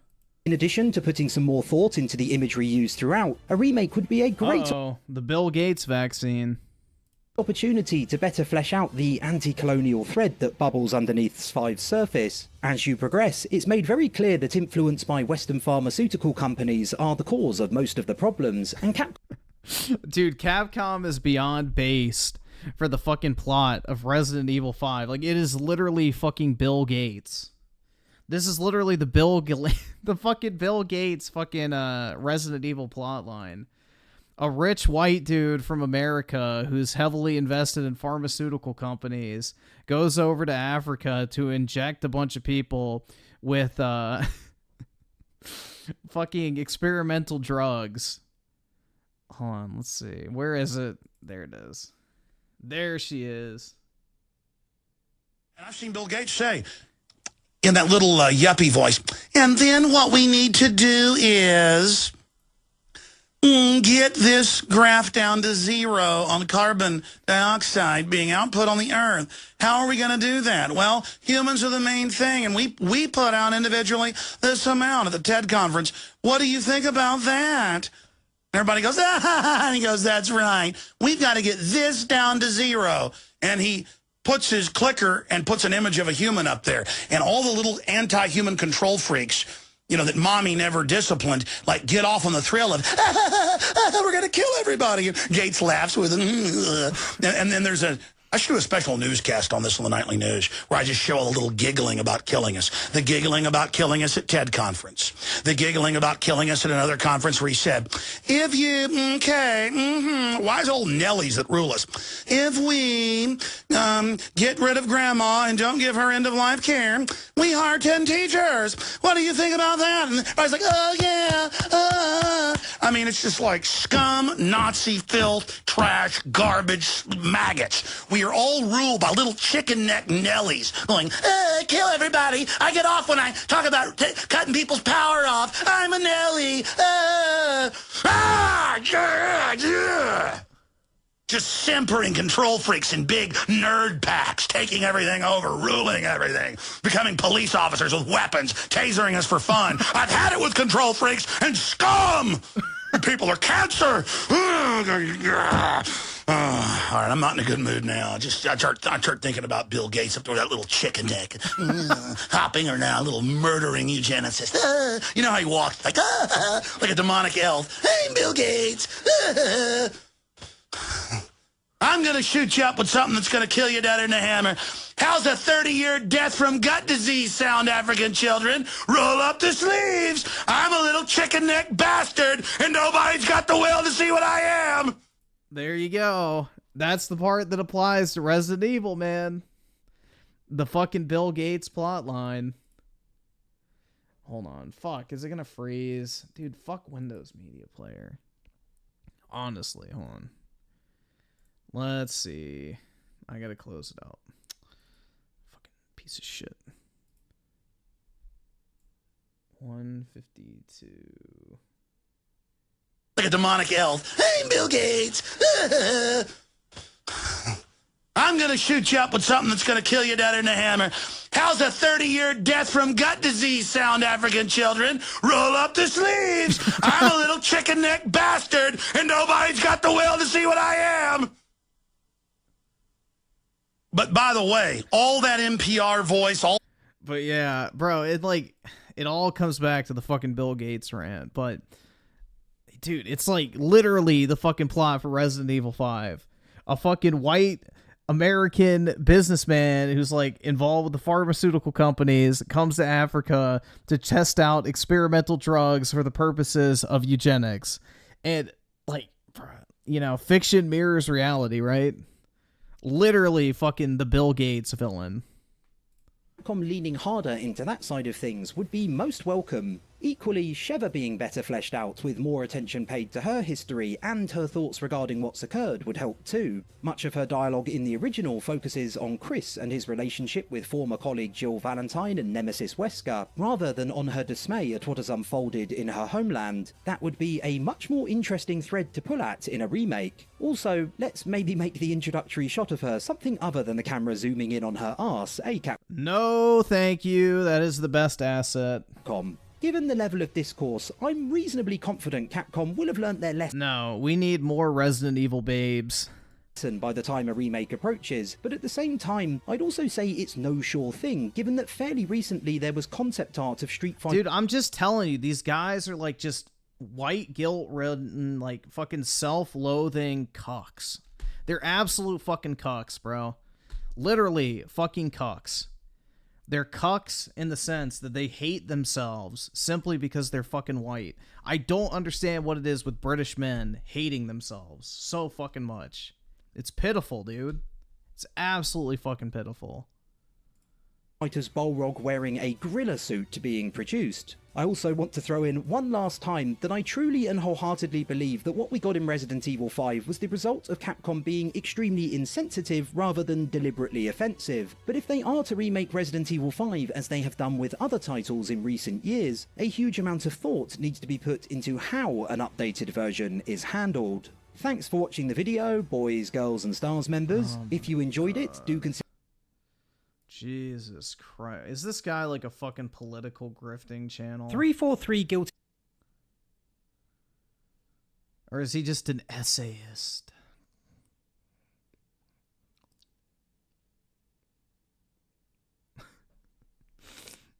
Yeah, he's an essayist or whatever the fuck.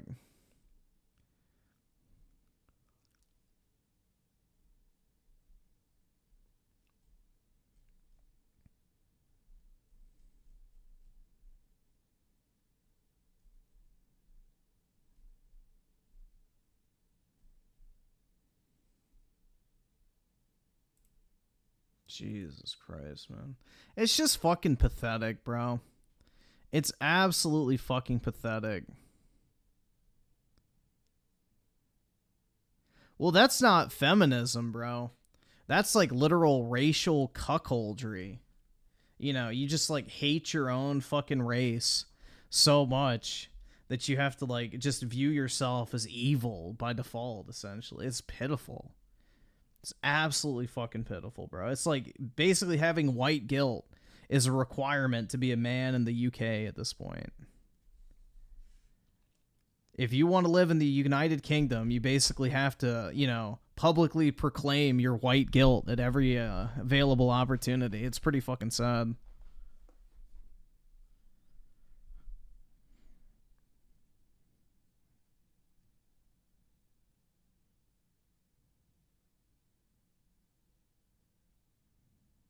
The James Cameron sent, yeah, pretty much.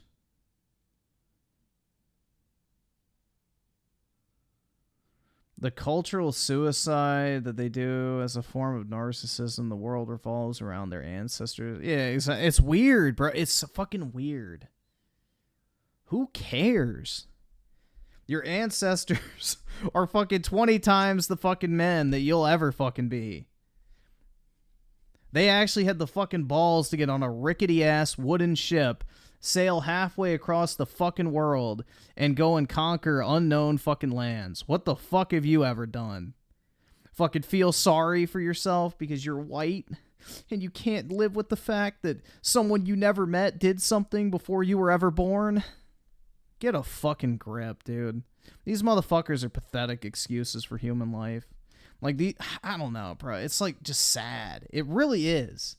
It's fucking sad. The only semblance of civilization half of those places have is based on the fucking colonization effort. So If you really want to get technical about it, it did way more good than harm in 90% of the cases. You know, I'm sure there's some bad stuff that happened, blah, blah, blah, whatever. But the vast majority of it was done in an effort to modernize and, you know, build up the colonies, because the whole point of having a colony is to build it up. So, unless you're the Chinese, but, you know, they weren't the Chinese. I can't afford this shit!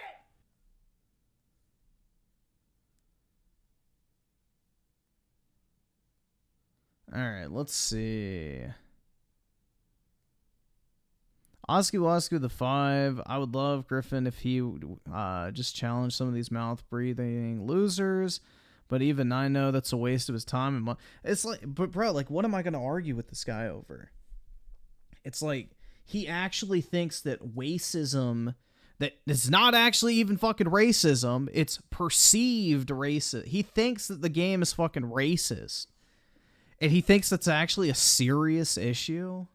Like, holy fuck, man. Jesus Christ. I don't know, bro. I really have to wonder. These guys are like terminally online cucks. Literally cucks. That's right! That's right! And Claws Mystery with the 20. Interesting they didn't say this with RE4 or... Well, no, it's not a problem because that's white and white adjacent, so it's perfectly acceptable. Claws Mystery with the 20. RE4 Spaniards, RE6 Chinese. Yeah, again, white and white adjacent, so, you know. There's no harm in killing white and white adjacent people. Only if they're brown, basically. U Generation with the 10. Mute Claws. Alright. And then Claws Mystery with the 20. The British forgot China's colonizing Africa. Exactly. And they're a lot more fucking cruel than the British ever were. Soycast guy with the 5. A soldier went to my school and she told us about how Africa is what you'd expect with starving kids and mud huts. And these dumbs say Africa's... Dude, it is so bad over there that, like, they literally tell you, do not hand out, like, food or anything. Because the people will fucking follow you. Like, bro, it's bad. It is not fucking safe to go to Africa. Like, there's all sorts of horror stories about people who go to Africa and they'll, like, go buy groceries or something and, like, start passing them out. The fucking people will follow you back to your fucking hotel room, mug you, steal all your fucking shit out of your fucking room, and then, you know, basically beat you within an inch of your life. Like, there's all sorts of shit that happen. People get kidnapped. Like, your fucking cars get stolen. Like, bro. It's a different fucking world, man. It's a different fucking world. And people are just, like, so unwilling to accept that fact. It's weird. I don't get it.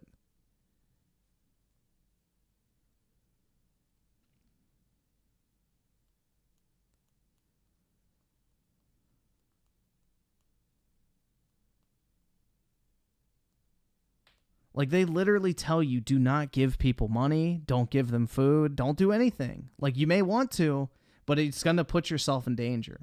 Like, I don't know, man. People are really naive.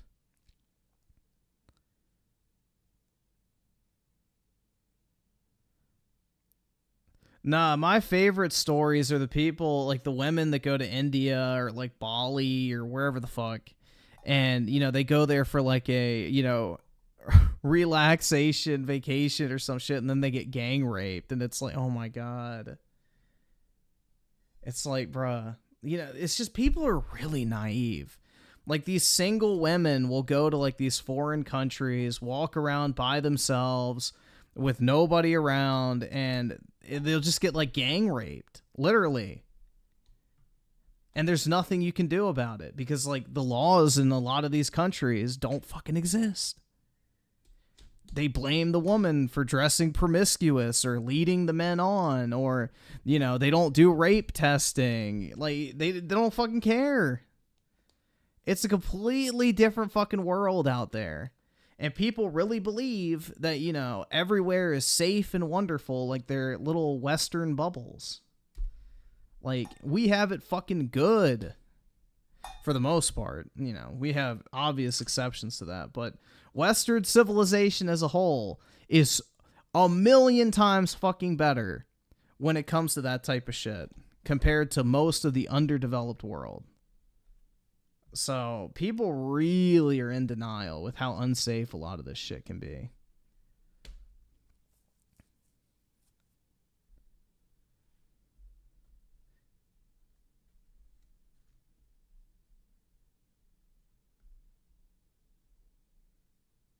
Yeah, I heard about that story where, like, a man and a woman went there as, like, a couple, and, like, a rape gang beat the shit out of the, like, boyfriend and then raped the woman in front of him. And I think there was another one where they just straight up killed the husband and then raped the wife. And she was, like, barely alive and was in, like, a coma. So, yeah, I mean, there's all sorts of stories of this type of shit. It's horrible, dude. But, you know, people, oh, it won't happen to me. I don't want to be racist. It's like, oh my God, man. It's like anything but being called racist. Please, I'll fucking get raped to death just to avoid being called a racist. It's fucking wild, man. I think up until recently, wasn't it like still the woman's fault in India? I think they changed that pretty recently. But it, like, for a very long time, like, if you got raped in India, as a woman, you could actually be charged with a crime. It's like, bruh. If you went and reported it, you could be charged with a crime for reporting the fact that you got raped.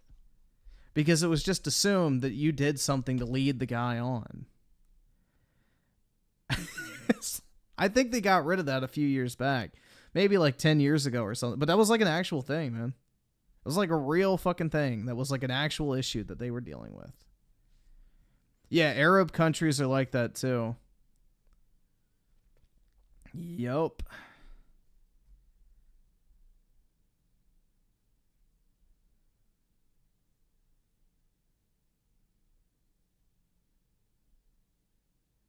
Yeah, bro, we have it very fucking good in the Western world.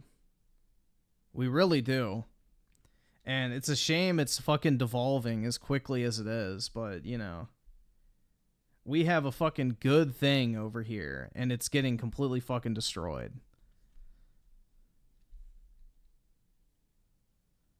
Yeah, exactly. Why is the immigration only a one-way flow? Why are people fleeing from Africa, the Middle East, India, you know, Southeast Asia, wherever the fuck? Why are all these people fleeing from those countries en masse to Western countries? And why are Westerners not fleeing to fucking, you know, Africa or whatever? Oh, because, you know, if all cultures are created equal, then, you know, shouldn't everybody be flowing equally everywhere?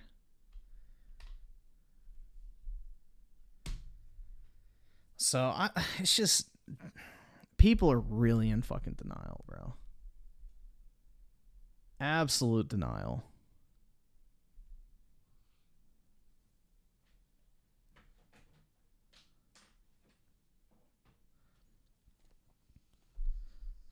Let's see. So, Soy Casca with a 5. A soldier went to my school and she told us... Oh, wait, no, I think I read that.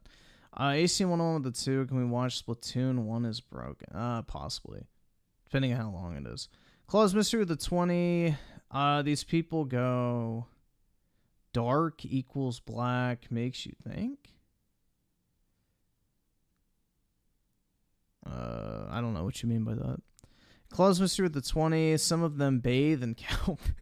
Well, bro, look up the Ganges River in India. Oh my God, bro. I remember the first time I learned about the Ganges River. Like, I almost wanted to puke. It was gross, dude. Then I started looking it up on, like, my school computer at the time. That is, like, one of the most disgusting things I've ever seen. Like, literally dead animal carcasses, sewage, garbage, and they'll drink from that. Ooh. They will fucking drink from that river that is like literally pumped full of sewage and garbage and corpses of animals and even people. That's like, oh, dude. I just...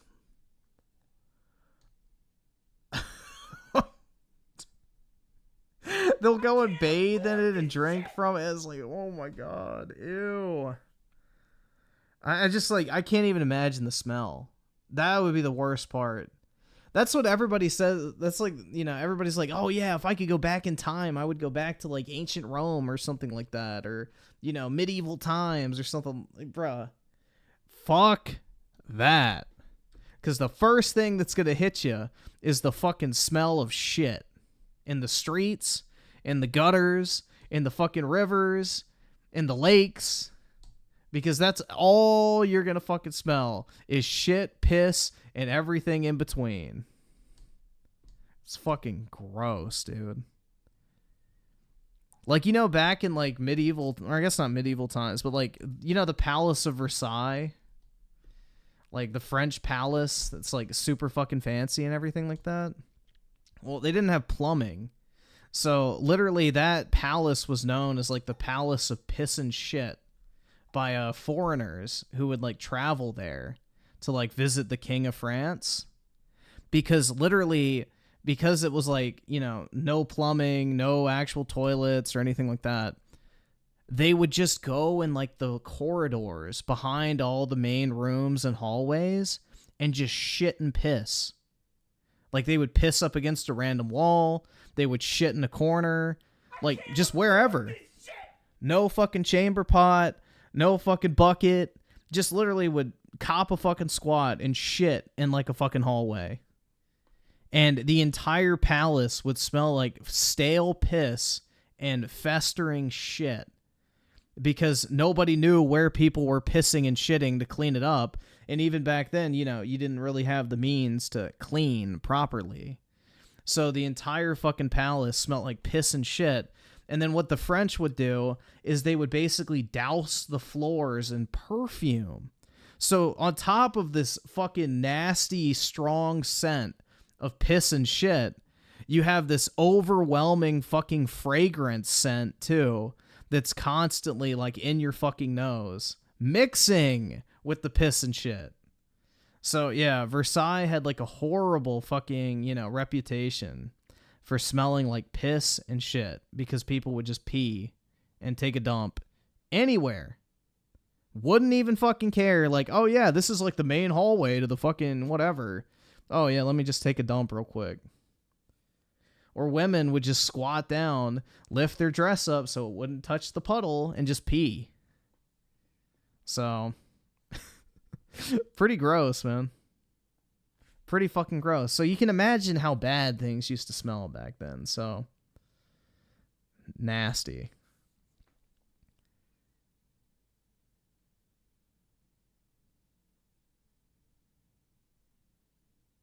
Nothing a little Febreze won't fix. That's right. Well, they didn't have it back then.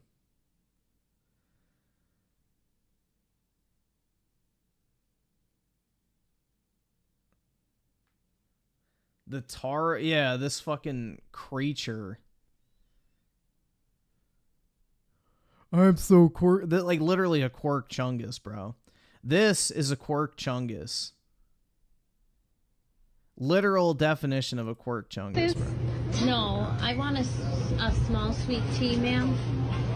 You should really try the mango passion fruit seasonal beverage. It's... Oh my god, bro. She's so quirky and cool. She would totally be my girlfriend. half sweet tea, half lemonade. Are you up for Ben? A lemonade, all right. And then can I also have barbecue sauce? Or do you have like a buffalo sauce? No Chick-fil-A sauce? No Chick-fil-A sauce. So you want a barbecue sauce? Yes. And then you want Chick-fil-A.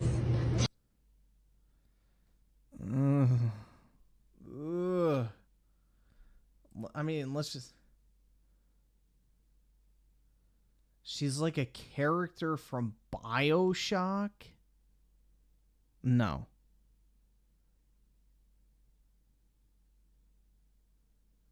As a grown man, I was scared shitless after watching her.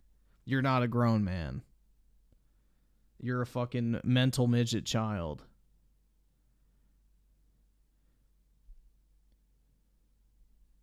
Oh yeah, it's an undercover alien in human skin suit, dude. Ha ha ha ha. I love this girl. She's precious and love her personality. Keep doing your thing, girl, and ignore all the haters. She's not gonna fuck you, bro. Although maybe she would. I don't know. I don't know how many people are beating down her door. Or beating the walls, I guess I should say. Oh my god, bro. That is like the prime example of a quirk chungus, though. That is literally the quirk chungus personified. Yeah, they're too fucking autistic to realize it's staged. So they're like, Oh my god, bro, she's so quirky and cool. Just like me. I don't know how to function in society either, so like we would be a perfect match. I bet she watches anime too.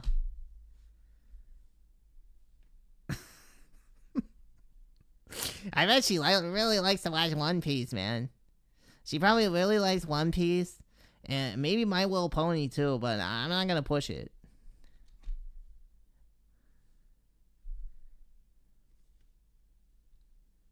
oh my god. Disgusting. And then you have this thing.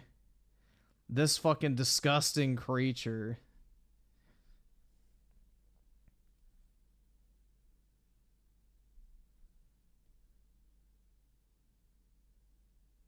The Chick-fil-A mean girl is back, dude.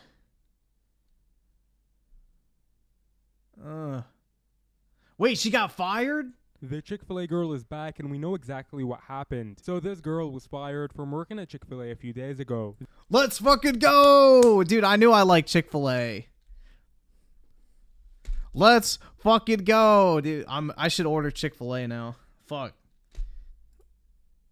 That makes me happy. This all happened because she was being funny while serving a customer. However, the customer that took these videos was her cousin. This also wasn't the first time she did something funny while working, and when it went viral on TikTok, people started noticing her at her Chick-fil-A. But when the manager found out about this, he got mad and confronted her, saying she's using Chick-fil-A for profit by going viral on the internet. And he ended up like attacking me, saying I'm trying to like profit off Chick-fil-A. And this has a You literally are! Oh my god. A lot of people and they're not happy. Hey, come film me at work so I can make social media content. You literally are. Holy fuck, dude. With Chick-fil-A. I thought I was fired, but they just took... This would be like if I recorded my fucking work meetings and was like, yeah, I'm gonna record this and stick it on YouTube. Like, I don't know why anybody would want to watch it, but yeah, I'd be using my work to make money. Me off the schedule for now. And after Gina spoke out, some are saying she was fired and the manager then decided not to, while others are saying the store manager didn't fire her directly. However, by putting her off the schedule, they're forcing her to quit without having to pay unemployment. Either way, even more base. Everyone is telling the Chick-fil-A girl to go and sue because of constructive termination. The Chick-fil-A girl is back and we know exactly what happened. It's an at-will employment agreement. They can fire you for whatever reason they want. You're on the clock filming social media content.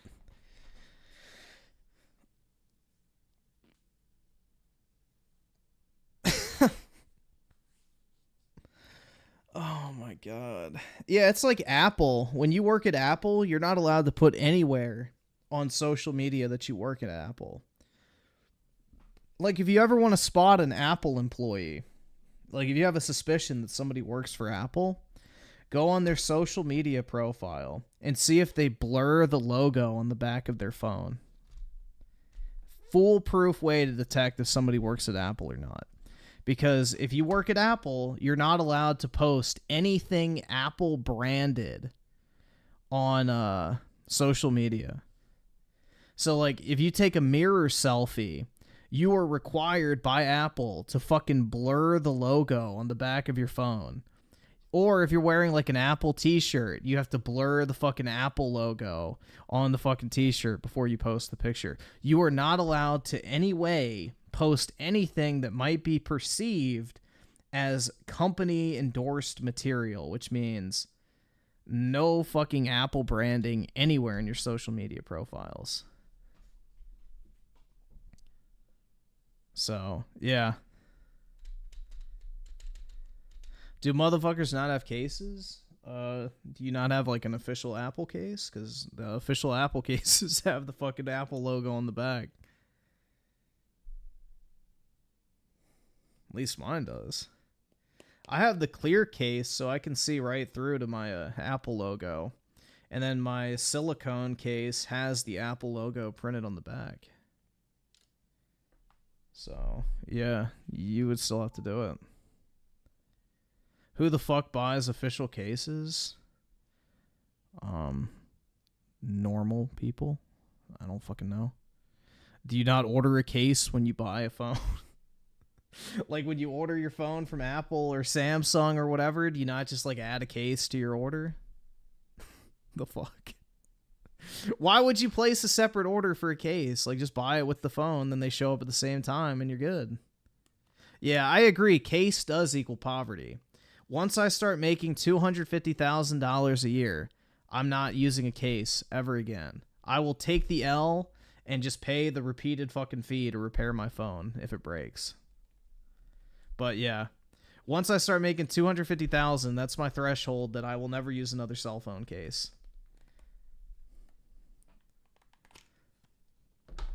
But until then, it's a waste of money to pay the Apple Care. They do feel nice. I don't have a case on my phone right now, but it feels nice.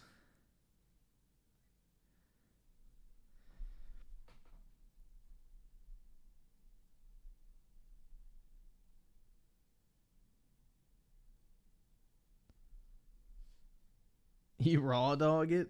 Hell yeah. But yeah, that's the thing, is once I make $250,000 a year, then I'm going to never use a phone case again. That's my cutoff.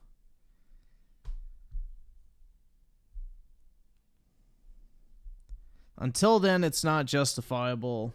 But yeah, once I get to that point, then that's kind of like, yeah, I'm good. I can afford to splurge a little bit on something stupid. Does Griffin take his own financial advice? Absolutely. I have pretty good financial advice that's not financial advice.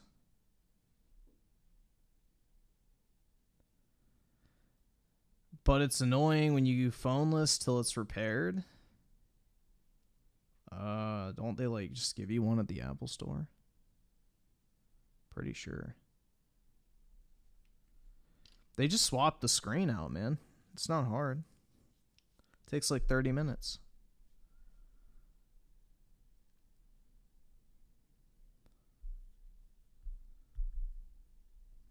Oski Woski with the 2, but don't show him Griffin. Oh, wait, the fucking tribe? Yeah. The fucking... Here, let's get this creature off the screen. Be gone.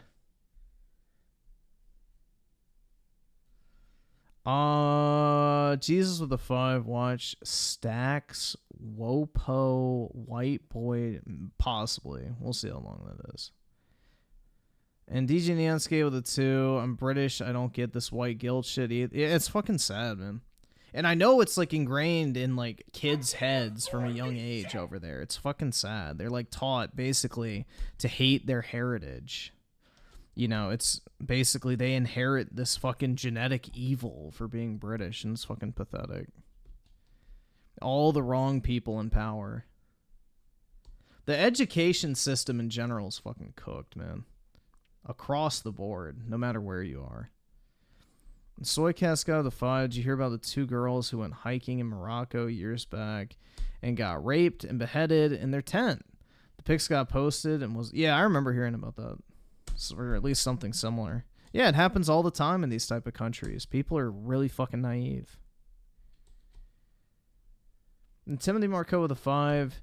In the first world, people complain about pollution, but then you see people in India bathing in the Ganges River. Yeah. Like, there's that chart where it's like, you know, U.S. carbon emissions over the past 10 years, minus 9%.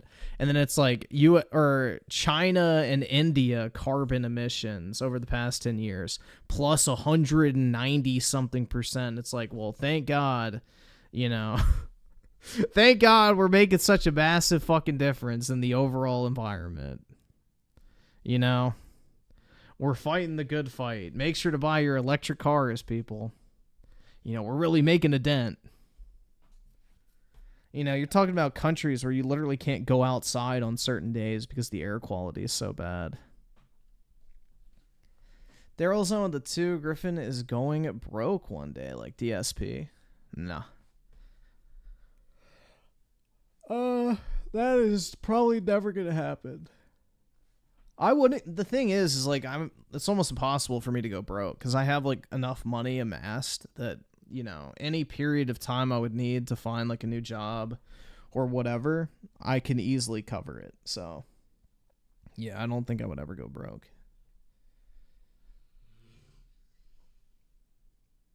Luckily, I've already set myself up to be past that point.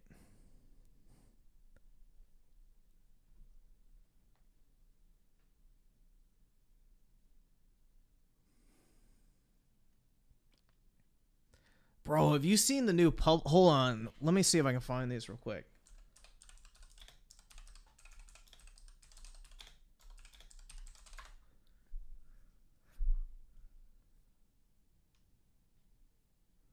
Hold on.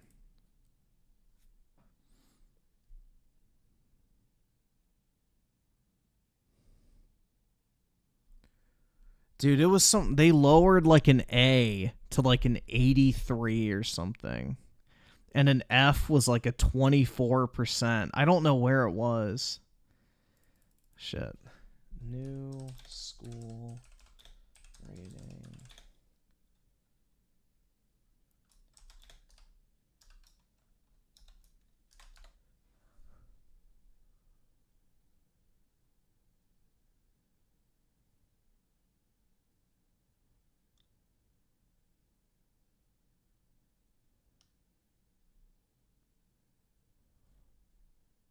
Most Chicago students still perform math below grade level. Shocking.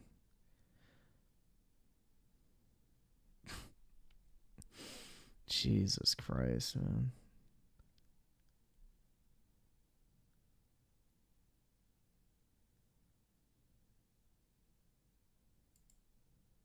Dude, when I was in school, it was like a 93 to 96 was an A minus, and then like a 97 up was an A. Like, bro, if I got a 92, it was a B. I didn't even have the 10-point grading scale in high school. Like, I had the super fucking strict one where you basically had to get a perfect score on everything to get an A.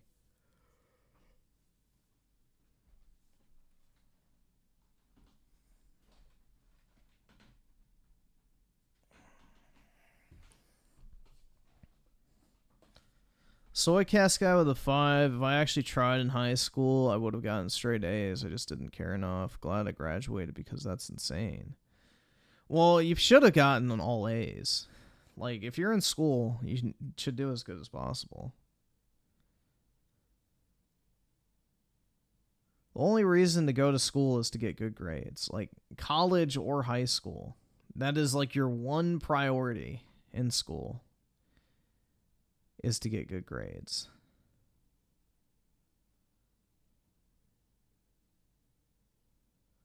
Yeah, I don't remember. Maybe we did. I don't think we had A pluses. I think it was just A and A minus.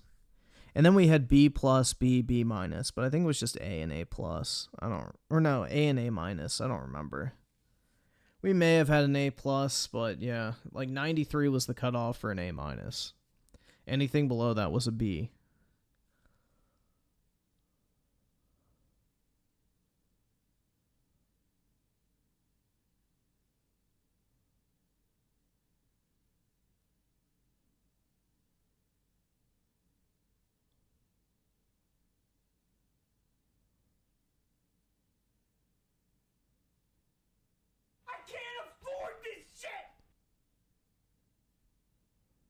Especially like if you're Asian, well, yeah, it's like cultural. I mean, personally, bro, I wouldn't allow my kids to be a bunch of fucking dipshits in school. So, you know, you need to get good grades to get into a good college, especially if you're white.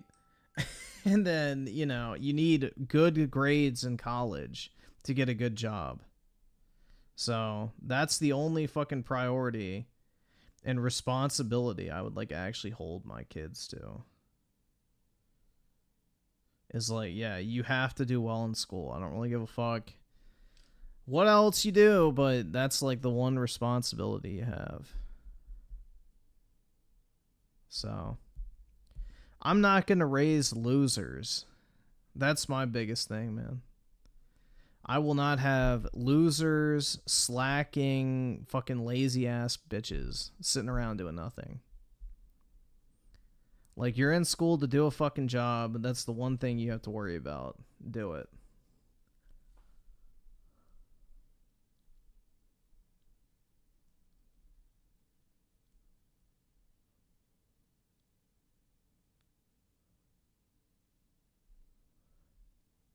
Yeah, no one has ever finished school and regretted the fact that they did better than they could have. Like, no one has ever gone through college or high school or whatever and been like, damn, man, I really wish I didn't get all A's. But I sure as shit guarantee you that everybody who gets like all C's or all fucking, you know, B's or whatever, in college especially, probably look back and think, shit, man, I should have tried just a little bit harder and I could have made an extra 30 grand a year.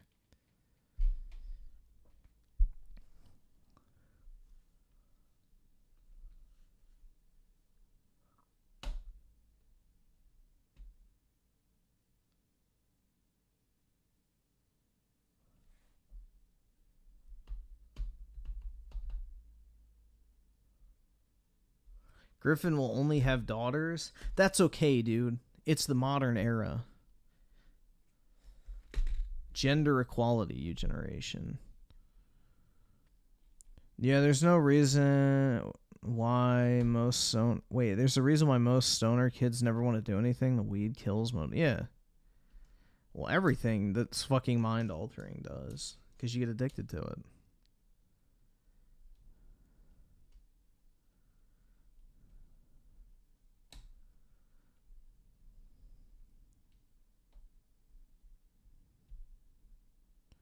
I like how people say weed is not yet. It's a cope, bro. It's an absolute cope. I could quit at any time. Then don't use it for a week. Oh no, man, it's how I unwind and relax after a long day. Oh, so you can't go without it. Got it.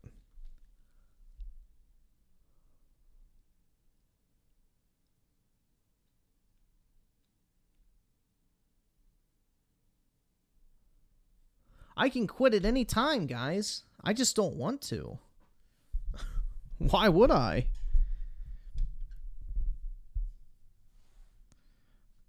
Why does it matter? Alright, let me see what this is.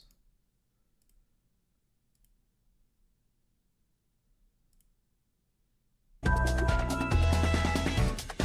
is loud.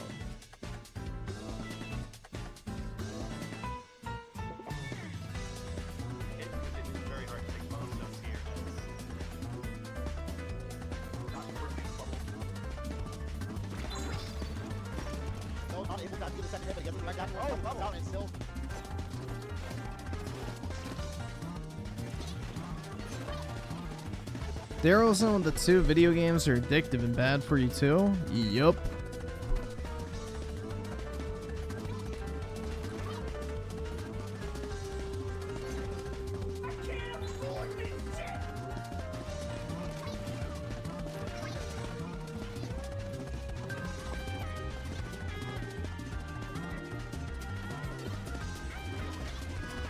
Nearly 40% of weed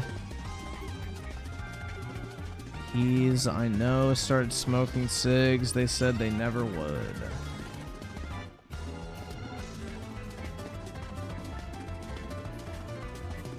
Yeah, I know people firsthand that got addicted to weed, so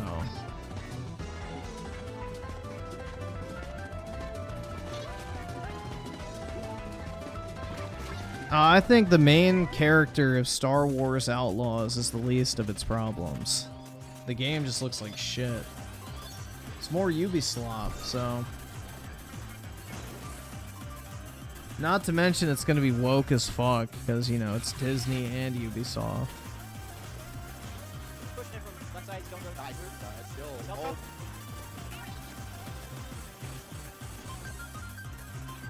The worst problem is Ubisoft. Yeah, exactly.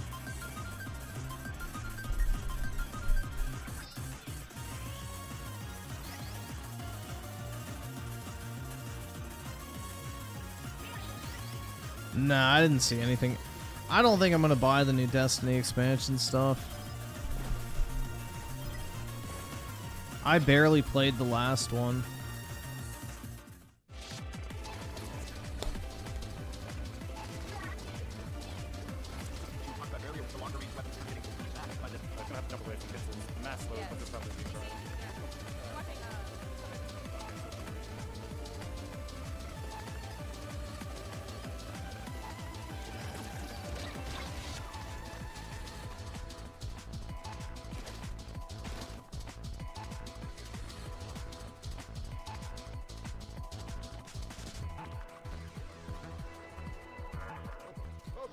Yeah, I thought smoking weed didn't make you impotent. I thought it,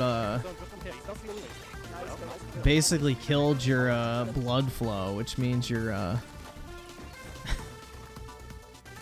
let's just say your balloon doesn't blow up as much as it could.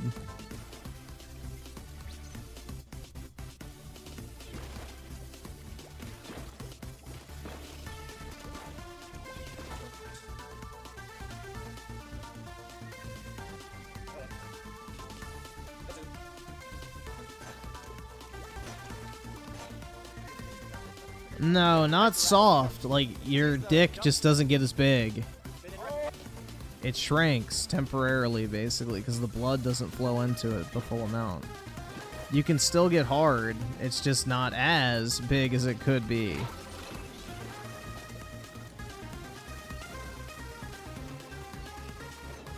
Because it fucks with your blood flow. There's so much I could say about this game. Splatoon 1 is an absolutely broken mess, but damn, it is one of the most fun ones I have ever played. The ending meta for this game competitively was chaotic and fast-paced, which allowed the broken elements like quick respawn and invincibility specials to balance each other out. And I think it lowers your sperm count, too. Maps they put in the game being some of the best in the franchise, something we're still catching up to today. Despite how broken the game is, it's looked back on rather fondly by both casuals and competitive players. And honestly, it's pretty cool that the game got to stay in a spot where all these Good thing I don't smoke. Yeah, I've never had any sort of desire to smoke weed. It smells like shit. I don't feel like the effect is even worth indulging in personally. But, yeah. Still see it as pretty amazing, which is really cool. I think we're all gonna miss this game now that the server shut down. So let me know what your favorite part of it was in the comments below, and thank you so much for the fun time. See you, Splatoon 1.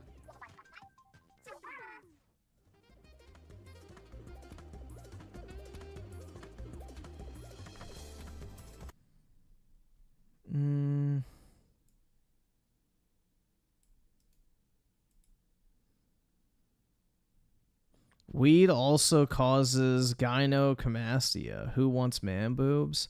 Me. I want a massive pair of C-cup titties, bro.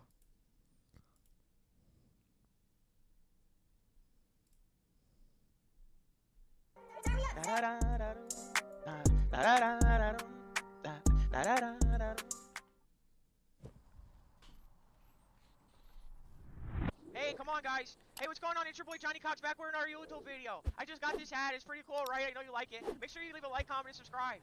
W is in the comment section, and I love your mother because she has fat ass. Dad, owe me! I have no clue. Don't ask me. What's going on, guys? Serving fiends out here? Bro, yo, sound like a cop, bro. No, I'm not. Come on, a cop? Come on. I'm not doing shrooms. Oh, man, you just served that one. How much you serve? Dude, I don't want to do anything that's like mind-altering, personally. You're selling candy, yeah. Like, why do I want to fucking trip balls? It makes no fucking sense. We're not cops, man. It's fine. Like, why would I want to hallucinate and see a bunch of shit that doesn't even fucking exist? Wait, how did you The machine elves, that's right. Man, chocolate and candy is really settling. The machine elves can fucking finger my prolapsed anus to unlock my understanding of the universe. This is quite amusing to me, what you guys do in America. It seems like you guys just pull out your weapon. What are you talking about? It seems like you guys just pull out your weeping and start firing on people for no reason. We're just driving the car, so that's it. We just like to shoot. We just like to kill people like you. Oh, no, I'm not black, sir. I'm not black at all. I did not notice that. Bloody wanker. Oh, well, you're free go, man. I'm not. You too, officer. All right. As you can see here, we're gonna be doing an episode of In the Trenches with Johnny Cox. We're gonna be pulling up on blocks that are very scary that won't step foot on. We're gonna get up and close. Griffin, the type of guy to do shrooms and not get effect? Maybe. I don't know. I probably won't ever find out. The environment. Monkeys, whatever you want to call them, any slur you want. We're gonna get up close on them today, so we're gonna. Hey, what's going on? It's your boy Johnny Cox, back with another vlog. We're gonna be getting up on this, and we're gonna watch how it. Griffin, you don't want to be Vitali and beat up a jogger because he thought she was. Jesus Christ, that guy's a fucking retard, man. As you can see here, we got two on my right now, spotting me. I'm gonna react like how I should react and run. That guy is an absolute fucking retard. Just engaged inside of Stranger Close. We're gonna try to get up close shots on the. You dead? How you? Hey! Oh, no, you dead. Hey, come here! Hey, come here! Hey. Yeah, Boogie's fucking shroom dealer, whatever the fuck, like a spray painted pedophile on his fucking garage door and shit, and like threw a brick or something through his window and started spurging on him. This guy with the short Cheeto dreads, I want him the out of my face. Can we remove that black You know, just the most mentally stable drug dealer. I'm recording all of this, bro. Y'all tripping? As you can see here, we have a precious, young, light-skinned, red-boned Tatiana here. She's gonna be taking a on the floor. What the f? She's gonna be dropping a deuce nugget right on the floor in the store. This is not that you get on camera. I'm telling you. Make sure you like, comment, and subscribe on my YouTube video. Johnny Cox, Stacks Wobble. You don't get this type of on camera. Ozzy Lusky with the 20. I've always been interested in trying shrooms, but I remember seeing my cousin once eat shrooms, and he was just sitting in the chair for like 3 hours, looking at a wall. His friends called it the void, and I was like, no shit. Oh wait, no, not like the. Bro, I don't get the appeal. Like, why do you want to fucking like believe something's there when it's not? Personally, I don't understand why people use fucking like hallucinogens. I know what the you guys doing here. You understand me? We're gonna get to the bottom of this. Like, I could maybe understand like snorting a line of coke, because like you get hyped up, your brain starts going at 100 miles per hour, and you're like fucking, you know, feeling good. But why the fuck would you want to be like literally seeing shit that doesn't fucking exist? It's so dumb. You don't sell your. You have one string hanging off of your whatever that's called. It looks like you just got done sucking it. You're gonna lie to me right now? Oh, this is the that drops logs out of her. Let's get out of here. Let's see it. Let's get a fresh one. Okay, I have to go now. All right, as you can see there, it's your boy Johnny Cox. As you can see, we have Trishas out here dumping logs on the floor in establishments. Holy f. Let's interview this guy. Hey, what's your name, man? Hi, Johnny. What's your name, buddy? Gotta go. Wow, man, what did you do to get that ugly? Come back. It's the nigga dance. Make sure you get this on camera. Johnny, I'm a huge fan, Johnny. I want you to be on my show. Yeah, speaking English, man. Hi, Johnny. Listen here. If you're with that weird Betty, no, listen, shut the f up, because the camera's gonna be on. The camera's gonna be on soon. Shut up. Count down whenever you're ready. Listen, just stop. Weird. Just count down when you're ready. Let it out, buddy. Just let it out. Just count down when you're ready, cameraman. 3, 2, 1, go. How are you guys doing? It's your boy Johnny Cox, and I'm out here with a loser. Look at this guy. I mean, look at his face. I mean, this guy gets no. We are gonna get into the day of a life of a virgin right here, right now. Okay, we got a couple questions for you, sir. What is your name?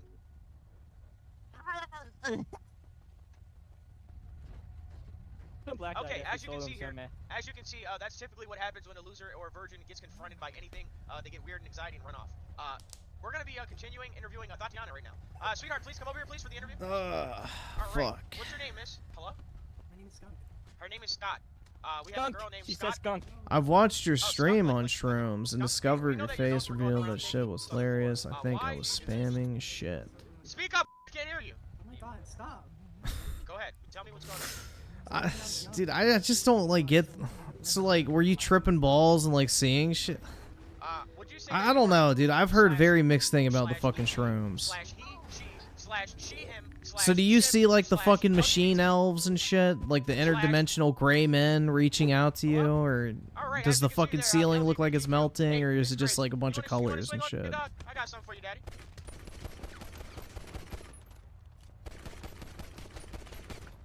You want that? Hey, no, I want it. God damn, big nose toucan Sam. Holy sh! What's wrong with your Not at all. People lie. That's what I had a feeling too. Like a lot of these fucking people are like, bro, I got a fucking understanding of the universe I never had before. One of them has blonde dreads. He goes by I forget his name actually, but he sells a lot of guns and a lot of Percocet. So I can give you. Yeah, the way I would imagine is like you just see a bunch of like fucking lights and shit. Yeah. Are you writing this down, Commissioner? I'm writing everything down. Hey, who got an ankle bracelet? We can put an ankle bracelet. I got one on me. Yeah, and that little nigga. Hey, that nigga little baby out here. Listen. We gonna fucking work. The aliens reached out to me and told me that I was chosen. I was the one to lead humanity into the future. It's just colors bright. Okay, yeah. So it's like fucking OD. I guess taking a double dose of like Adderall or some shit. Nah, it's probably because you guys saw me with the shiesty on. I was just role playing as a black guy. Like, you know what I mean? I was trying to get in tune with those black guys, get closer to them, and I was just, acting tough. I'm really Every time I did shroom and acid, I did among friends out in public. Yeah, fair enough.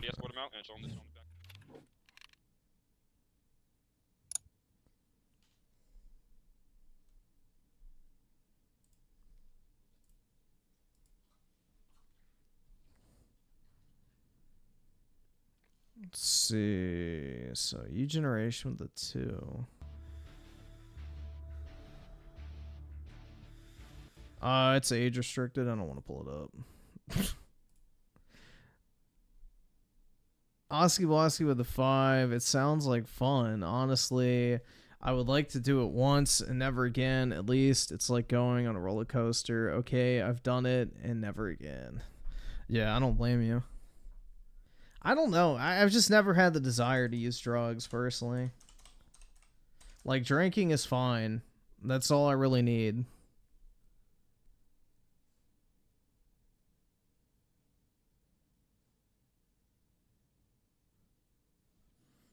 Griffin is spared of the the furry crap.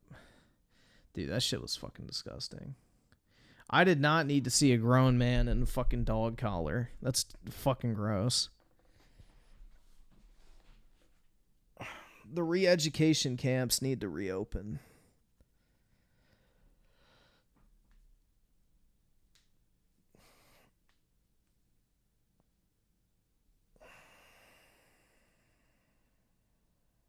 Alrighty, let's see.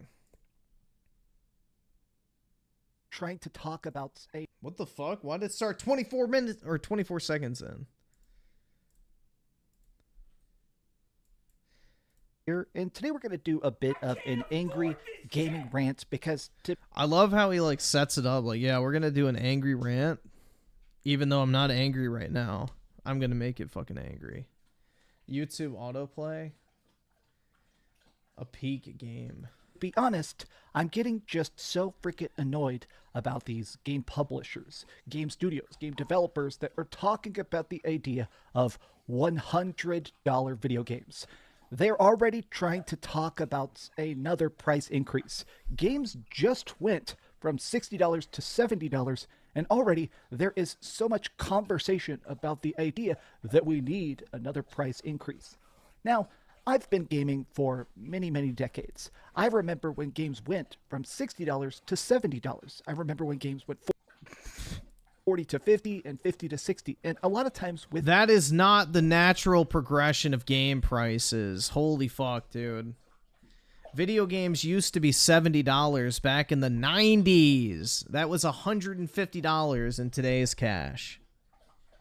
Video games did not go from 30 to 40, 40 to 50, 50 to 60, and then 60 to 70. It did not happen that way. Holy shit, bro. These price increases, we always hear the exact same lie.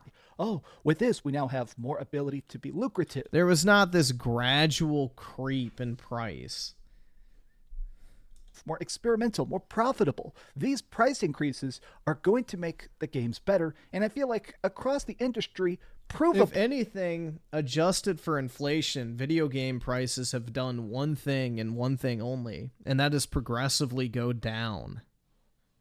We're on a downward fucking trend in terms of game prices. Because if you judge video game prices by the standards of like the 360 generation or before, you know, games technically adjusted for inflation should be about $100. So we're actually paying less for games than we ever have in real terms. Boy, this has not been the case. Like, actually just think of even $70 games. Forspoken, no way. Godfall, no way. Balan Wonderworld is just such a incomplete, horrible train wreck that was a full-priced game. Well, Elden Ring's good. That was worth $70. My point here is the fact that these budgets are clear. Gaming is cheap. Yup, it is. Clearly what the problem is. The business is the issue, not the price tag. But let me take a look at a CEO directly saying that it's time for a price increase and kind of just tear it apart. Hi, I hope you're having a great day. Oh my, wait, he's using this? That is literally not what they said. This article is not saying that they're going to eventually charge oh my god, he's fucking stupid. He didn't read this shit before he clicked on it for like recording this video. That's literally not what they say. They talk about how they want to make more games in like the $30 to $40 price range versus making AAA games. They literally argue the complete opposite, but you know, whatever. If you could, give this video a like. I saw this article earlier. And subscribe if you haven't already. So, Saber Interactive CEO believes the $70 game will eventually become a thing of the past. Yeah, and not in the upward momentum way, in the fucking downward momentum way. Just don't think it's sustainable. Now, of course, everybody in the comments is completely freaking just roasting him. Yeah, because they only read the headline. They're fucking stupid. You only have to look back over a month to Helldivers 2, which was half the price, to see people don't think a low price means low quality. What? All these $20 and $30 indie games making millions of dollars.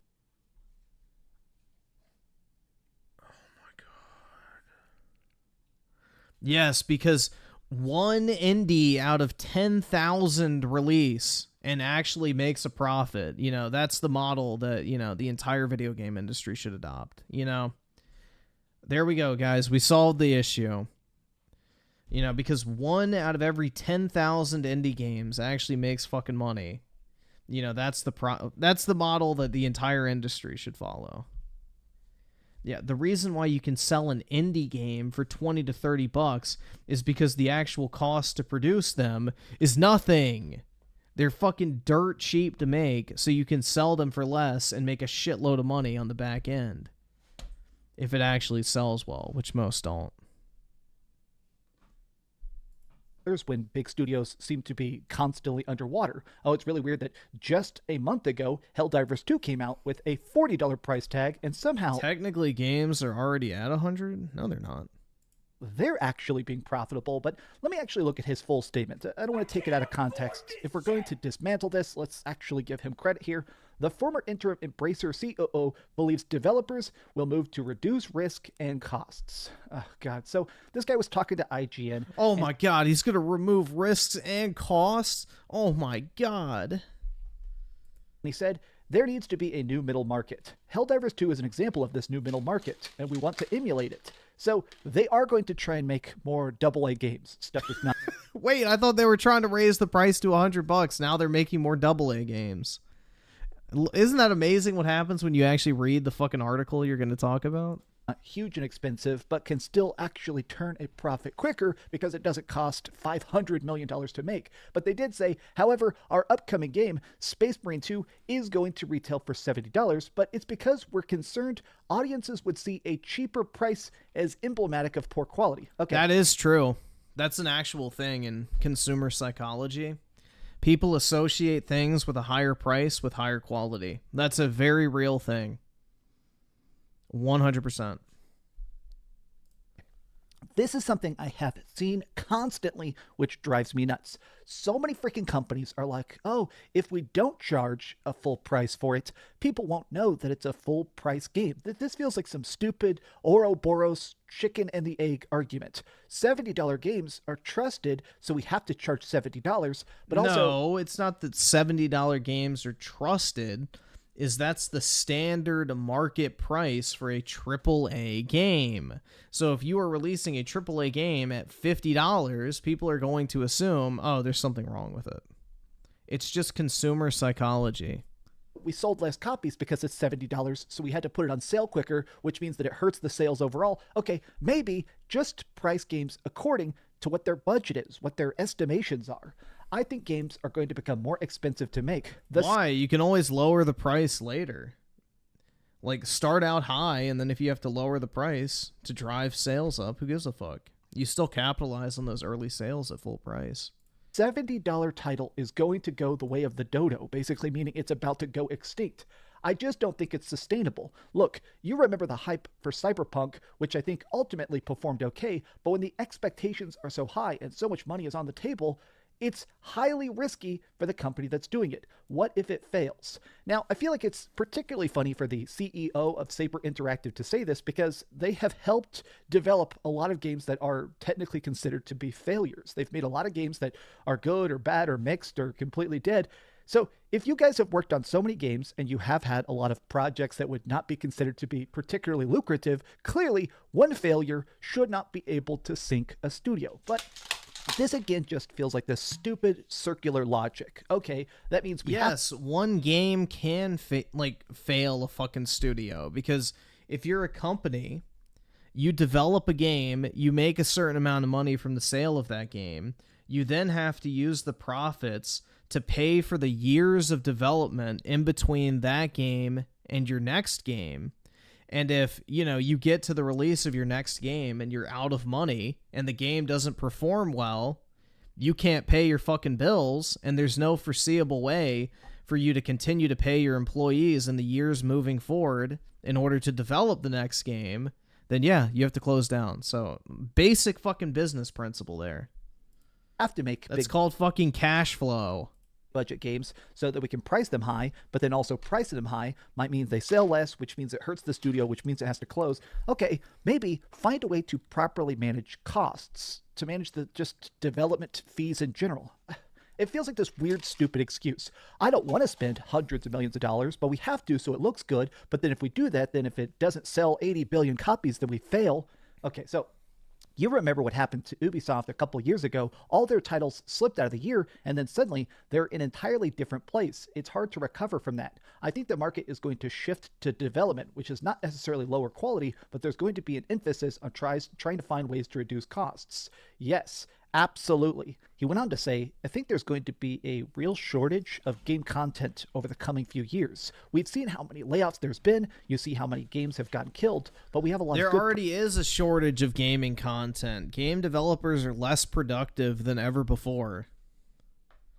projects going on that I'm proud of, and I feel really, really strongly about that.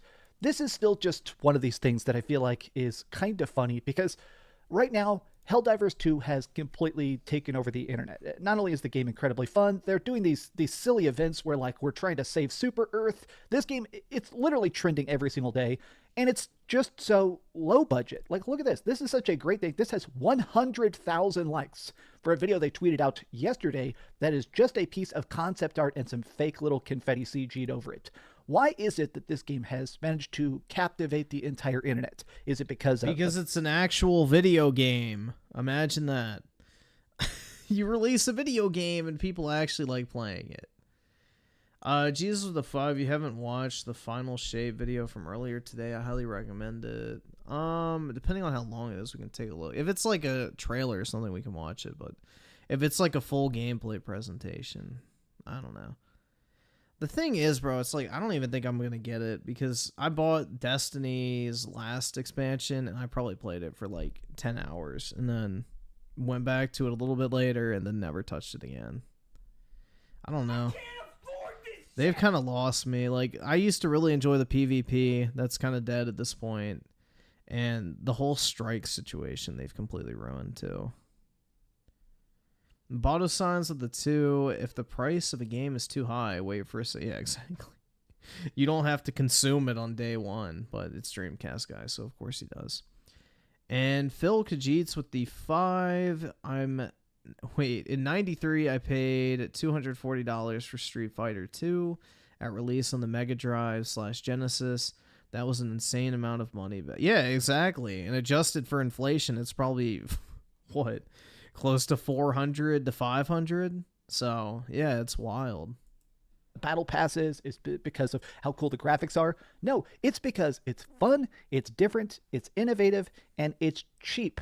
This is a $40 game that's actually selling more copies than Spider-Man 2. How in the world can people still be trying to aim for these crazy high-budget projects when there is definitely a lucrative middle market that... Because not everyone can be Helldivers 2. For every Helldivers 2, there's fucking 20 other games that bombed with this exact same type of concept of being a mid-tier price range live service shooter, and they never took off. So, yeah, you can have a flash in the pan success. It doesn't mean the entire fucking industry can have the exact same results. Is so widely ignored, outselling the biggest superhero in the world in the age of superheroes, to me, is completely bonkers. Here's why this frustrates me. I do genuinely think that games are going to get another price increase very, very soon. I think here in a matter of months, years, in a very short time frame, we're going to start to see $80 games, then $90 games, then $100 games. I think they're going to be sporadic at first. A big RPG, I think something like Grand Theft Auto 6, I do think that game is going to be $80 or $90, but they're going to keep tiptoeing the price up. And I think, if anything, this is going to lead to worse video games. Not better. I think it's actually going to make the market even more unoriginal. And it's because we can see that Hollywood is completely imploding from the same problem. I don't talk about it a ton. I hint at it here and there, but I'm very obsessed with movies. I think it's cool to actually study how stuff's made, see what directors are up to, the whole process. But lately, Hollywood completely freaking blows. I mean, even the best people, Francis Ford Coppola, David Lynch, a lot of people are struggling to get funding because they're not marketable ideas. Oh, you're trying to make something that's too experimental and not commercial enough? Then we're not even going to fund it. Video games are going to hit the same wall, where if you're making a game that is not immediately part of a franchise or a remake or a sequel, it probably will not be funded, or even if it does come out, it's going to be safe, it's going to be filled with microtransactions, and it's probably going to cost over $70. I mean, I'm getting the $100 version of Space Marine too, so I'm already paying $100 for video games, and I don't give a fuck, man. I'm in a spot where I'm of two minds, because... Please, video game industry crash before Final Fantasy VII 3 for Griffin. That game's already in active development and already funded, so... Get fucking wrecked. That bitch is coming out one way or the other, man. I am a believer that video games are getting better. That the industry... Dude, Square Enix has a fucking cash cow right now, and it's called Final Fantasy XIV. That shit is going fucking crazy in popularity, so they're making a shitload of money from that game. As a whole has gotten bigger. There's so many different weird things like Baltaro, a roguelike poker game that's completely crazy. There's so many weird things like Helldivers 2 that just come out of nowhere and blow minds. The amount of passionate, encouraged, wild ideas that are coming out and managing to completely take over the internet shows that gaming is, in fact, on an upward trend when it comes to quality. My fear is the fact that as these big voices in the room, the major publishers try to just strangle the industry for every dollar they can get, games are going to get worse. The big stuff, the marquees, those Hollywood blockbusters, the huge games, I think they're going to start to suck. And personally, I am worried about that. But what do you guys think? So specifically in the comment section, and I may do a follow-up video, what do you guys think about the idea of $100 games? And if a video game costs $100... I don't give a fuck if it's a good game. Like, Final Fantasy VII Part 3 comes out, they want to charge me $350. I'll say, where do I sign? I don't fucking care. If I want the game enough, I'll buy it. But if it's a piece of shit game or something I'm like slightly interested in, or, you know, whatever, I'll just wait till it goes on sale. So they can charge whatever the fuck they want up front. But, you know, it doesn't mean I have to buy it day one. I can just wait till it goes on sale. But yeah, if it's something I know I want, like the new Final Fantasy game, you know, shit like that, then I'm there.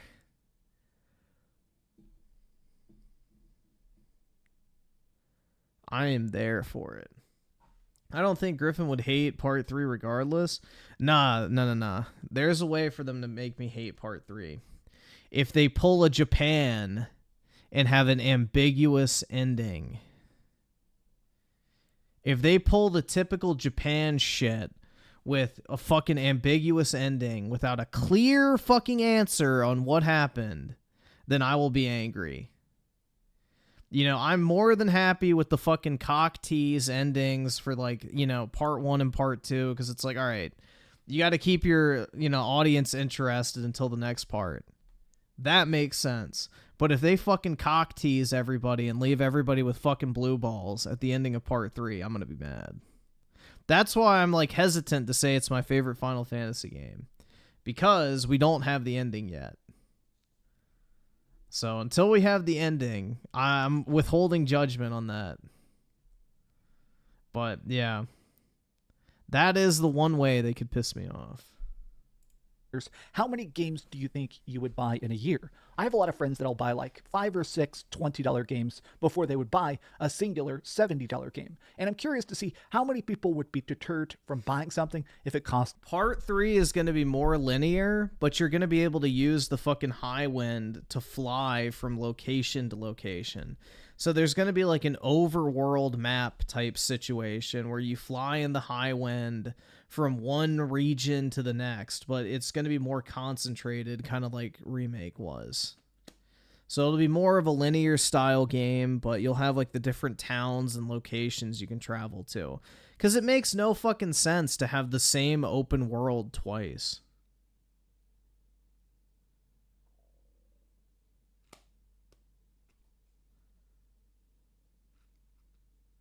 They're probably going to add Rocket Town when you can actually play as Sid, is my guess. My guess is Rocket Town's going to be in part 3. And then once you can play as Sid, that'll be like a playable segment for him. I don't know. We'll see what they do.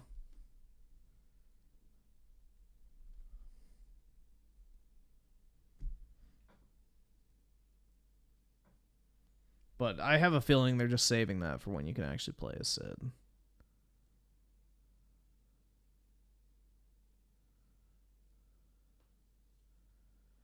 Griffin playing Final Fantasy 3.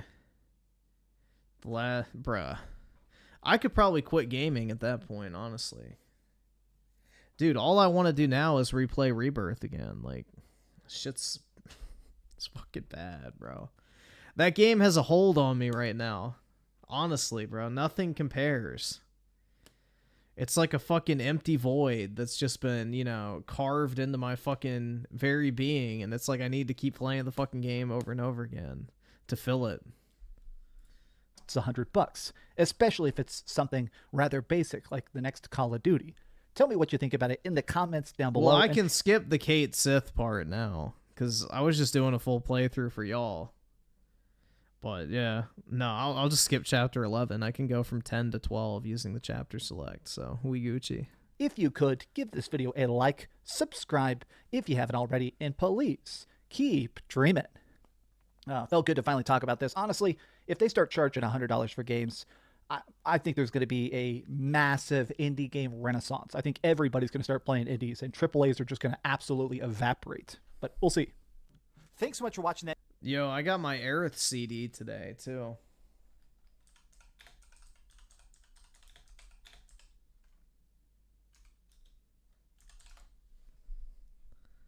Hold on. See if I can find it.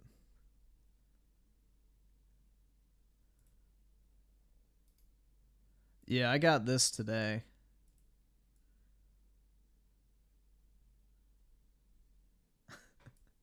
I ordered like a bunch of the soundtracks from whatever the fuck it's called, Japan.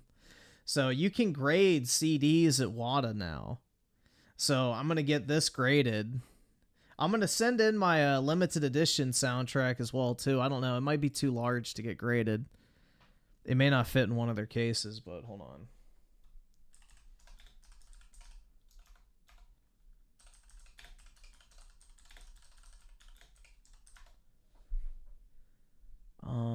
Where is it?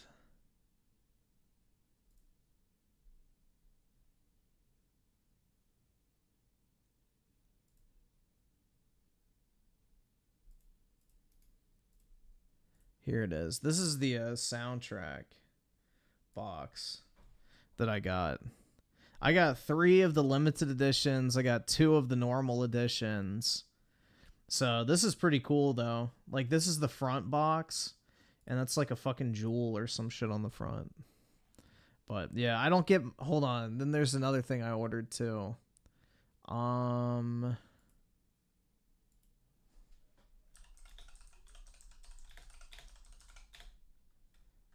I've never graded these before, but I'm going to grade it once I get it. So this is the vinyl record as far as like the art goes. So this is like the fucking vinyl fucking record you can order too. This doesn't come out until I think July, so I'm not getting that for a while, but yeah. I ordered the full set. You can grade vinyl records. I don't know the process, but there is a company for it. That fucking Steve Aoki guy owns it. So, he's a big collector and grader, so he started a record grading company, which was kind of smart. But, yeah. I'll probably send it there.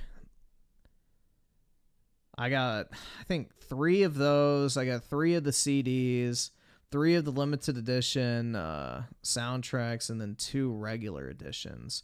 And then I ordered another batch of the limited edition ones today.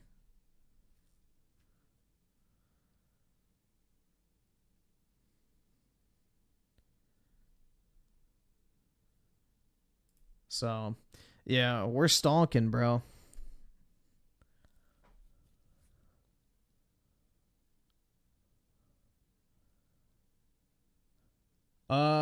Well, I don't have an Aerith poster. I have, like, these postcard things that you could got.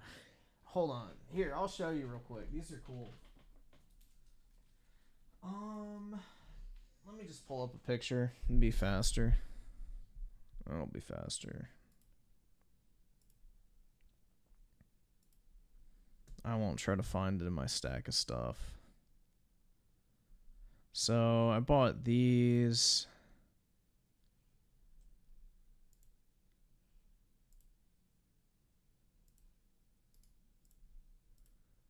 I bought these. So these are all like individual postcards. Let me see. Where are you?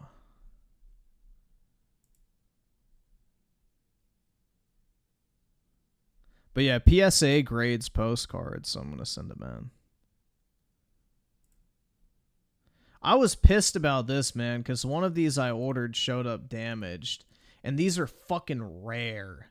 Like, I can't find any more of them. I got 2, and then my 3rd one got damaged in shipping, so I had to get it refunded. But I would have rather kept it. But yeah, this is like a postcard from like a Tokyo Tower collaboration they did. And basically you had to buy a ticket to like this Final Fantasy collab or whatever in fucking Tokyo.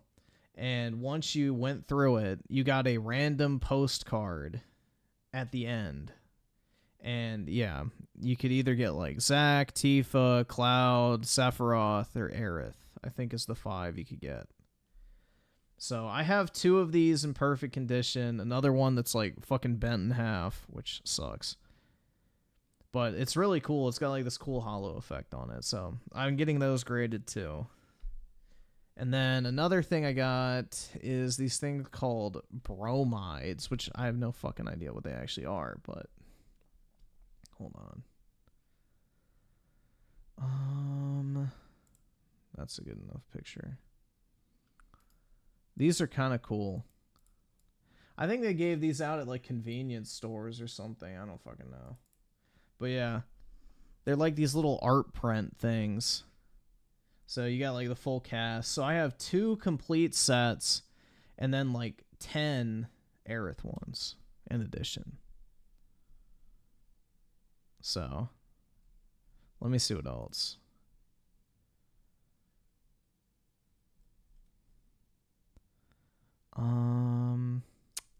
Oh, this is kind of cool. This is a pretty unique item. This is something called a phone card. Which apparently in Japan, you could buy these phone cards or whatever. You'd load them with money. Then you take them to like a pay phone and you can like use it to like, you know, call people basically. So these are like from 1997.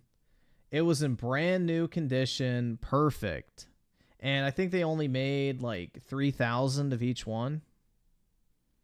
So, yeah, this is number 877. I have like 3 of these.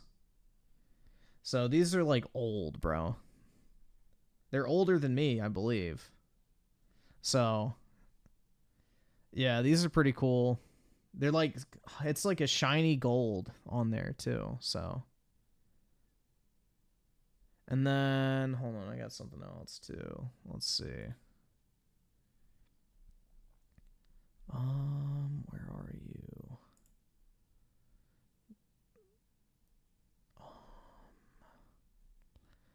Those are all just cards. That's not really that cool. I'm trying to find like obscure stuff. Because I've got some obscure stuff. Hold on.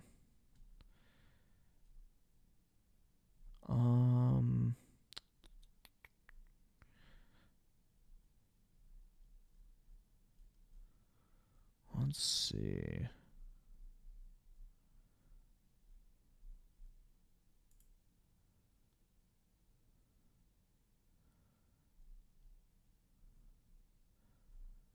I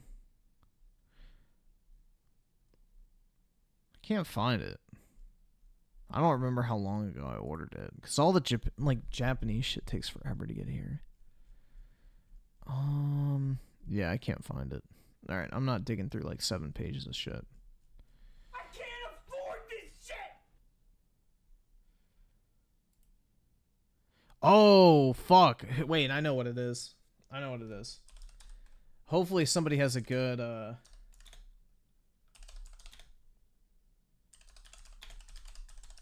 picture of this. Because the listing on Square Enix is shit. It doesn't do it any justice.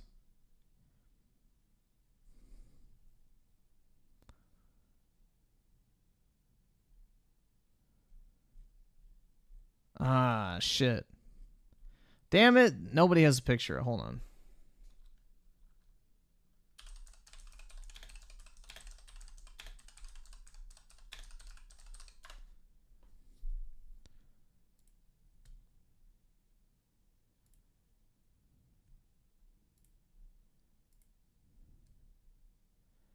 Alright, so you'll just have to take my word for this, that it looks better than the actual image.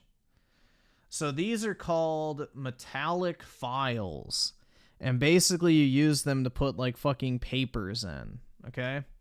So each of these is like super fucking shiny. Like very fucking shiny. Like reflect light shiny. It's got like a cool metallic kind of look to it. And you get 2 of them with each order. You get the Cloud, Zack, and Sephiroth, and then the, you know, Sephiroth, Tifa, and Aerith one.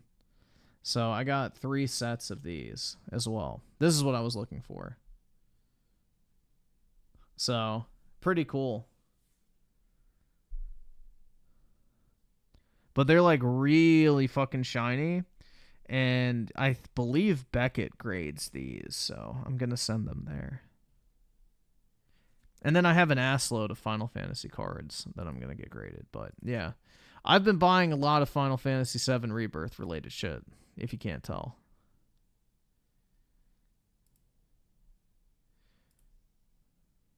I'm channeling all my consumer energy.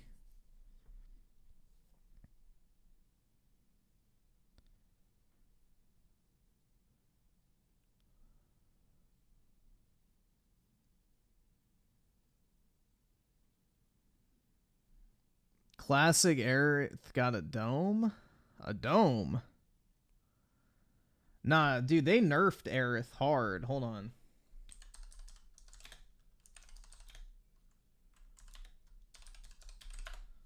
They nerfed Aerith really hard. Hold on, let's see. Where is it?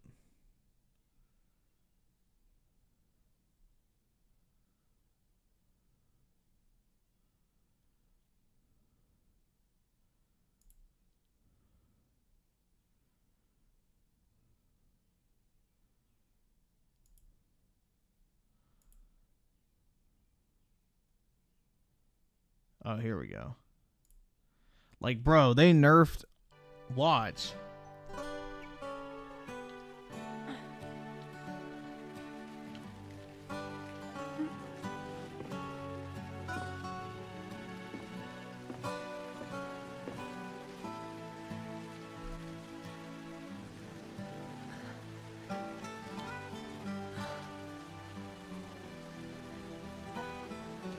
Like, bro, she's like certified caked up right there.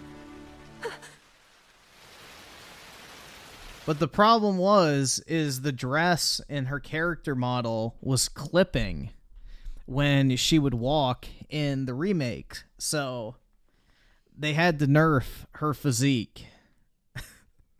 Because basically when the dress would move, it would clip through her ass cheeks.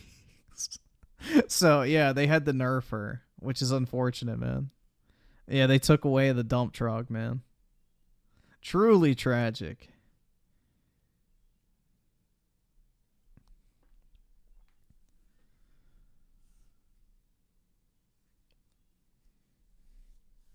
Let's see. Close Mystery with the 20. Griffin really is a simp for Aerith. Absolutely, bro. And Oski Woski with the 2.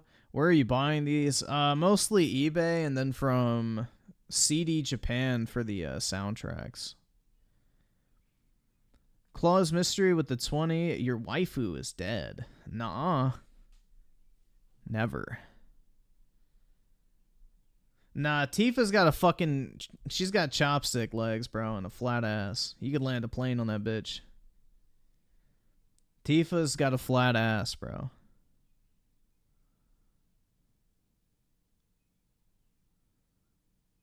Tifa does not do squats. But yeah, they nerfed the shit out of Aerith. Her Advent Children character model was much more curvaceous.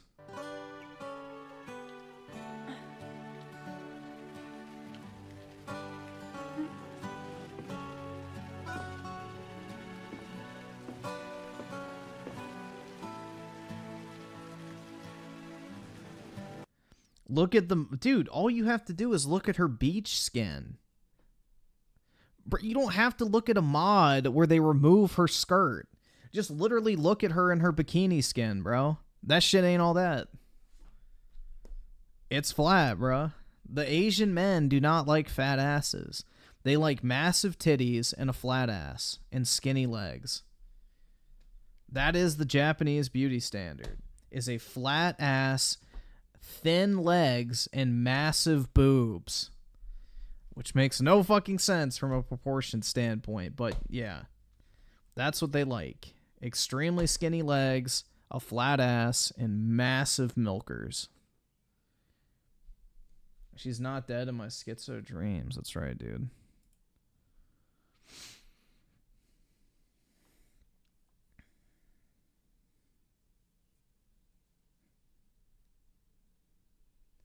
Oh my god. OnlyFans. Look, is it gonna slap her? Probably. Let's see. You don't get to see.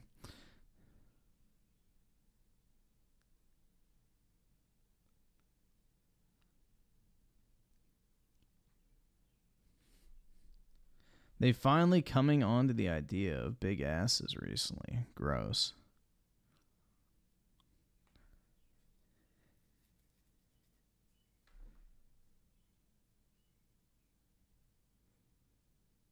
Yeah, they're gonna have comically fucking fat asses like they have fat tits. Like, Griffin instantly got bricked. Sad to say I did not. It takes a little bit more than that.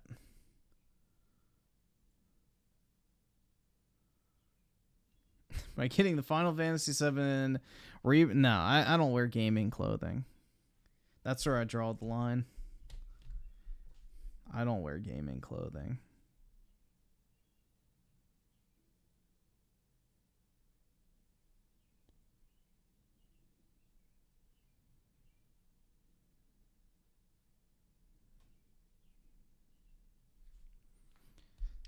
I like my woman with the truck. Case I'm about to... Oh my god.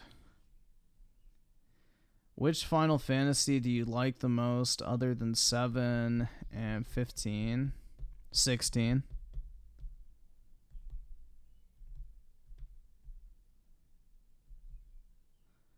I never wear anything anime, gaming related. Yeah, I don't feel the need to wear my hobby as clothing.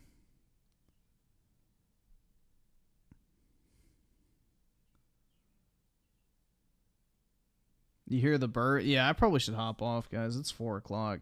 Jesus. Time flies, man.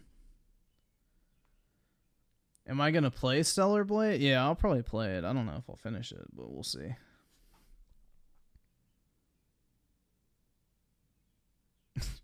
Yeah, the fucking 40-year-old men wearing Zelda t-shirts that look like they've been washed about 40 times too many times. But, yeah. Alright, I'm going to go ahead and hop off, guys. Have a wonderful, what is tomorrow? Wednesday? Yes, Wednesday. And I will talk to everybody later. Peace out, everyone.